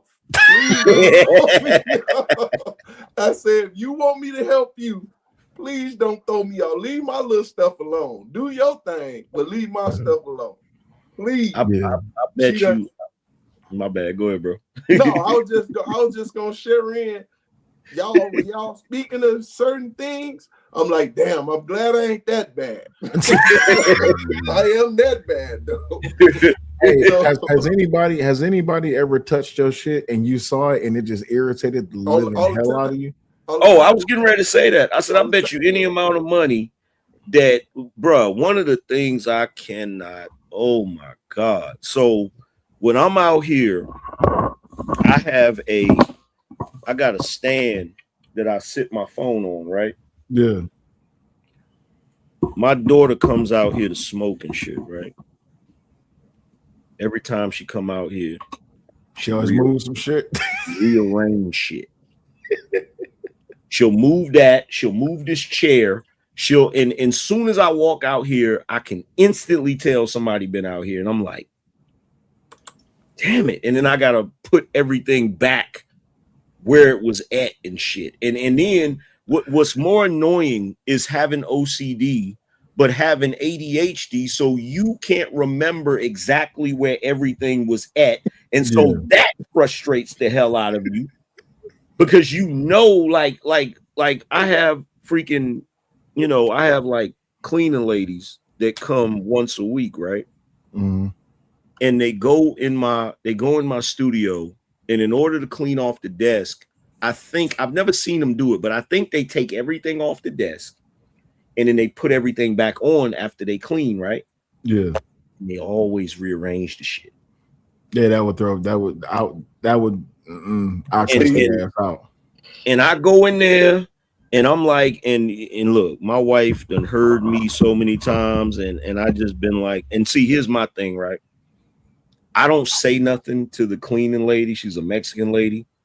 And the reason why I don't say anything to her, because I don't want to scare her off. You know what I'm saying? Like, I don't want her to get. I got the perfect solution to that. Set it up the way you want to set it up. Take a picture of it and hang that bitch right on your monitor. So when she come in there, be like, "Hey, yo, you see that? Put that just like how you see it right there. I want it just like that." And that hopefully would gear it up. You see the action. You see the figures I got on the shelves behind me. Yeah, I solved that problem. You nailed them down. I solved that problem with a screw with a bunch of screws and a damn driver. I went up under that shit, and everywhere I had them standing, I screwed in up under there, so you can't even move them bitches. Like they can't do nothing with them. My father was that way with his garage. Listen, I'm so glad that. Don't get me wrong. I'm happy that my father taught me a lot of things about carpentry, about masonry and electrical and all. I'm just so glad I didn't have OCD like my dad did. Everything has to be in order from left to right, from smallest to largest, especially when it comes to sockets, drill bits, and all this, that, and the other. I used to hate borrowing tools from this man. Hey, listen, my father was bad. So you know how some mechanics be like when they get new tools, they want it to be all nice and pretty, and then 2 years later, it looked like they just throw all the shit in there. No, my father would like irritate the shit out of himself because he has to rearrange the shit. So I asked him one day, I said, "Pop, do you got a ratchet?" And this nigga read me the 3rd degree. He was like, "You better put my shit back just the motherfucking way." I'm like, "God damn, bro." Hey, look, your father is better than me. You know how I loan tools out? How? Just like this. You need it? Okay, cool. Let's go. I don't need you to come with me, bro. I got it myself. I'm gonna stand right there. I'm gonna stand right there, and I'm gonna watch you. And when you get finished, give me my shit back. There's two things that I learned not to loan out. Right? Tools and books. Yep. Yeah, you ain't getting your books back. No, you ain't getting neither of the two back. Yeah. Neither. And neither. That's why I stopped. I like Zippos, right? And I hate when niggas be like, "Hey man, you got a light?" And my dumb ass like, "Yeah, man, here you go." Oh, you bugging. And look, here's the other thing too. Here's the other thing with the tools. Do yourself a favor and get multiple 10 millimeter and 12 millimeter sockets, because they always gonna go missing. Because the 10 millimeter and 12 millimeter, it go to everything. Bro, there is my dad's bro, this motherfucker has 2 completely separate, fully stocked rigs. The tool, the cabinets. Yeah, because one of them is metric and the other one is the imperial measurement. They're all the same shit. Hell no. That means that one's got 1/4 inch drive, 3/8 inch drive, 1/2 inch drives, but the sockets are all metric. This one, same story, but imperial measurement. I couldn't do it. Look, there is a phantom realm somewhere, right? There is a phantom realm somewhere where there is a pile of 10 millimeter sockets and 12 millimeter sockets 10 through 14, yeah, and socks. Absolutely, because shit be vanishing out of nowhere, just poof, just be gone and shit. You know the funny thing is, remember the other day you was live and you was saying that you was missing something and that you was gonna have to go to the store and buy it. And I said in the chat, I said, "Yeah, when you come back to the house, you're gonna find it, right?" I'm gonna find it. Yeah. My dumb ass that same day, I had just bought I like black ankle length socks, right? Sometimes I like tube length socks when I wear my boots, but when I'm wearing my running shoes, I like ankle socks, right? My dumb ass, I bought the black socks with the gray insole, like on the inside of the sock. I swear to God, that night when I was washing clothes, I'm in there folding the clothes, and I know I put all of the socks in the dryer. For some reason, I cannot find the match to shit, and I know I put them damn socks in the dryer. It's in the phantom realm. I'm telling you right now, bro. No, hey, Will, you know where they at? They stuck to the top of the dryer. You didn't flip the dryer.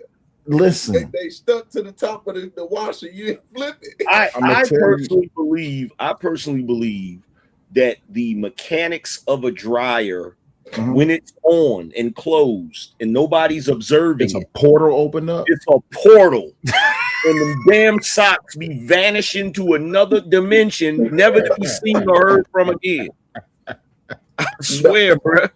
Nah, they stuck in the top of the washer. Once I start doing that, flipping the washer and going in and double checking, I've been finding my socks. But this be the crazy shit though, because I'm always on the kids about when y'all play with y'all toys, put y'all toys back up, right? I ask these little motherfuckers where I go in their room, because I go and I check my kids' room, right? Just to make sure they got their shit in order. And I'm looking for the damn TV remote, and I know it's somewhere in that room. I just don't know where the hell it's at. My daughter come on, I be like, hey, I went in your room today. Where's the damn TV remote? Because I know if you misplace the TV remote, you'll misplace something else. She reaches down in the bucket. 2 seconds later, pull the damn TV. I say, why the hell? It irritates me when people can find shit when they know exactly where it's at. Like my grandfather used to do. My grandfather, he kept a damn painter's truck. And I swear it looked like after every job, he threw everything in a truck. But if you ask him exactly where something at, he gonna go exactly to where the hell it is. And I'm just like, how can y'all do that shit? It bothers. I can't do that. I can't do craziness. I can't do chaos. I can't do mess. I can't. That's why I appreciated the military. The military was easy for me. Because anytime it came to getting my foot life together, I knew my shit was everywhere where it was supposed to be. Facts. What drives me nuts is dumb shit. Like when people can I ask you a question? Why would you ask me to ask me? Evidently you can. You just did. Oh, well, can I ask you another one? Oh, you on a roll, huh?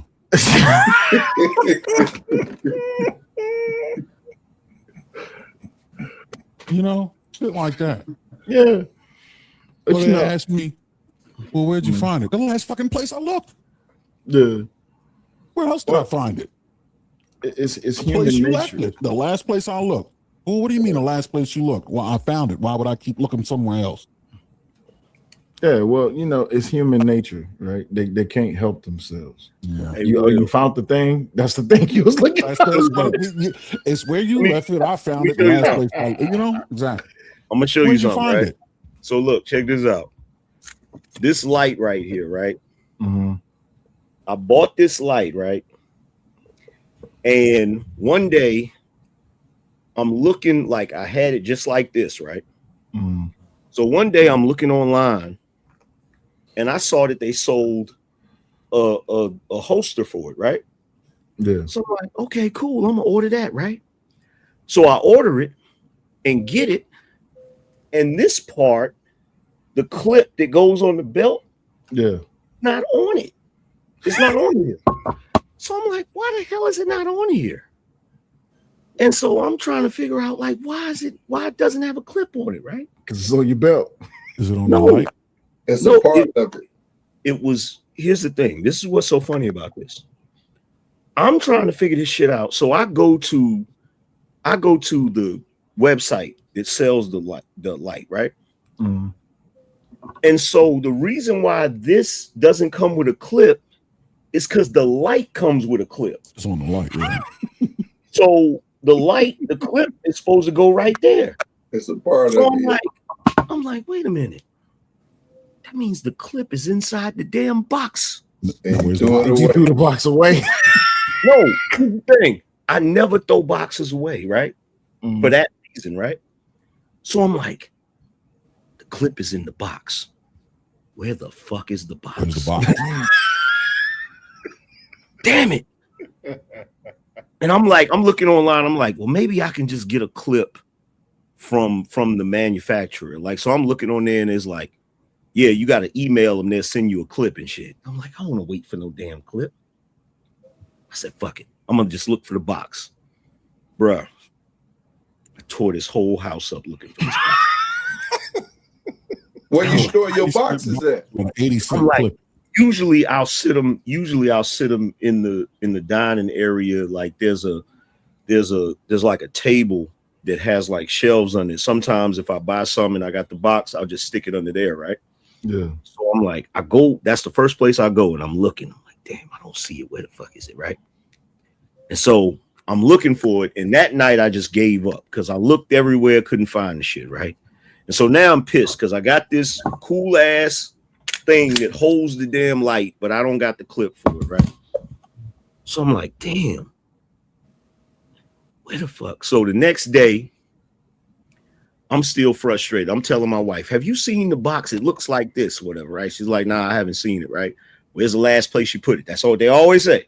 Absolutely. I knew the last place I put it, I would be asking you, right? Exactly. So I'm going crazy about this shit, right? And so one day, like I got this sort of chest, this like a bar that I sit, drinks on, and it got these cabinets, right? So one day I was looking for something else, and I go to open up the damn cabinet, and the box is sitting right there. And I'm like, you motherfucker. And I open up the box, and sure enough, the damn shit in there and shit. I'm like, right there. Did you buy another clip, Angry Man? Nah, I waited. But usually what I'll do is I almost bought another damn light. Damn. And this joint ain't cheap either. I almost bought another light, but I was like, nah, I ain't gonna buy another light. I'm wild, right? But that ain't a bad purchase though. You can never use too many lights. I mean, never have too many lights. Yeah. Hey Smurf, I could tell you a bad purchase. Nigga, my father misplaced his miter saw, the table miter saw. When I say he misplaced it. And the reason he misplaced it is because his dumb ass, God rest his soul, my father, he bought a snowblower and he bought a generator, but he put the miter saw way in the back of the basement. Wow. So it's like a month, 2 months later. I could hear my father in the house because I went over there to visit my father. I hear him in the basement going nuts. I hear shit banging, shit getting thrown. I'm asking everybody in the house. I'm like, man, what's wrong with Pop? They was like, I don't know. He mad about something. So I go downstairs. I said, Pop, you need some help? He said, I don't need no motherfucking help. I need my saw. What you mad at me for? So I'm like, do you want me to help you look for it? He's like, no, you gonna fuck up my shit. So like 2 days later, he called me. He was like, son, I got to apologize to you. I said, what happened? He said, I thought I loaned my saw out to you. He's like, so I called your brother because I said, did I loan him my motherfucking saw? Because I think that motherfucker. So my brother told him, he was like, Pop, did you look all throughout the basement? And my pop was like, no, I ain't got no reason to do no dumb shit. So my brother went over there. And he went straight in the back of the basement. Goddamn miter saw was right there. My pop called me. I didn't forgot about the situation. It's like 2 days later. My pop called me. He was like, son, I just wanted to apologize to you. I said, for what? He said, because I blame you for misplacing my saw. I said, I never touched your motherfucking saw. Why would I need your damn table saw? So then when I go to ask him about it, he got like pissy about it. He was like, you better bring my damn saw. I said, Pop, I never took a saw in the first place, man. Goddamn, bro. What you mad at me for? You mad because you came up with this whole, and then I found out what the source of the problem was. My mama told my dad. She was like, yeah, he came by the other day saying that he need to cut some wood. So he was like, I immediately blamed you. I said, see. And I went and hollered at my mama. I said, hey, Mom, so why'd you tell Pop that I potentially borrowed this saw? She was like, well, I don't know. I mean, you was asking about cutting some wood. I said, see, that's the problem right there. That's the damn problem right there. You heard me talking about cutting wood, and you just imagined that I took the damn saw. That's what's wrong. But you know what? I got that same problem, though, because when the kids come ask me, I have a very specific, so in my desk, on my desk right now, I got the desk with the plugs in it. And I got 2 USB ports on my desk, one to charge my vape, one to charge my controller. And I know it's my daughter that took the damn charger because she's the only one that used the damn charger for the tablet. So I come in the house one day and I'm looking at my desk. My desk is the first thing I see after I come in the house. And I'm looking, I'm like, damn, it's a charger missing. So I'm like, all right. I'm like, Kayla, where is my charger? And she's like, I didn't take your charger. So I go to Raw. Baby, did you take my charger? She was like, I got an iPhone. Why would I take your damn charger? So I'm looking for the damn charger, Eventually, later down the line, my daughter comes to me. She's like, oh, yeah, by the way, I took your charger. I said, you motherfucker. I know your ass took my damn. Now you're going to treat me like I'm crazy? Then I get to questioning myself like, well, damn, did I actually have an extra charger? That's the shit that gets me. That's when I feel like I'm getting old. When I think I got something, I thought I misplaced it. That's gonna find out I actually did have the damn thing, and somebody just touched it. Mm-hmm. No, it's worse. I'm way worse than that, bro. So I'm out here in the wintertime, right? And I said, damn, I need me a propane heater. You ever see the patio heaters? The big one, right? So they got the ones that's like smaller, right? They look the same as the big ones, but they're smaller, and they take like the small green can of propane, right? Yeah. So I'm on Amazon looking at them, right? And I'm like, damn, I don't want to spend no money on this shit. I said, but damn, I think I might need to get one, right? Because it'd be chilly out there, and that joint will be cool, right? So I'm sitting there, I'm comparing, I'm looking at, and my biggest thing is when I want to order shit, I want shit right away. So I'm looking at the shit. None of this shit is Amazon Prime and shit. None of that, right? So I'm like, I'll get to the point where I'll be like, you know what? I'm not even gonna focus on this shit right now, and I'll go back to doing something else, right? And then next day I'll go back, I'll think about it, and I'll go back on Amazon and shit, right? And I'll be looking, and my wife is like, why don't you just pull the trigger? Why don't you just order? You just keep looking at it. And I'm just looking at it, and I'm like, man, I don't know, right? So I had something I had to do, right? Matter of fact, my wife needed something out of storage, right? And I was out and about, and I was like, she was like, can you go by storage and get such and such for me? I'll be like, yeah, I'll go by storage and get it for you, right? So I go to the storage unit, and I open up the storage unit, and I walk in, and as I walk in, I look, and the fucking propane joint is sitting right there. And I'm like, damn, I did buy one before. I bought one a couple of years ago and put it in storage. And just then forgot about it? And then completely forgot about the shit. Yeah. Me, I just hate shopping I don't like going in public and doing shopping. I recognize what is it called? Anxiety? I think that's what it's called.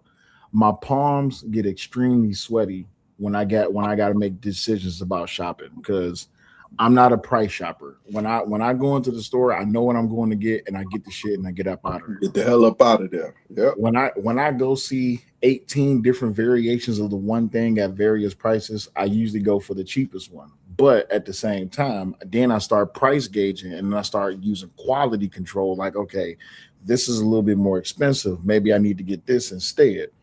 Now, I'm not that way when it comes to guns. When I want a specific gun, I'm going to get that specific gun.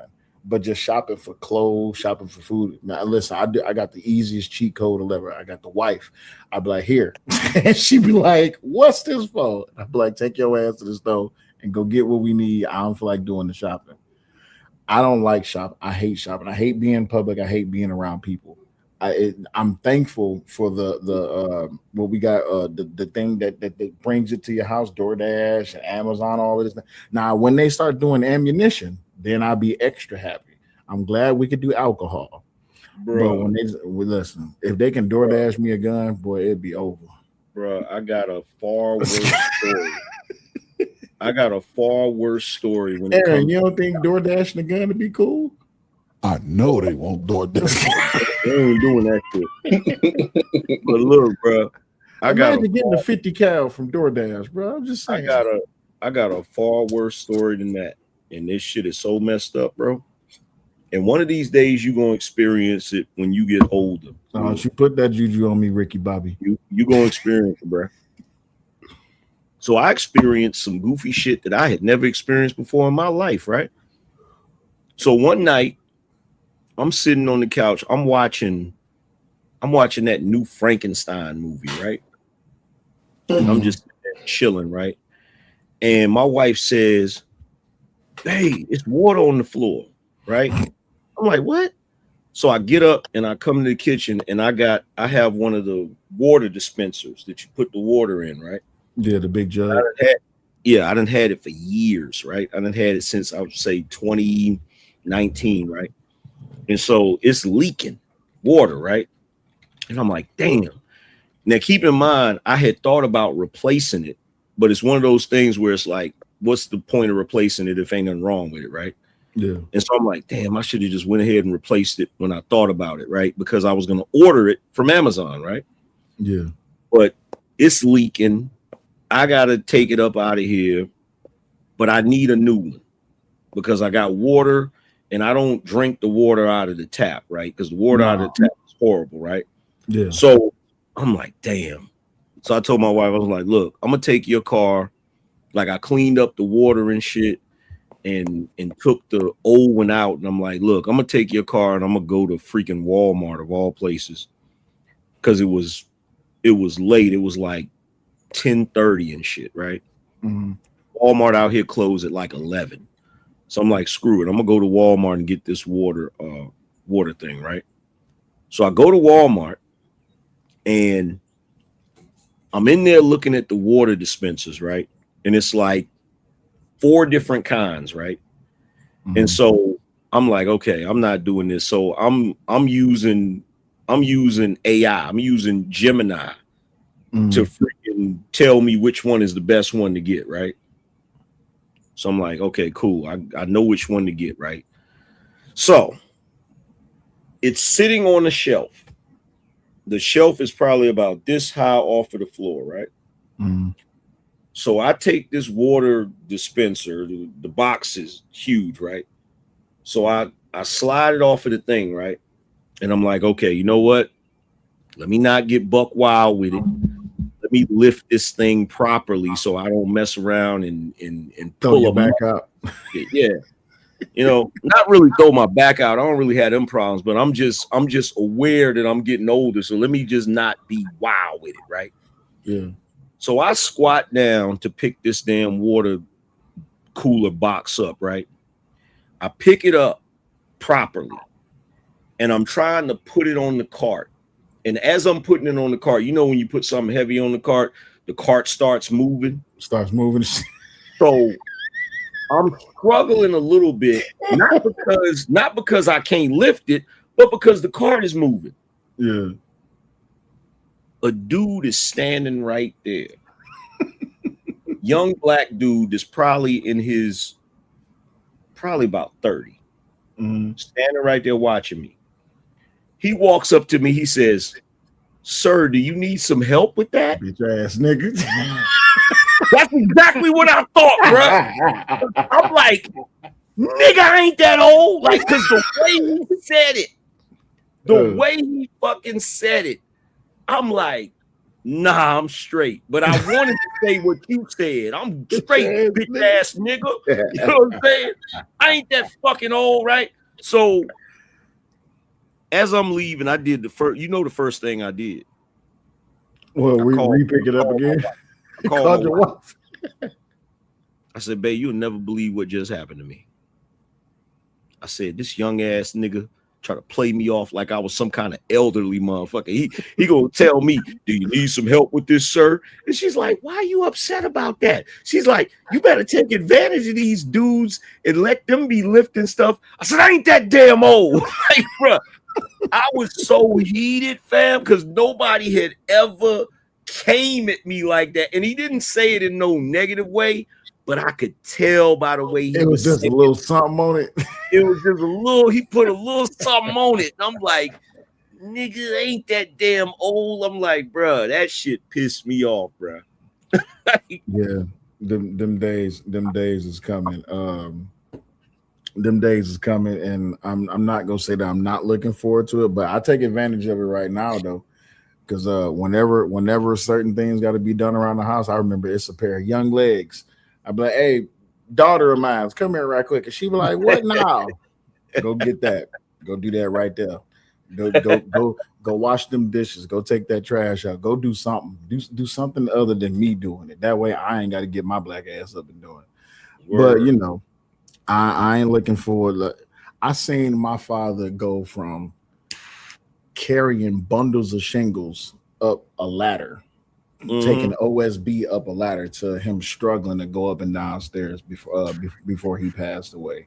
I ain't looking forward to it. But you know, that's just a part of life. It's just getting older. Did I tell you about how when I tripped over a damn bin in my damn hallway and thought I messed up my eyesight? I told you about that. Yeah, you told me about that shit. Hey, I went to Randall.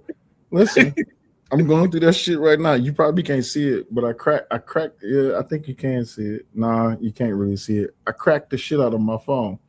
My dumb ass saw something funny as hell on that goddamn Instagram, and instead of just sending it to Raw, my dumb ass to go show it to her. Listen, within the first step, I wear house shoes in the house, right? And my house shoes, they got hard bottoms, but they soft on like the edges part, like the feet part where the toes is at. My dumb ass went to get up to go run to show her the damn thing. My pinky toe caught the corner of my desk. As I hit the pinky toe, I go to like lean down to like grab my foot to stop the pain, and my shoulder caught the threshold of the door. As I'm leaning down, it was like Fighting Fantastic all over again. They got leaned down, bam, bam. I'm like, God damn. So then, as I'm going to my wife's office, right? I didn't recognize it, but the damn Ethernet cable then wrapped around my foot. I get halfway. You ever had something like snatch your foot and you didn't recognize it, and you go, "Oh shit!" But my foot was hurting, my shoulder was hurting, and on the opposite foot, that's where the damn Ethernet cord was, bro. When I tell you, I tumbled down the damn hallway. Raw came out there, was like, "Who in the damn house?" She thought somebody done broke in. My black ass on the floor, like, "Don't worry about it." And she like, "What happened here?" I said, "Don't ask me no motherfucking questions. Just go back to your destination." It sound like, hey, bro, it was bad, bro. Bro, I fell over. I got like in my dining area, I got the pub style table with the pub style chairs, right? Yeah. Hey, y'all, I'm out. Check the back chat, but I'm about to dip. Catch y'all later, man. Take it easy, big dog. And so I go to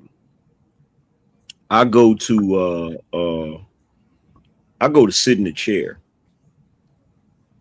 And what I do is I'll slide the chair out and I'll slide in and sit on the chair, right? Yeah. And so the way my leg caught the edge of the chair, it tipped the chair over. The chair started tipping, but I didn't realize it. And so I'm going to sit down on a chair that's already tipping over, bro. When I went to sit on that chair, the whole chair went over, and I tried to catch the table and shit, and missed the damn table and just completely fell over and shit. It's over. And I was like, damn. And when I hit the freaking floor, like, first of all, I felt clumsy as hell. Secondly, I was like, damn, this is messed up. And then I instantly thought, nigga, get your ass up. You ain't that damn old. So I immediately got up and shit, right? But I'm like, bro, this shit ain't right. And then first thing I did is I tell my wife, I'm like, yo, I just failed. And what she say? She was like, are you okay? Of course I'm okay. I ain't that damn old.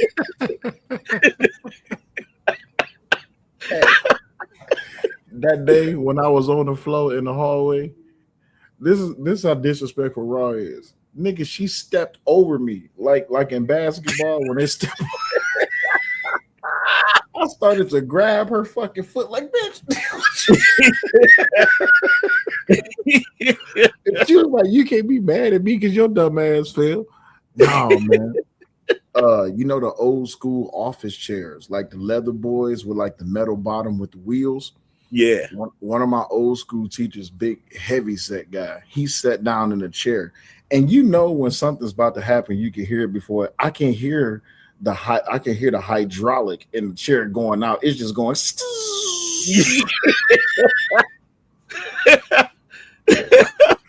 And bro, I'm just sitting there because he had the chair on the highest setting.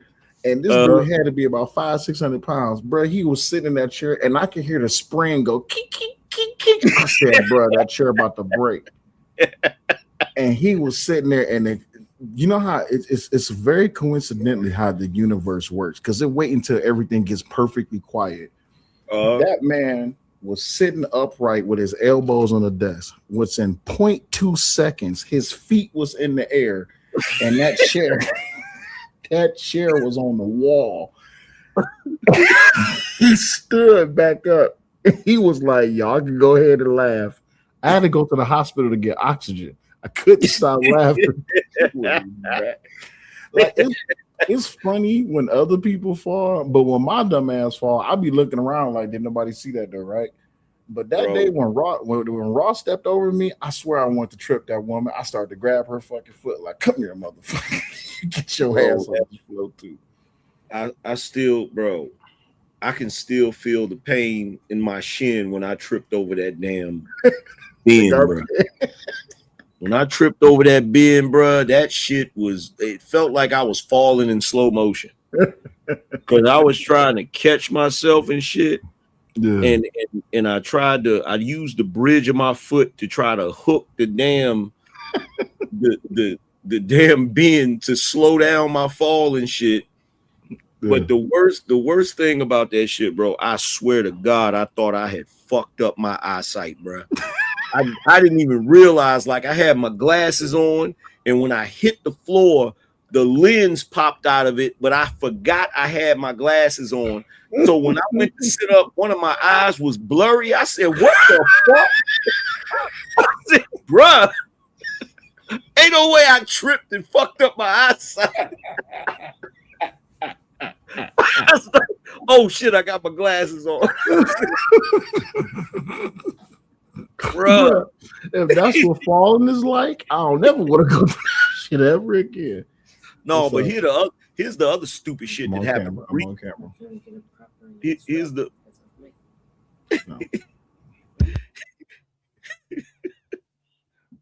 Go ahead, I'm listening. Go ahead. Yo, here's the stupid shit that happened recently. So, who was that?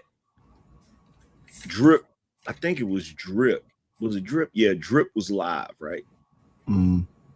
Or was it Drip? I can't remember who it was. Somebody was live, right? And I was like, I'm gonna mess these dudes' mind up. I'm gonna do my Leroy Jenkins shit, right? Yeah. So I go to get my Leroy Jenkins wig and shit, right? I put on the clothes and all of that shit, right? And I come down the stairs, right? Because I'm rushing because I know they getting ready to shut down the show. And I don't want to do all of this shit for nothing, right? Yeah. So I come down the damn steps and I get to that last step, nigga. And I went to put my right foot on that last step and I slipped. Now, when I slipped, I didn't fall, but my foot hit the ground and my knee locked the hell up, bruh.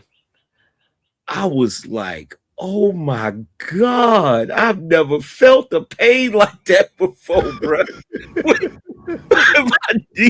my knee locked the fuck up, bruh. I said, oh shit. You know how your knee, when your knee is straight, right? Yeah. So the shit was like that, right? And I came down here and played it off. I'm on the live stream and my knee hurting like a motherfucker. And I feel like I can't even bend this shit, bruh. And I'm like, oh man, am I gonna have to go to the hospital and shit? Like, bruh. Finally, so I'm sitting there talking to niggas and I'm steady bending my knee and shit, trying to freaking exercise it and shit, bruh. Yeah. I was messed up for about a good 2 days behind that shit. My knee was fucked up, bro. See, this is why they need instructions on a few things, right? So my first time ever, I don't know if you ever took an edible before. You ever took an edible before? Nah, I ain't never did one. Don't ever do it. So my dumb ass, you know, like the little rainbow strips, like the little sour gummy little thingies, whatever. Mm-hmm. I eat one. 20 minutes, I don't feel shit. I eat another one. 30 minutes, I don't feel shit. Hey, bro, it's the middle of winter time. I pulled the lawnmower out to go do the snow. I'm out there in a t-shirt with my basketball shorts on and some flip-flops in the middle of a permafrost in Detroit. I go to snow blowing with a lawnmower, and then I take I got this grand idea. I'm gonna take the how you do a torch down on the roof, like when you got to use like flat roofing and shit like that. I guess the grand idea, I'm gonna take the torch and I'm gonna melt all the ice first on the steps, forgetting that the steps was made of wood. I didn't charred the shit out of the steps. Bro, I tell you what, that was my last time ever taking edibles, because I don't know what happened the next day, but for some reason, both my shoulders was locked. I couldn't get shit. I couldn't move my shoulders worth shit. And then I came downstairs. I recognized what the problem was. My dumb ass, instead of starting my car up to back the car out the driveway, I pushed the damn car. You pushed the car. Oh my God. I pushed, and this is a Chrysler 200. I'm out there in the snow. My neighbor was like, bro, I didn't want to say nothing to you, because he was like, bro, you was out there like, I pushed, because the car was sitting on the snow. I pushed the back end of the car over to my neighbor's grass so I could torch down the damn drive.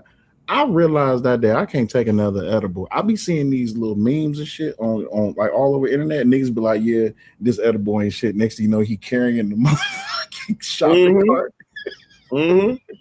Bro, look. The reason why I stopped smoking weed and all of that shit, because I be doing goofy shit when I'm sober.